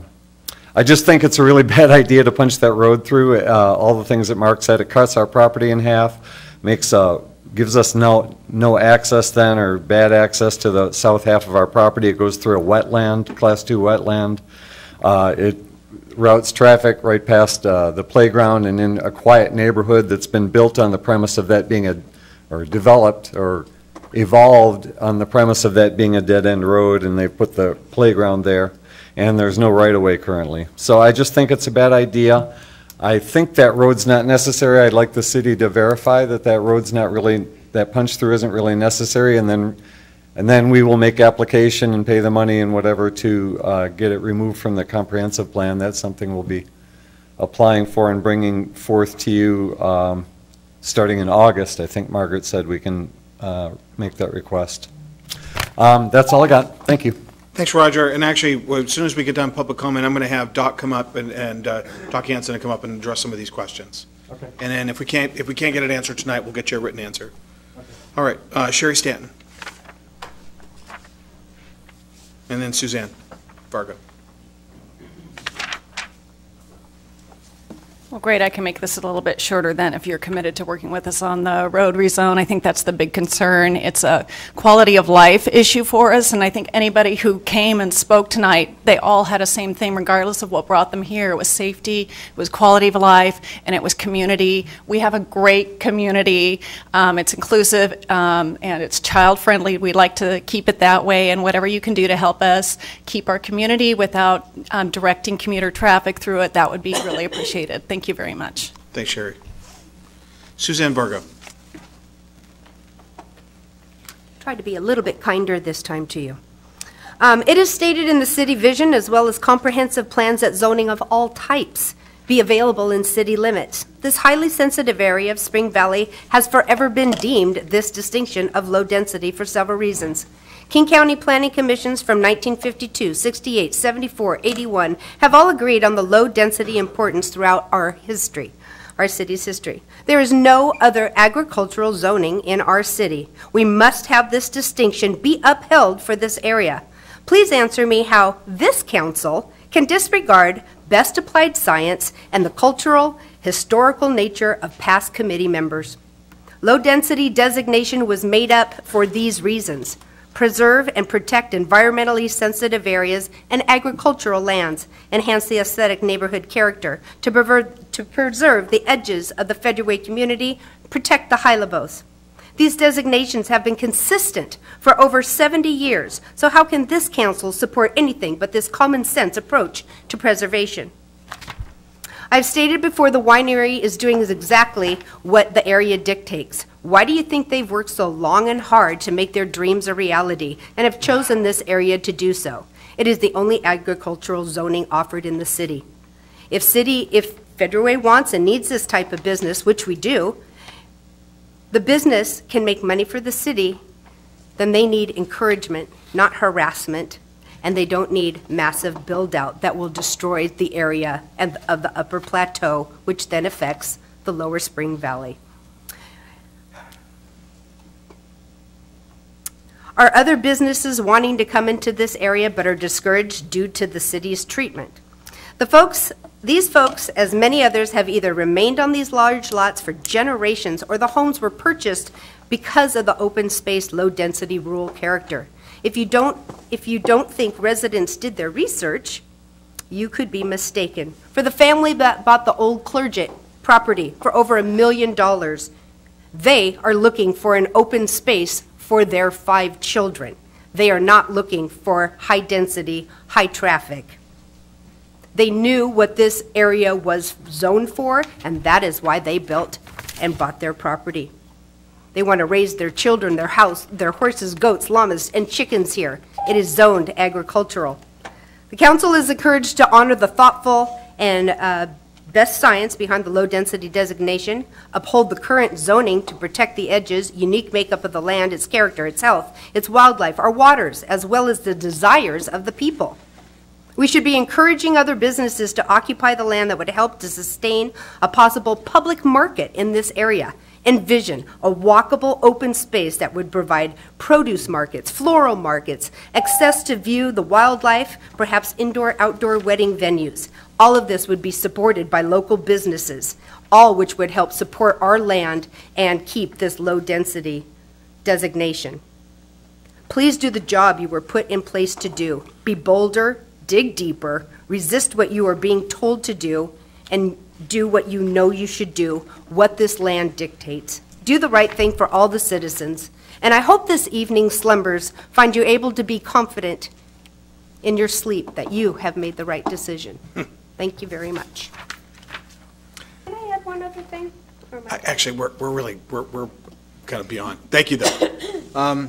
We've got a letter to read by Mark Johnson.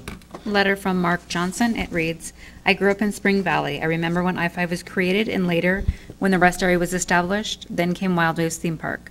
Of course, Brittany Lane's Regency Woods was built and expanded throughout the period. Each of these examples of growth required modifications to land use zoning requirements. Spring Valley is indeed very different from 60 years ago, and so must be the zoning.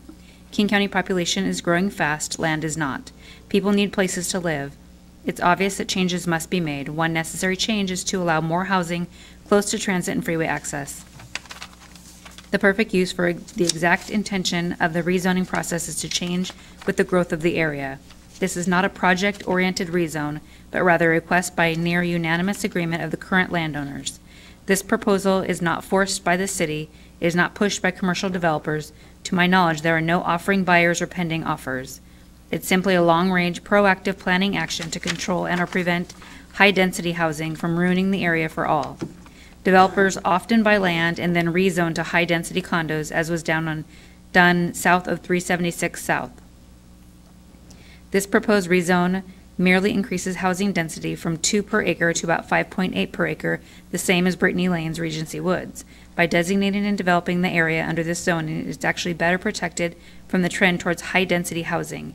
In other words, the proposal allows owners to increase housing without excessive development, as would undoubtedly happen, as evidenced by the condominiums recently built south of 376. This is the largest rezone the city has yet to deal with. Indeed, other rezones are usually single or few owners involved, but unfortunately it results in more haphazard development than rezoning a larger area with the agreement of all involved owners.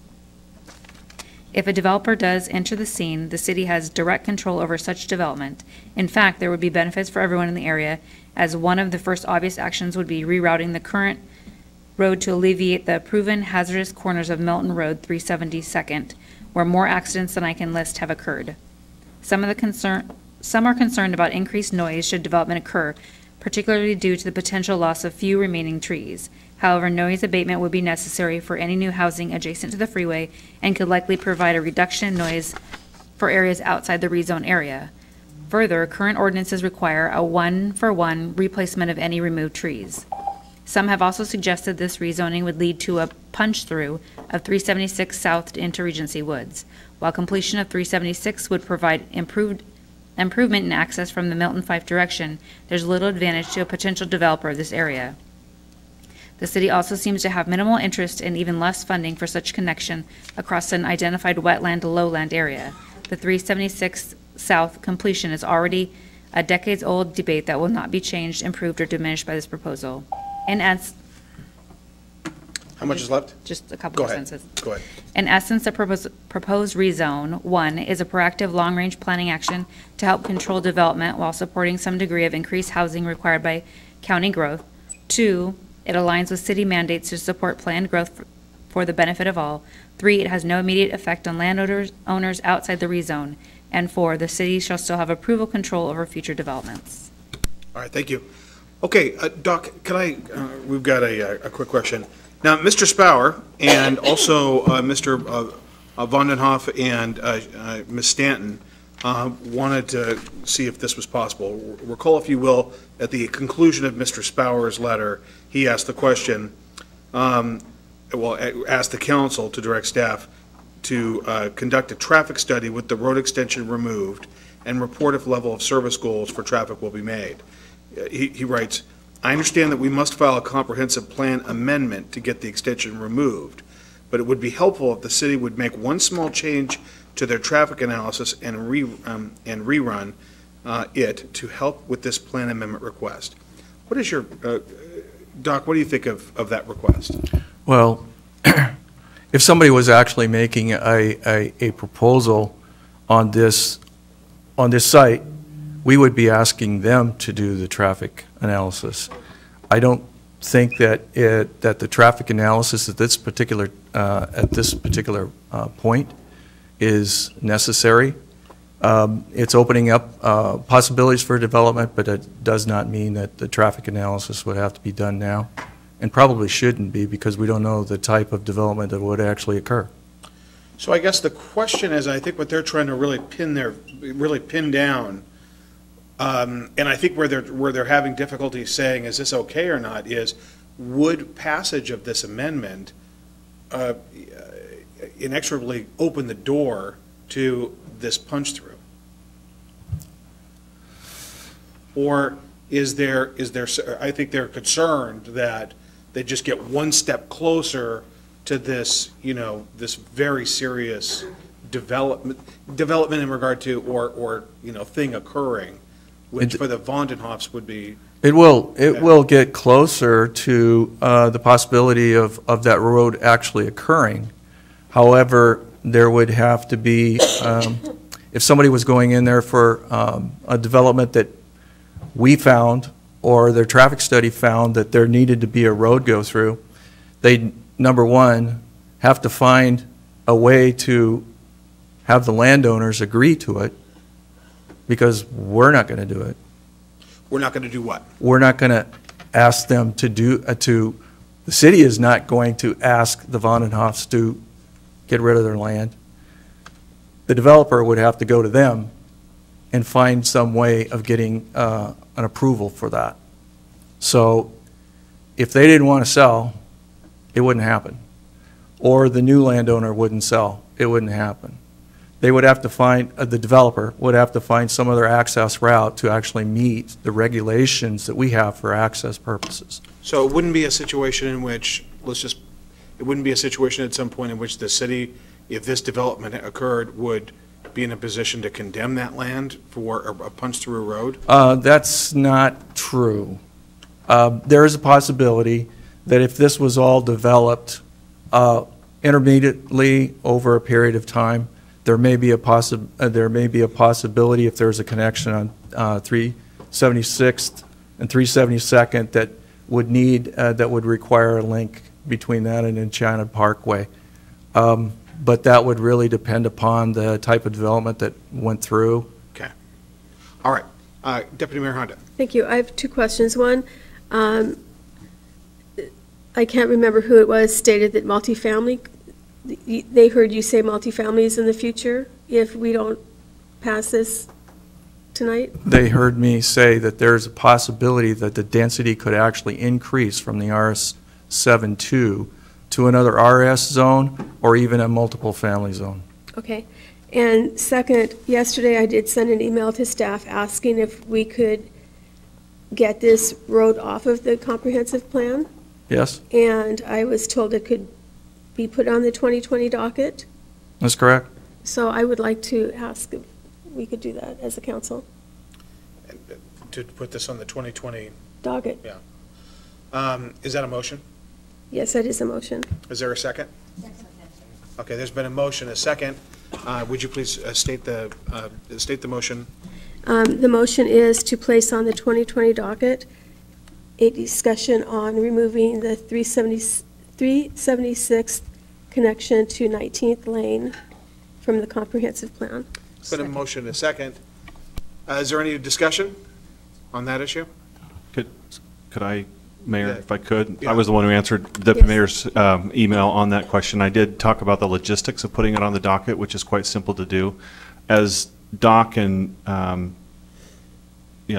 has talked about, if we do that, we likely would have to do, my understanding is there's no real other practical option to make that connection other than crossing the High Lobos and going into the city of Milton, which is probably less likely than what we're talking about tonight.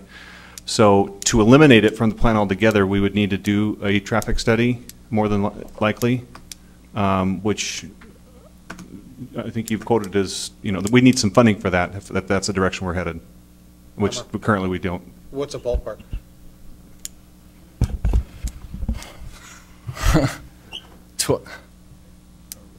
Rick, do you have a guess on that? I mean, I got a guess off the top of my head, but I know you're not going to like the number. So, as a basis of comparison, we did the analysis on this legislative rezone, and that took one of our staff about 120 hours to do the analysis, and then I had spent about another, 15, 16 hours on reviewing it. So it would be a similar level of effort for that. If a consultant were to do that, I would stand by as I told Mr. Spower, probably about $20,000 if a consultant did that.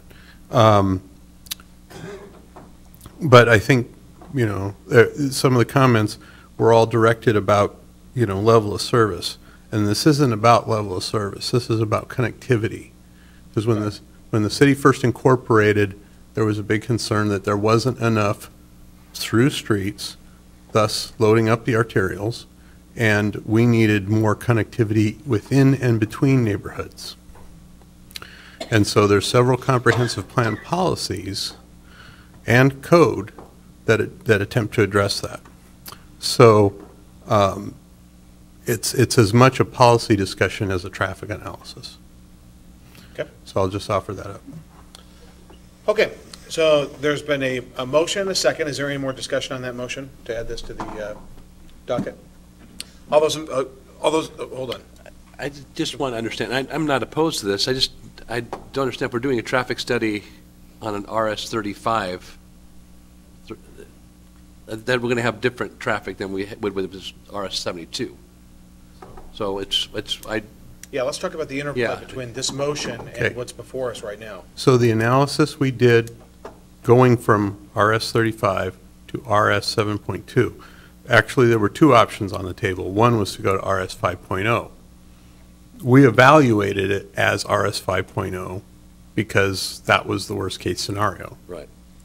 And the conclusion of that was that, okay, yeah, because we're looking out, since it's a comprehensive plan, out to 2040, and saying, yes, there's going to be some transportation issues, but this development doesn't really have that much effect on it.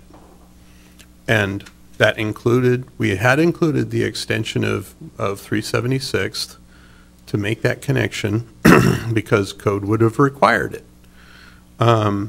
And it had, I think it was about 21 peak hour trips that would use 19th Way. And so that would translate to roughly 200 vehicles a day on a roadway that is classified as a minor collector, which is assumed to carry anywhere up to 5,000 vehicles a day. So, in the grand scheme of things, that's not a lot. I understand the concerns about, hey, kids play in this playground and that sort of thing. But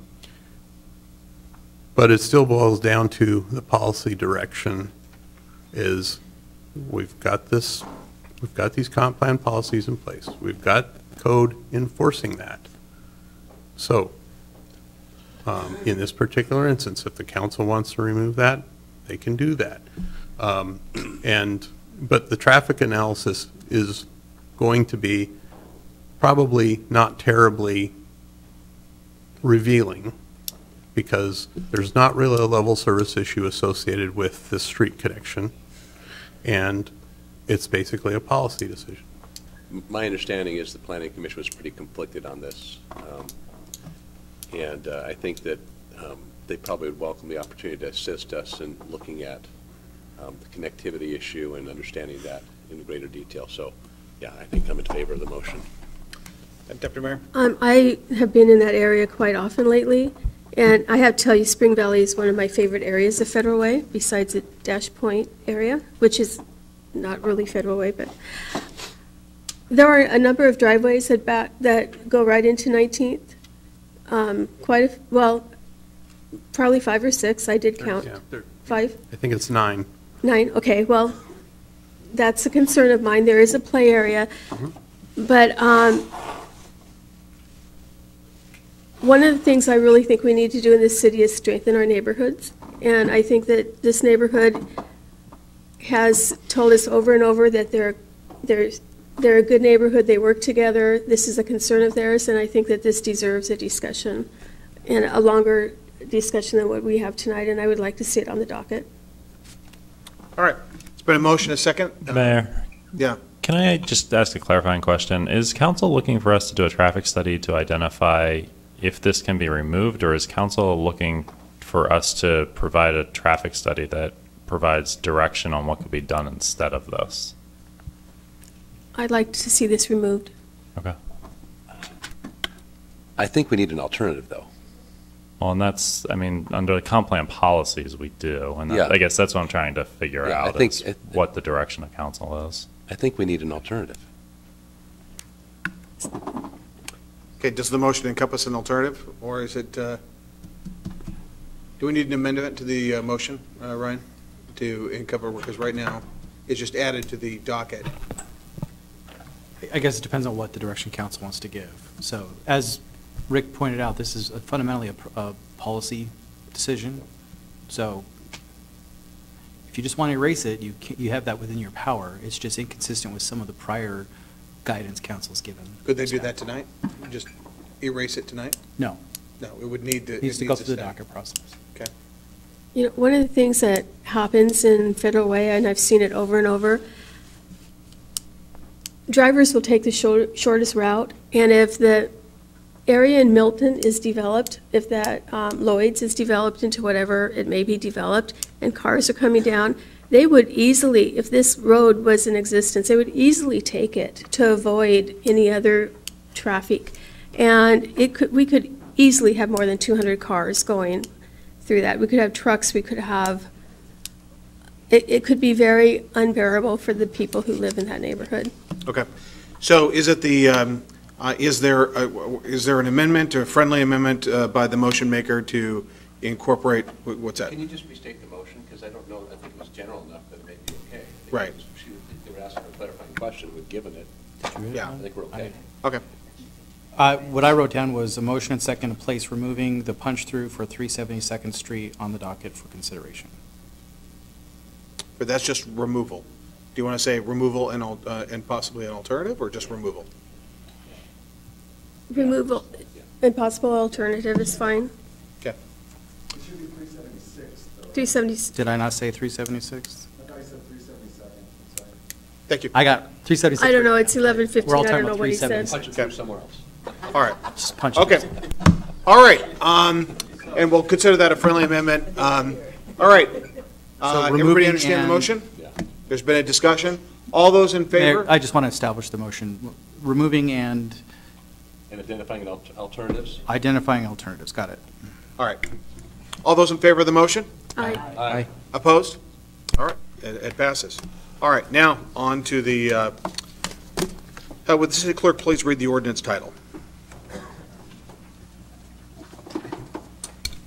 Council Bill 755 relating to the 2018 amendments to the Federal Way Comp Plan Map, and Zoning Map for the Milton Road Area Legislative Comp Plan Amendment and Rezone.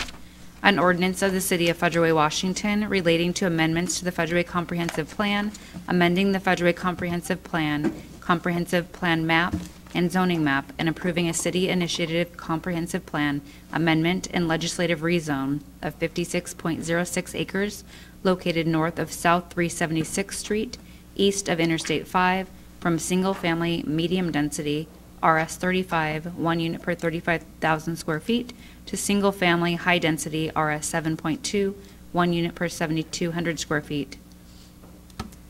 Councilmember Copang? I move to forward the proposed ordinance to the April 2nd, 2019 council meeting for second reading and enactment. Second. There's been a motion, a second. Is there any discussion? All those in favor? Aye. Aye. Opposed? Matter is approved unanimously. Council reports. Councilmember Assefa Dawson. I have no reports, thank you. Councilmember Johnson. No reports as well. Councilmember Tran. No report. Councilmember Copang. You know what? I'm going to forgo a report. Very good. Councilmember Moore. Well, Mr. Mayor, Call him last. I turned 35 yesterday. Hey. So I'm an adult now, as the deputy mayor Make has an adult decision. stated. So therefore, I'm going to make an adult decision to report on the comment. There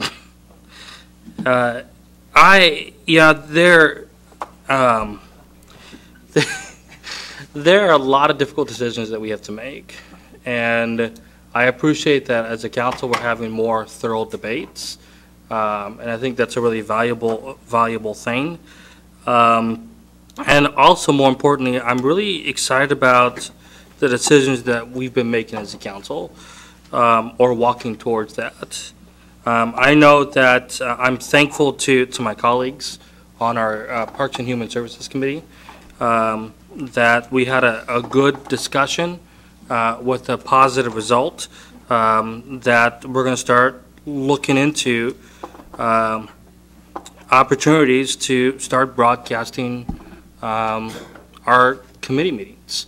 And I know that we're still reviewing, or will be reviewing some ideas and have more discussions, but I'm really grateful that that's taking place. I think we are in a period of time where people want more information, and I think this is just another way to enhance that. So I'm really grateful for that. Also, tonight was the first night, as the deputy mayor stated, that we added citizen comments and public hearing, and I think that's what it's all about. I mean, people want to be engaged more, and so now we've opened up that opportunity for that to happen. And so Also on the docket is, again, we're a council that values public engagement, so we're going to look at a senior citizens commission, which is something I've advocated for. The mayor has made it public, saying that this should happen, and so now I'm pleased that this is going to go through our committee to move that forward, to give senior citizens a powerful voice here in our community as an advisory body to the council. And so those are just some things that I felt the need to share, that I'm really happy with what we're doing and the type of decisions we're making. You know, I know sometimes that people get frustrated at us, but we can't be doing everything wrong. I hope that the public sees that we're trying to give more opportunities for the public to engage and to empower them. And so pretty excited about that. And with that being said, I will end my report. Councilor Duclos? What he said. All right. Councilor Kopeng, or real quick? Real quickly, I did secure both this room and the High-Lobos room for a Monday night meeting. We normally meet on Mondays. I just need confirmation that that will work at 5 o'clock. Fellow LATC members, that's good? Okay. All right. Do you have a preference, whether it's on the here or in the EJ stepped out. I'm going to just answer that, yeah, staff will make it work. What's that? People are looking at me saying staff. I'm sorry, was I speaking out of turn? Which staff do you need? We'll need someone to take minutes and an attorney, and we'll have them there. Okay, so it'd be Mercedes and EJ. Yeah, Okay. they draw the short straws. So. Okay. All right. Okay. Thank you. Deputy Mayor? Thank you. This evening in Kittias County, a sheriff was shot and killed, and I'd like everyone to keep the police officers in your thoughts and prayers. It's a difficult job, and last week we had an incident, a police shooting here in Federal Way, and it was awfully scary. And our officers go out every day, put on their uniform, and protect us, and I appreciate that more than anyone will ever know. So anyway, our prayers go out to their family and their department, and thank you. That's all. All right. With that, we are adjourned.